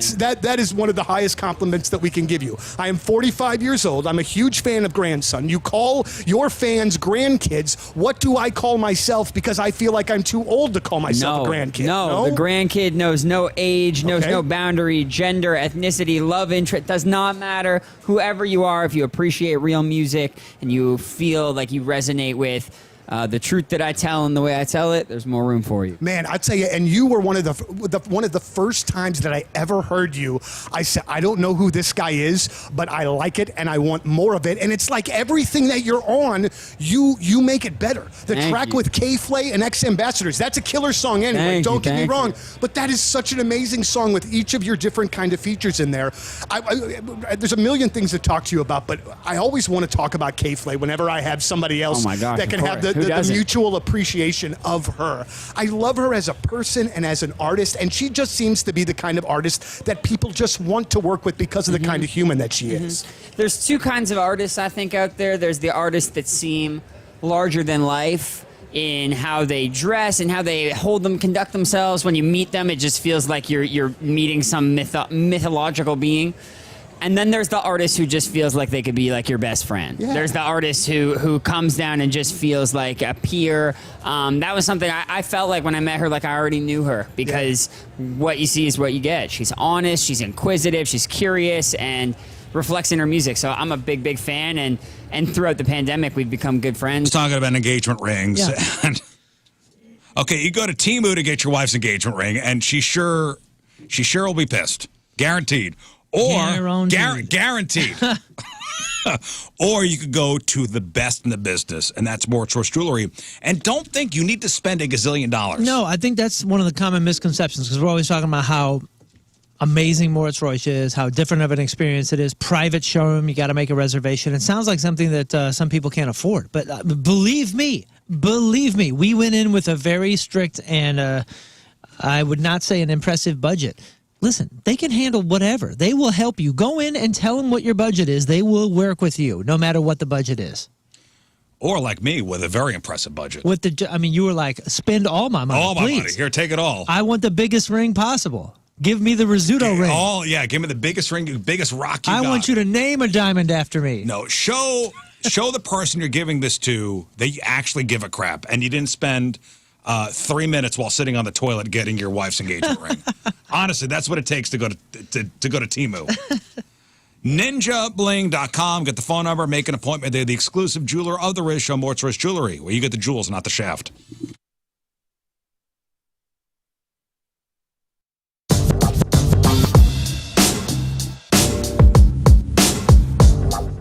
Joined by Seether. Gentlemen, how are you? It's great to see you, and thank you for being here with us. The first thing I want to bring to your attention, and I'm sure that you guys don't keep track of this because you have way bigger things to do, but this is your 6th Point Fest, all right? Out of the 30 some odd that we've done, you've done 6 of them.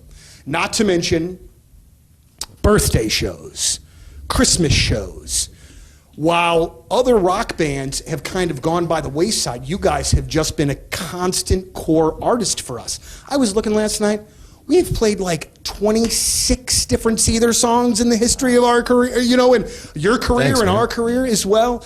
You have just been such an important part of the station as the alternative format goes left and we stay rocking. You guys have been a really big part of that. And I just, as the music director of the radio station, just wanted to say thank you. And I'm sorry, Sean, if you're getting eaten alive by something over there. I'm making my acquaintance with the local wildlife. You guys are celebrating 20 years this year. That's a really impressive feat.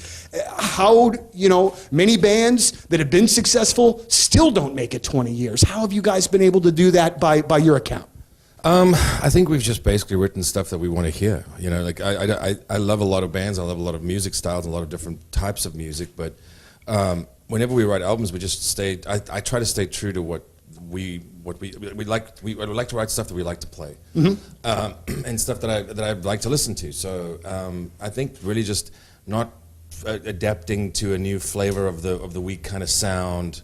There's a couple bands out there that tend to sort of go left and right as the tides move, and that just isn't sincere. I don't think. You know what I mean? I think you have to stay sincere and honest and true to yourself in that sense. And so musically, we just always write stuff that and you also don't want to rehash the same things. Sure. So it's great to. So this weekend, I drove past an amazing place called Mountaintop Motor Company, and it was just fun driving by there, and I was showing my wife their incredible lot and all the vehicles they have out there, and it's absolutely amazing. They go across the country, they find the best of the best vehicles, they bring them right back here for us in St. Louis, and if you go to mountaintopmotors.com, you can see what I'm talking about. And this is like their 2019 Ram 1500 Classic Express they have up there. Incredible price of only $23,000, and it has 50,000 miles, and this truck is fantastic. It's loaded, and it's ready for you to test drive, and their trucks go quick. Their cars go quick out there, and if you're looking for a van, SUV, work truck, they got it all. Go to Mountaintop Motor Company, and you'll see why they have over 1,000 5-star reviews and why people keep driving for hours and hours around to come just to their place, because they are the best. There's no hidden fees. They're upfront. They're honest. It's easy going. No pressure. Absolutely incredible over there at Mountaintop Motor Company. So go see my good buddies out there and get the right car. Get the one you want. Go to mountaintopmotors.com. That's mountaintopmotors.com.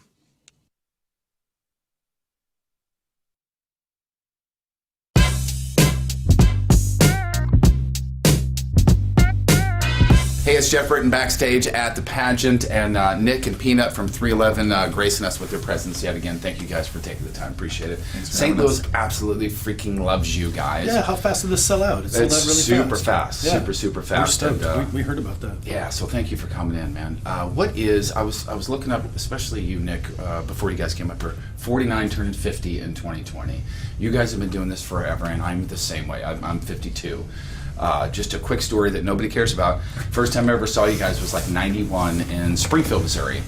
Blacktop of a parking lot of a place called the Regency Showcase, under a tent. No, you would remember that? Yeah, what was that band we always used to play with there? It wasn't Big Drill Car, but something Royale. Slugworth, Well, maybe? Slugworth was like a Springfield band, yeah.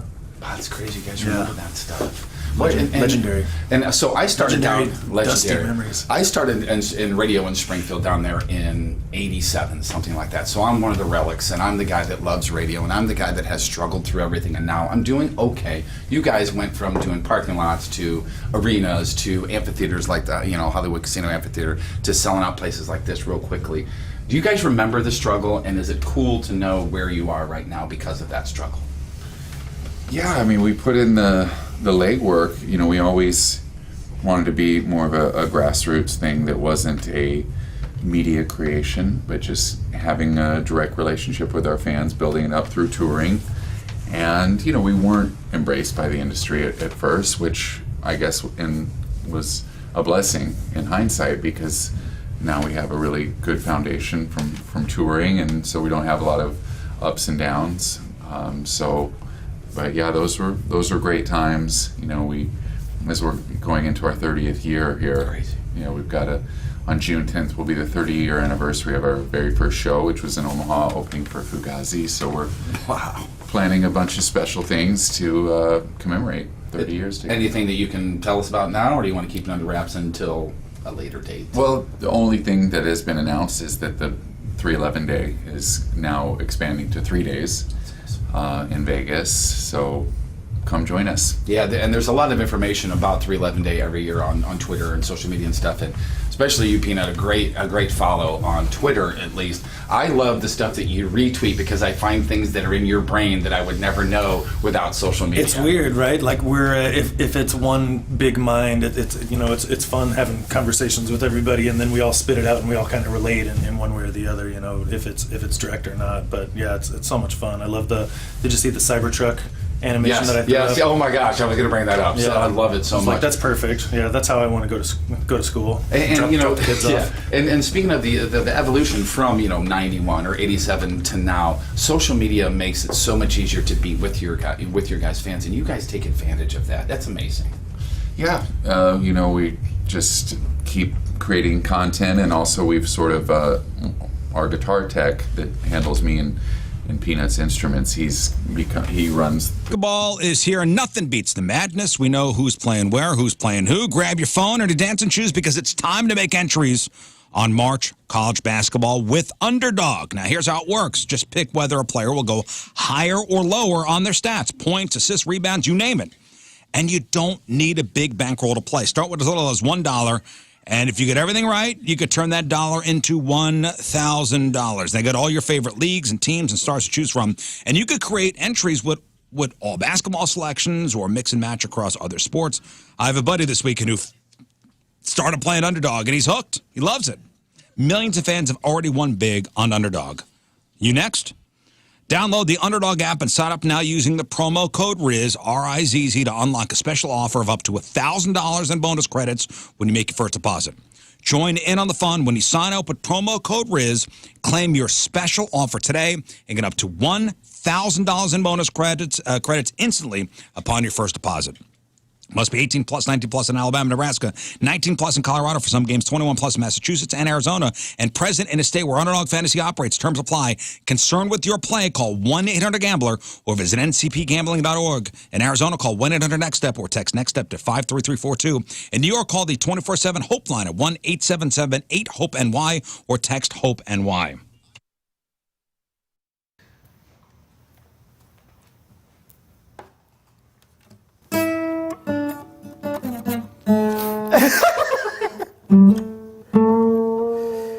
So if you change my mind 1,000 times, you better hear them say, yeah, yeah, yeah, yeah, yeah, I like it that way. Any man of mine better change their mind. He better squeeze in a please and a... Who is Trailer Trash Tammy? What happens when you combine random internet trends into a single video? What is a mukbang? And are we so desperate to be distracted from our own reality that we resorted to binging videos of people shoveling anything edible into their face hole? More on that today on the Number 2 Show.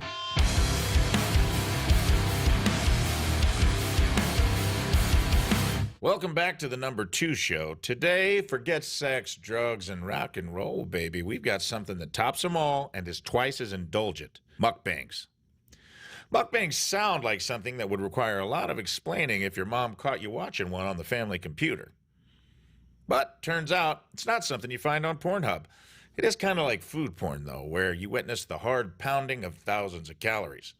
So follow me through the glory hole for today's main topic, mukbangs.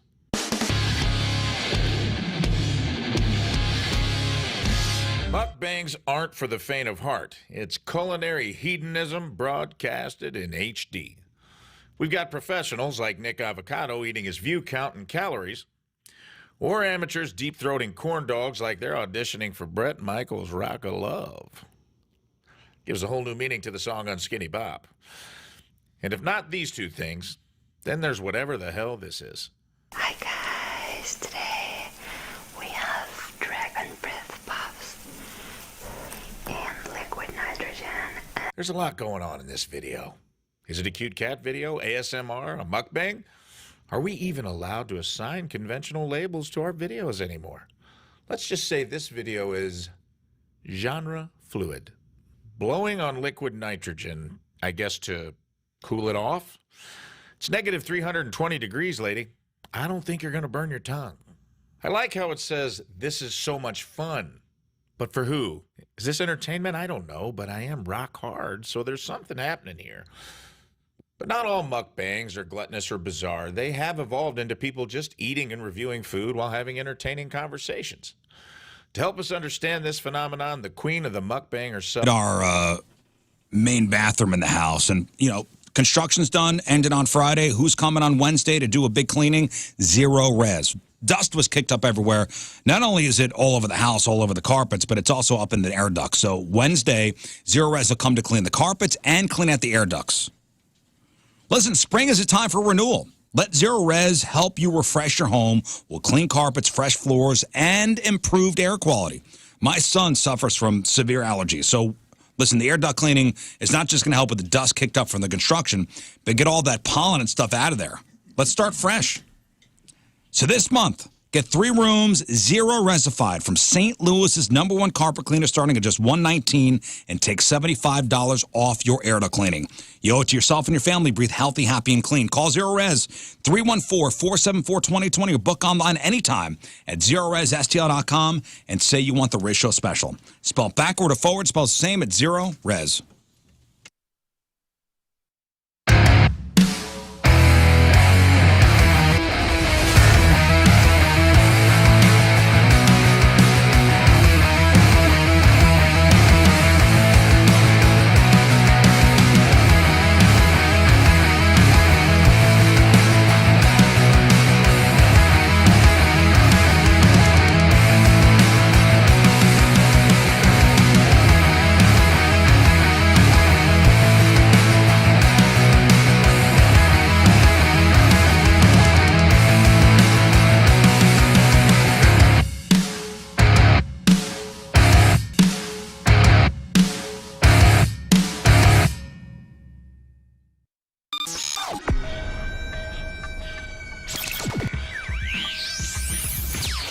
We are backstage at Point Fest, and Kevin from Candlebox joined. How are you, sir? I'm Great to good, see you, I'm man. good. Great to see you. So there is so much to talk about with you, and had the great fortune of being a chat with you a few weeks ago. But there's some things that I wanted to talk that we talked about then that I'd like to talk about again today. 25th anniversary of the Candlebox debut.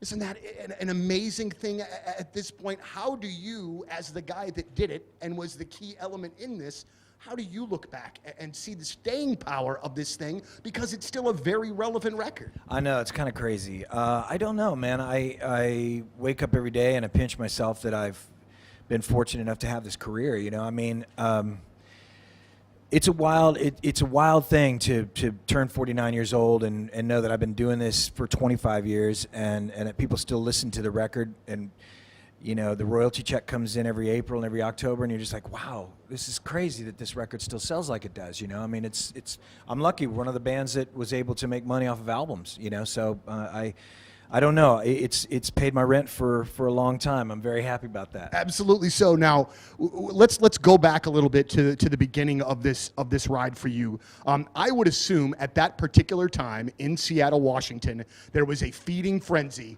for bands because that first tier had already signed and blown up and all that sort of thing.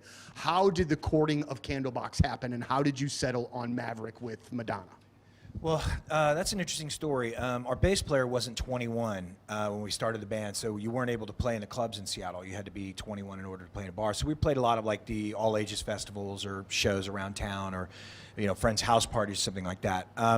So when he did turn 21, June of '92, we were invited to play a showcase last minute for BMI. In the city. They asked us to go on at 7 o'clock. Doors were at 6:30. They're like, you got 20 minutes to impress whoever's here. And back then in Seattle, of course, like you said, everybody was looking for another band. Nobody really knew about us because we weren't on the radar yet, other than the friends. Good people in bad circumstances. Instead of just selling you a car, my buddy, the Auto Loan Pro, is going to help you get your life and your credit back on track with a professionally guided approach to getting approved. Listen, anyone can sell you a car. It takes the pro to do it the right way. So here's how it works. At Auto Loan Pro, they're going to guide you through each step with a customized game plan to maximize your qualification chances and secure you with the best rates. Making a big purchase with finance, it can be complicated, especially if you've had a hiccup with your financial situation.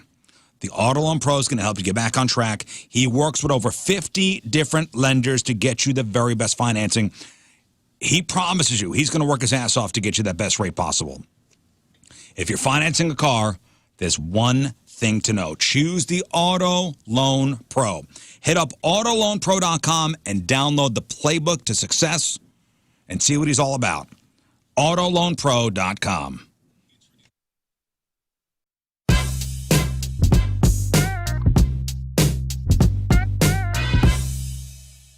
Tim, how are you, man? I'm good. How you doing? I'm doing very well, and I'm going to tell you that I did something today, and I shouldn't even bring it up that I'm doing it. Okay. I wore a shirt specifically to impress you because I was interviewing you, and, right. And normally I don't do that, right? But I did. But also too, and they can't see it, but I've got this awesome masked intruder shirt on, and I love it. Yeah, and I just figured that would be one of those bands that you would be, very cool, like. That we're a band that Rise Against played with somewhere along the way. You know what I mean? Yeah, I think we have a Masked Intruder. Correct me if I'm wrong. I think they're a Fat Records band. Yep. And I still consider us part of the Fat Records family. Like that's where we got our start. That's who first signed our band. That's how we got our wings. You know what I mean? It was because that label was so much more than just a record label. It was a family. We joined that. We joined that family, and they took us under their wing, and all their bands took us under their wing. Strung Out took us out. Sick of It All took us out. The Mad Caddies took us out. No Effects took us out. That was huge. I mean, I cannot overstate how huge that was. How is it when you're a new punk rock band winning over those audiences? That cannot be easy, especially like a No Effects crowd where they're coming to see Mike and the guys, and they're probably not going to be particularly nice. Yes, dude, it was. I'm glad you brought that up because that was how I learned how to be a front man, was getting heckled. Yeah. Like opening up for No Effects in Western Canada in the early 2000s. Those people were there to see No Effects, and there to see Fat Mike. And we don't do what No Effects does. You know what I mean? And so you had to be able to stand there and sing and entertain for 30 minutes, whether people wanted to see you or not. Opening up for Sick of It All in Germany. Like in the height of like their European domination, though, like I got beers thrown at me, I got yelled at, like all that stuff. And that was moments like that. And then you'd shift to like the Mad Caddies tour, and they're a ska band. And so now we're opening up for a ska band, and those people came to see them. So you had to like figure out like, what are we going to do here? And those were the moments where you realize this is where I play, stay, and dine at DraftKings at Casino Queen. You got to check out the DraftKings Sportsbook VIP area. This space is awesome. We went over there. Our video that's out right now, we spent the whole day over there, and it was awesome. And what better time to dip your toe than March Madness at DraftKings at Casino Queen? Host your bracket buster viewing party at DraftKings at Casino Queen Sportsbook. There's no place like the state-of-the-art sports book and lounge featuring over 28 high-definition TVs, 60-foot video wall, slam dunk party packages that are sure to satisfy the entire team's appetite. Call today and reserve premium seating for all the madness. Think you know sports bet? Bet on it at DraftKings at Casino Queen. And every Saturday from 5 to 10, contestants every half hour will play hoops and high-stakes stick-around with 10 p.m.'s championships and 10,000 royal play. Pot split and the winning teams. Start earning entries now. Swipe your card for bonus entries every Saturday from 8 to 4 p.m. Don't forget to visit every Thursday in March to activate your drawing entry multiplier. Must be 21. Gambling problem? Call 1-800-GAMBLER. Restrictions apply.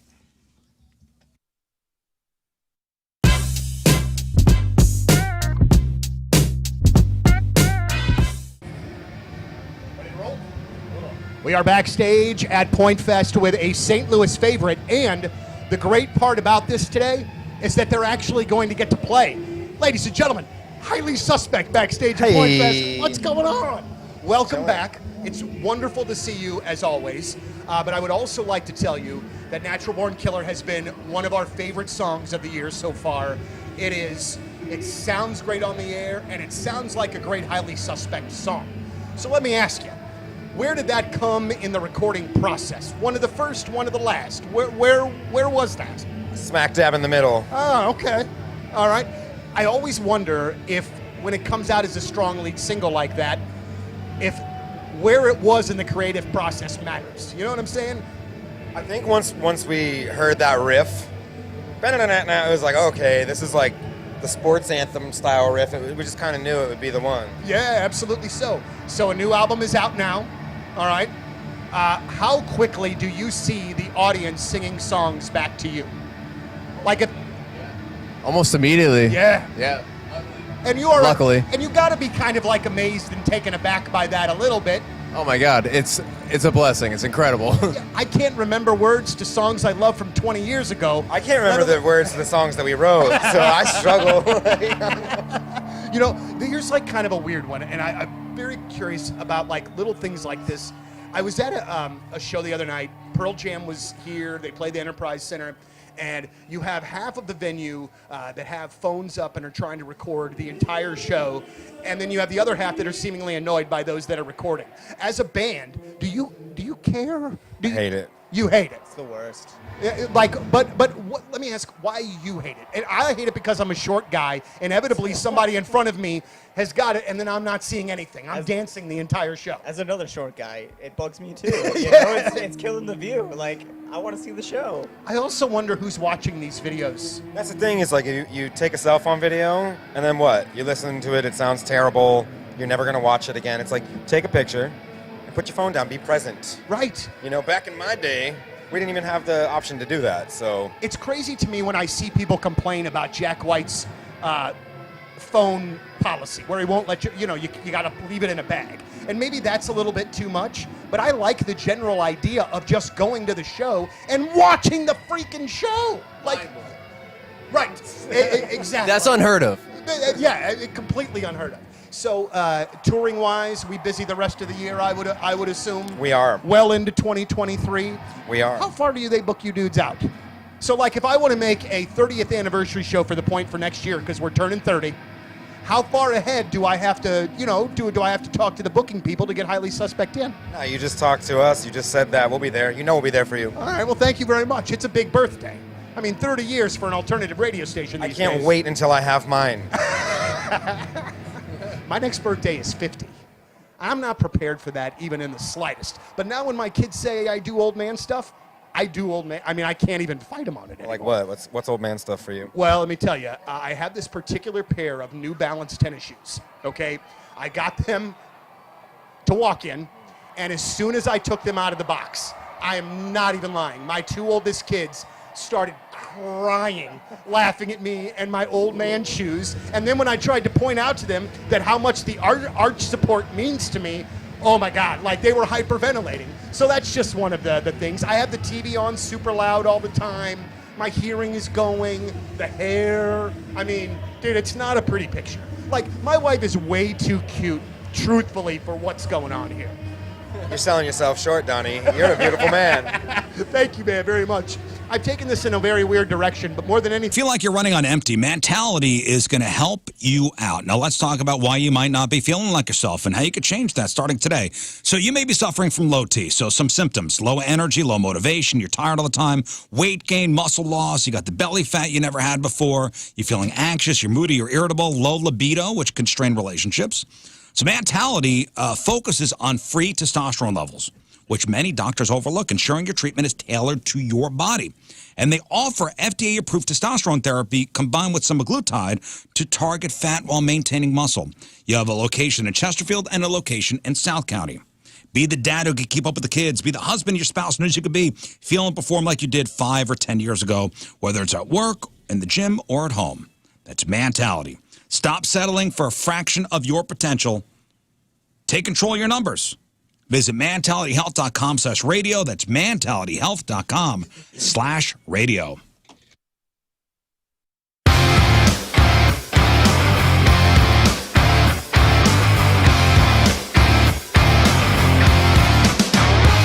And that's it for us. Thank you all for tuning in. If you missed anything in the program, you got the clip of the day brought to you by Michael's Flooring. Also, the podcast, which is brought to you by Dobbs Tire and Auto Centers. Today it's titled Dead Body Raffle. Dead Body Raffle. All right, what else, Moon? May 3rd, Punk Rock Disney. Can You Feel the Punk Tonight? Coming up at the pageant, 3 p.m. and an 8 p.m. show. And the Misfit Machine, you know, our band that puts these punk rock shows on, has a big announcement tomorrow at 10 a.m. Big announcement. All right. Yeah, pretty tight. Learn. Follow us on the socials at the RizzShow or at RizzShow and see the new Rizz Olympics video on our Points YouTube app. It's pretty good. And brought to you by DraftKings. And you can follow me Casino at Queen. Learn versus Radio if you'd like. Thanks. Rafe. No notes. Scott. Well, if you're interested in taking a whole 60-plus foot tree and you want a tulip tree, I'm going to raffle one off. So follow me at King Scott Rules, and you can win that bad boy. Come pick it up, and That it's is yours. so cool. You should cut that up and sell some firewood Cut it up. for next winter. I just want one big log. I thought people liked that better. All right, we'll leave you with a selection from our teamers. Remember today brought to you by Hot Shot Sports Bar and Grill from Belleville. Kathy Morgan is our teamers. Remember today? Ms. Morgan. And Kathy wants